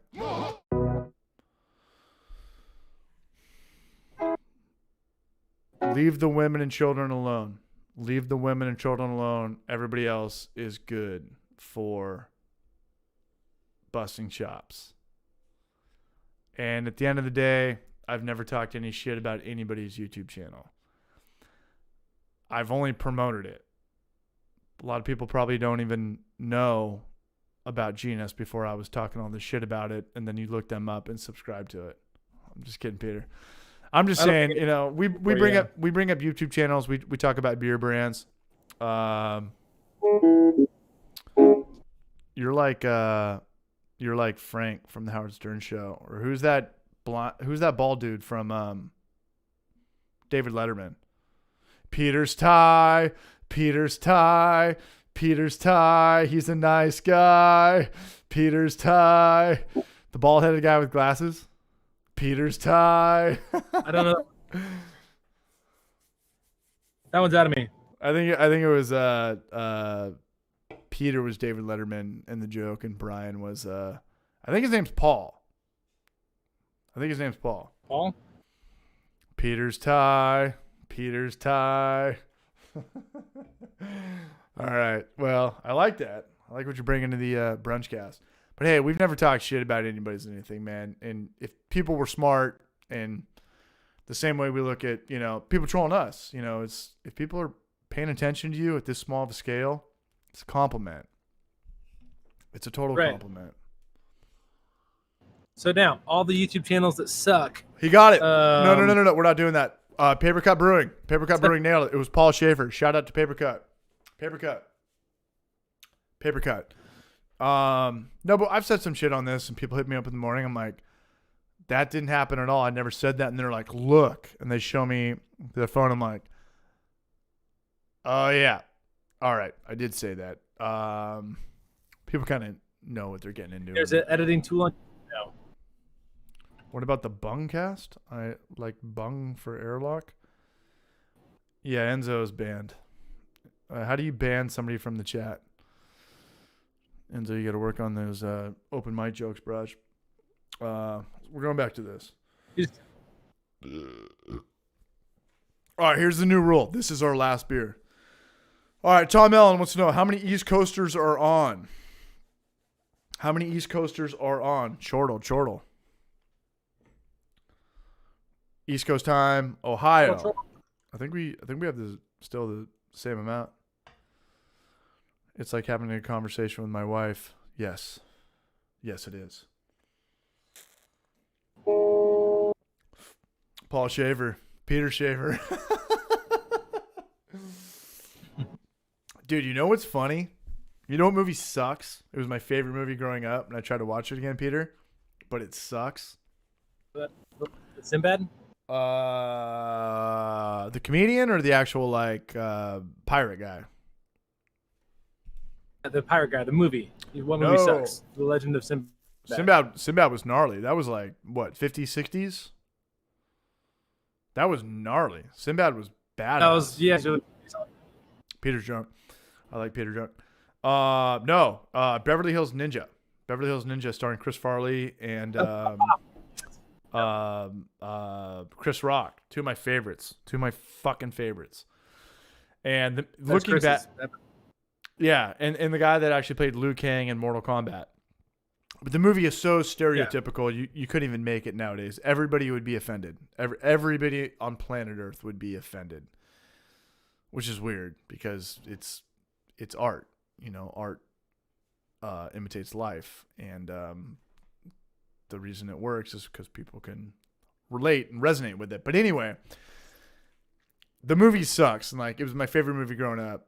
And you look back on it, and you're like, how did anybody sign off on this movie? But there's one scene that I was dying laughing, and I wasn't even stoned, dead sober. There's one scene where I think it's Will Sasso, and he's pretending to be like this counterfeit paper currency guy, and he's just like on this riot, and it's so funny. It actually reminds me of the movie Beetlejuice. You know, I'm not even going to try to reenact it, but he's got like the mustache on. He goes from like ninja guy to salesman. He's like, hey, my name's Chet Walters. Come on down, you know, like they blindfold him and he's trying to tell jokes in the car.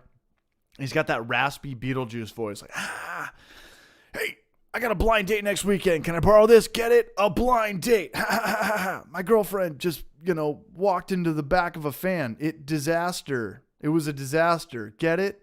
Disaster. And everyone's looking at him like, who the fuck is this salesman or whatever? I'm botching it like a motherfucker, but watch the scene. It is so good and so funny. The rest of the movie sucks. Looking back, it has zero nostalgic value. But the one scene where he's like in the car, like touching everyone's face, and he's like, hey, what's up? Is this like Connie Chung? And moving like her face around and stuff. It's like a male Asian guy, It's like you could never say that anymore, to like stereotype that, all Asians look alike and shit like that. And he's, like, still playing.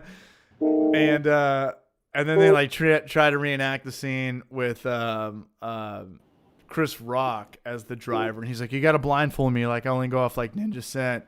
And they're like running over chickens and going through car washes and stuff like that. It's kind of funny, man. I don't know where I'm going with this.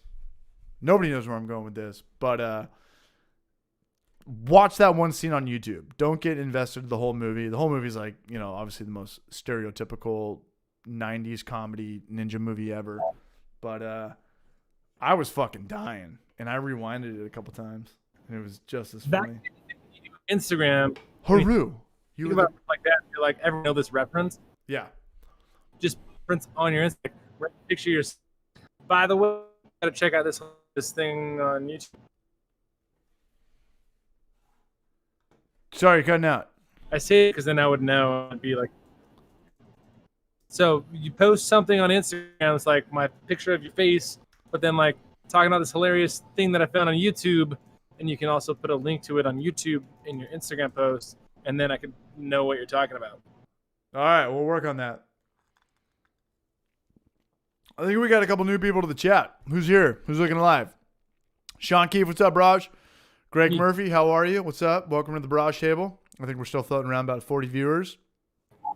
Pokemon can devolve. I don't think Pokemon can devolve. I do not think so. I'm pretty sure they cannot. Can you go from like Blastoise to War Turtle, Peter? Can't, but if you Mega Evolve, which happened in Pokemon like Black and White or something like that, then your Mega Evolution does end at a certain time, and then you go back to like your regular evolution. So like Charizard has a Mega Charizard, and then Mega Charizard at the end of the battle goes back to Charizard. Yeah, sounds like they jumped the shark.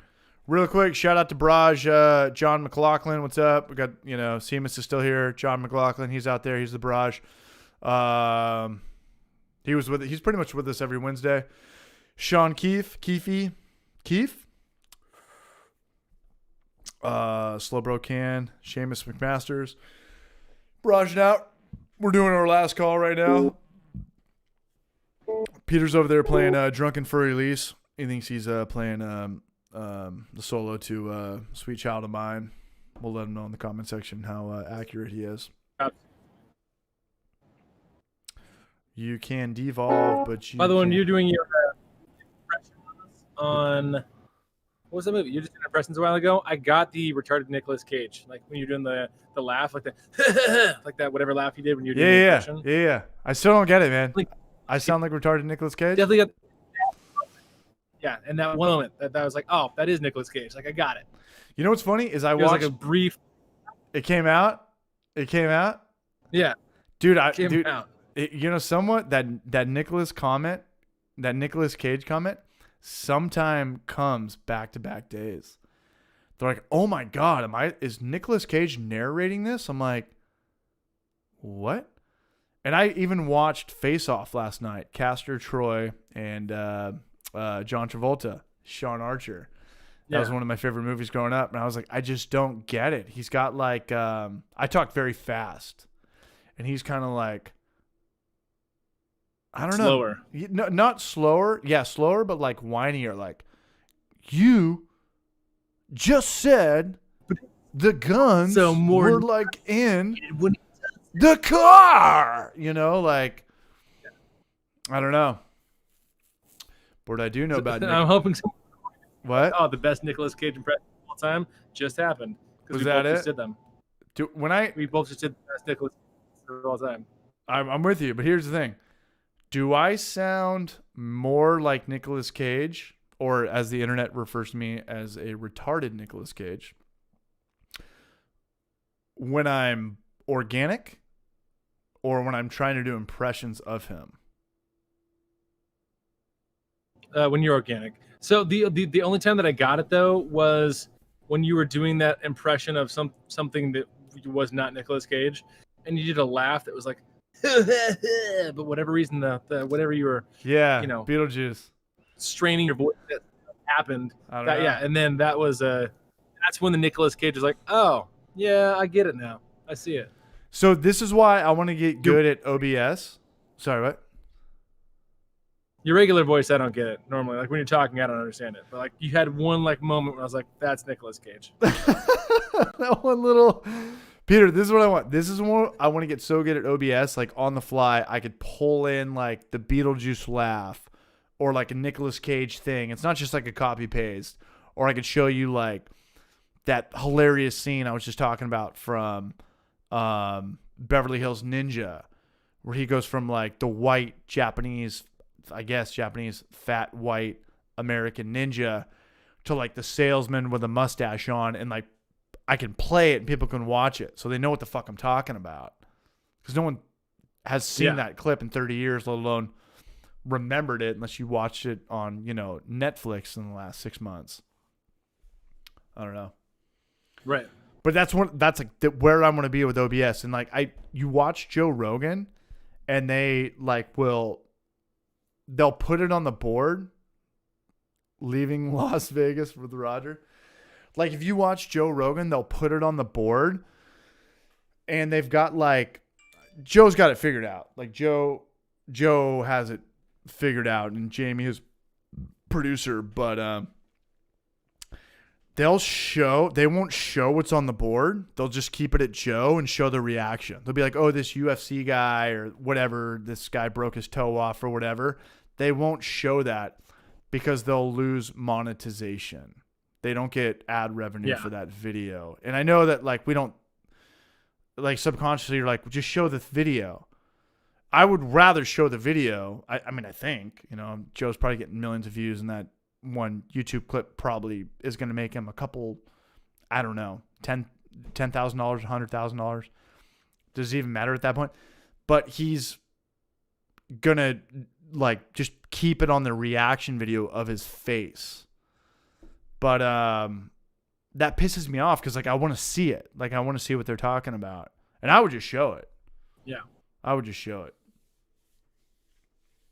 And I'm so fucking dumb. I would probably still show it and not get and get demonetized just to keep the audience kind of caught up with speed.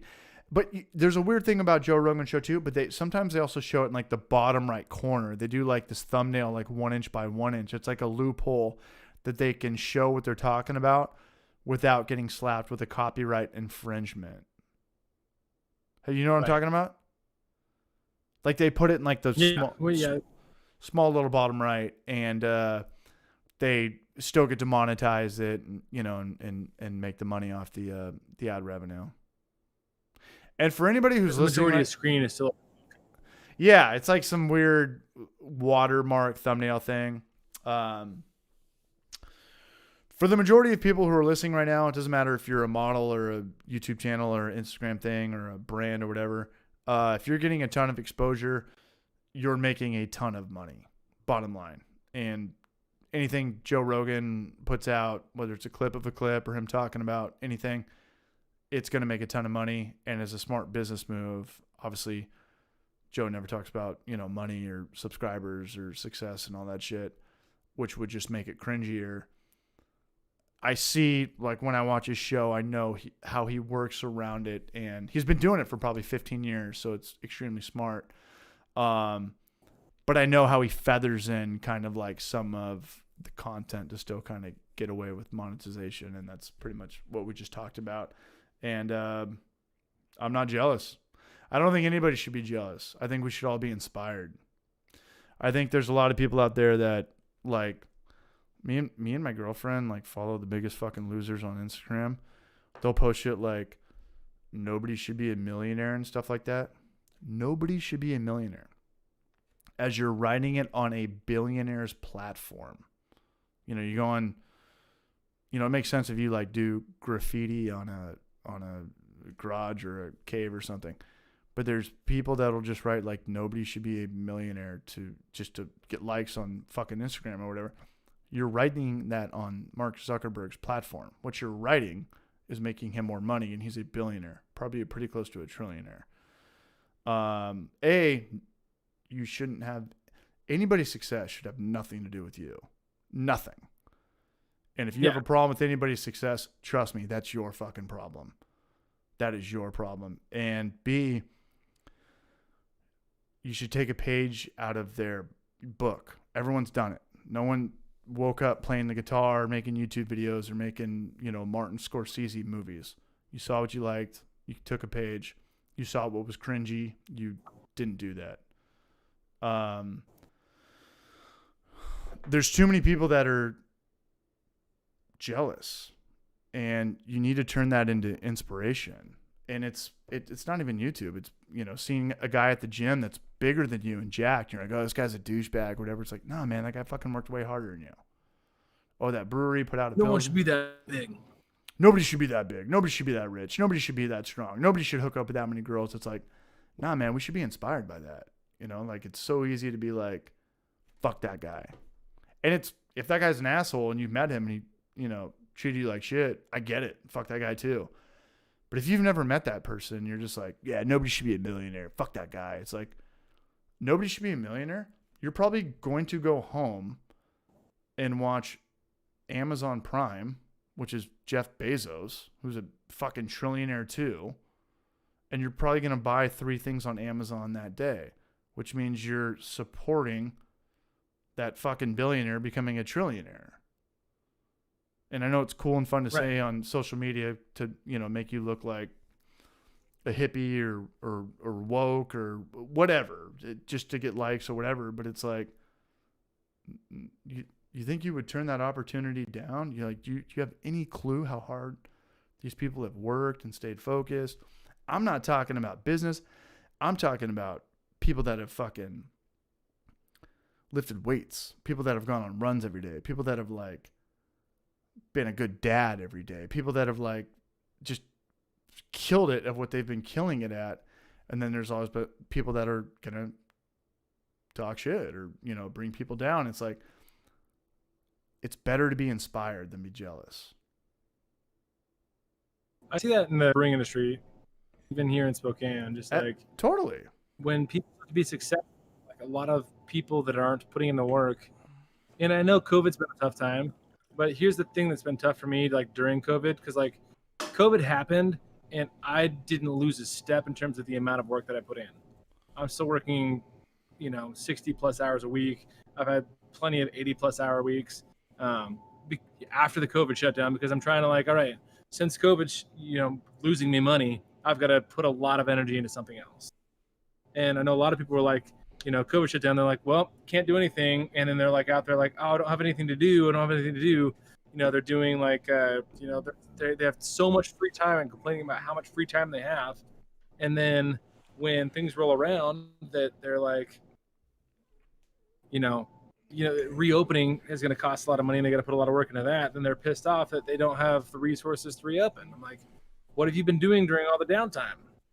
Have you been preparing to reopen? No. I've been getting ready. I've been building my brand during this entire shutdown. I haven't taken a day off. Yeah, it's a lot easier to talk shit than, take care of business and, figure out. We all take pages from everybody's book, man. Like, it doesn't matter if it's fucking, small, big business, medium business breweries, or playing golf. Like I'm playing golf tomorrow with my dad. I'm the newest guy to the table, and somebody hits a good shot. They're like, oh, it's beginner's luck or whatever. Like talking about like Tiger Woods or something. And like, this doesn't happen, every dog can have its day. Anybody can have like a good day at anything. But the key to life for being successful is consistency. Like any brewery could be busy for a Friday. Any guy that throws a football can get lucky for one day. But it's like the people that are good are the people that are consistently good. They're hitting the ball straight. They're bringing people through the door.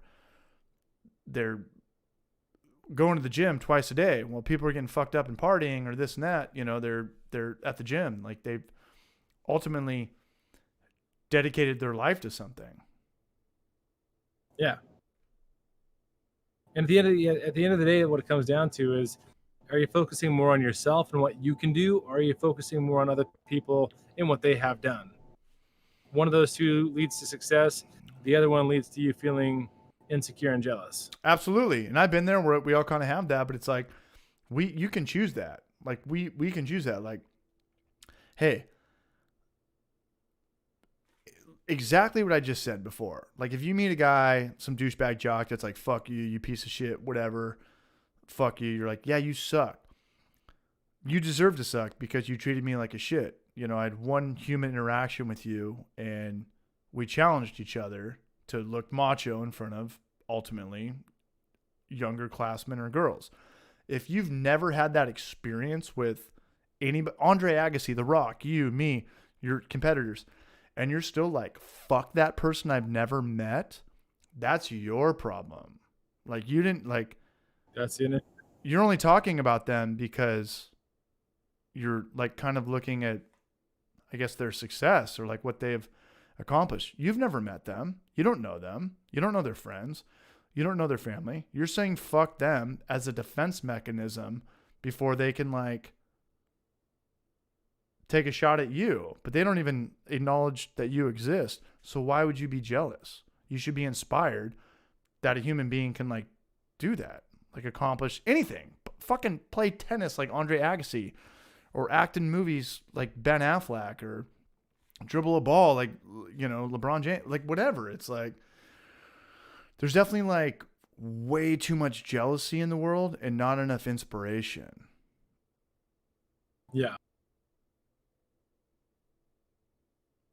And, ultimately, like, Peter, you knew, like, you had guys growing up. You're like, damn, this guy was like my role model. This guy was like a piece of shit. Why was that guy your role model? Because he was cool and he worked hard and he broke his back.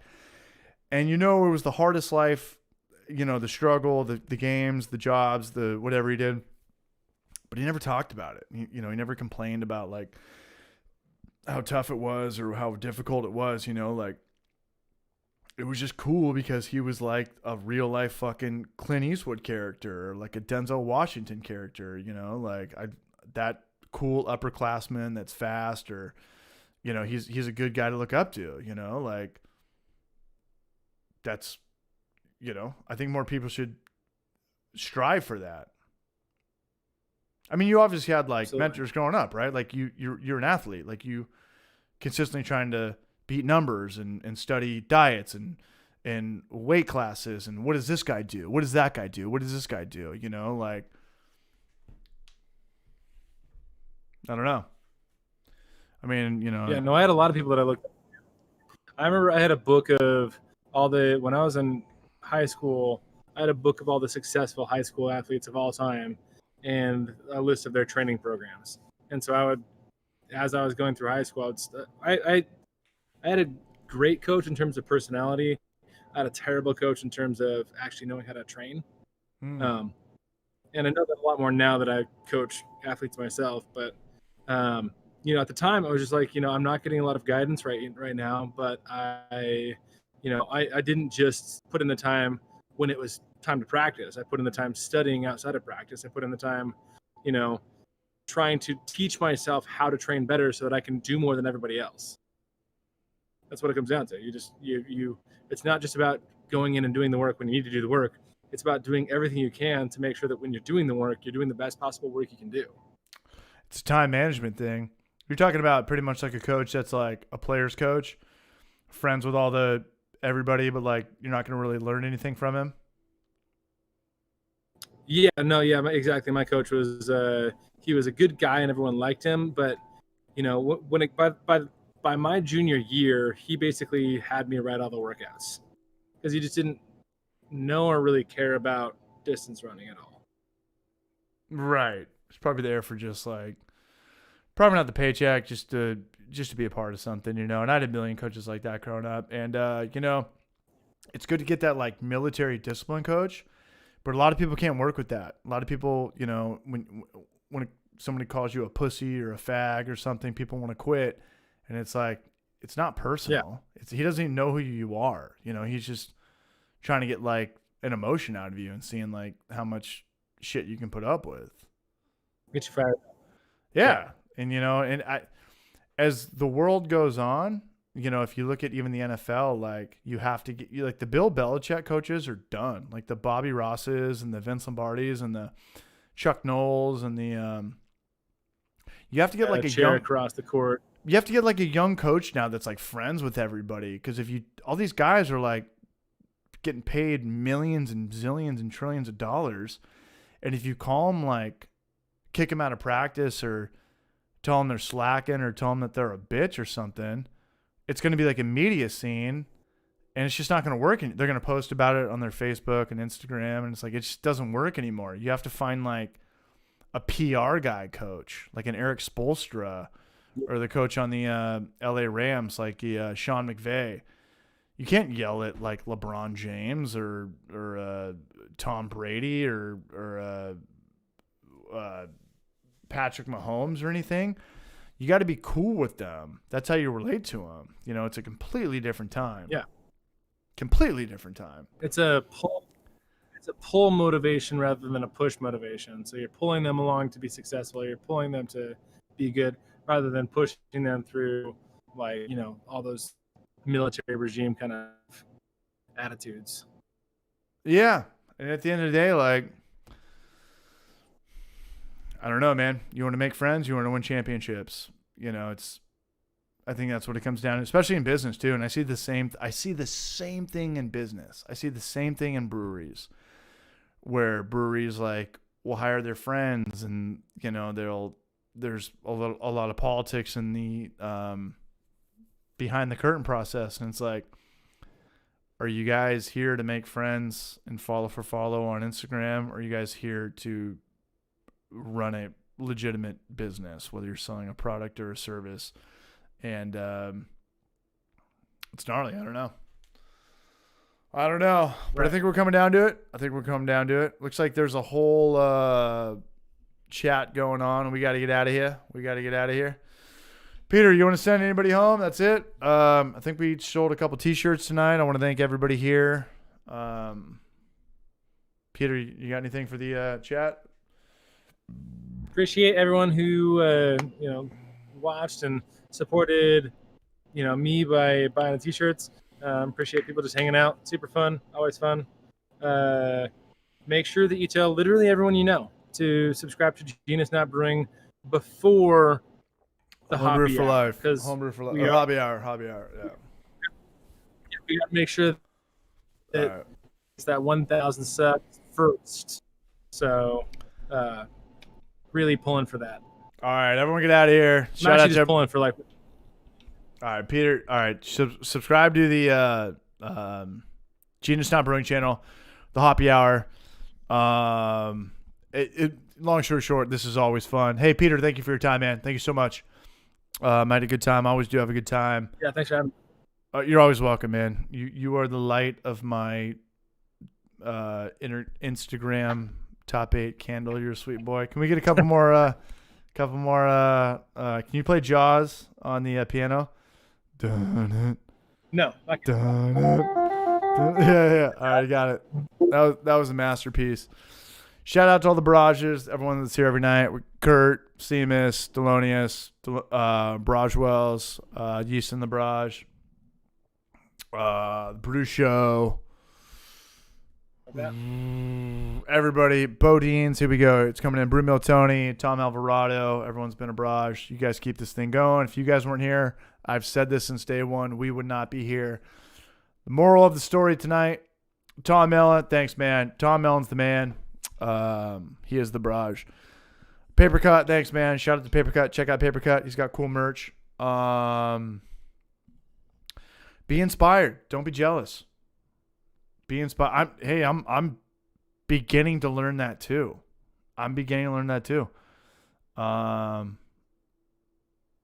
And don't take anything for granted. I don't give a shit if you have 300 subscribers like Yeast and the Beast, or you can run a 9-minute mile, or you can bench press 100 pounds. I know it's always more, and we always think we could always do more, but be grateful for what you can already do, man. There's fucking people with Down syndrome that are running Ironman. I've seen it. It'll really fuck your lifestyle up. But anyway, we're done with that. Shout out to Enzo, I owe you a beer. Enzo's a good barrage. I think he's still younger. Enzo gets younger. He's 17 years old. Delonius, he's the barrage. Kurt Pick. That's it. We're out of here. Peter, I'm out of here too, man. We are out of here. Yeah, thanks. All right, let's get out of here. We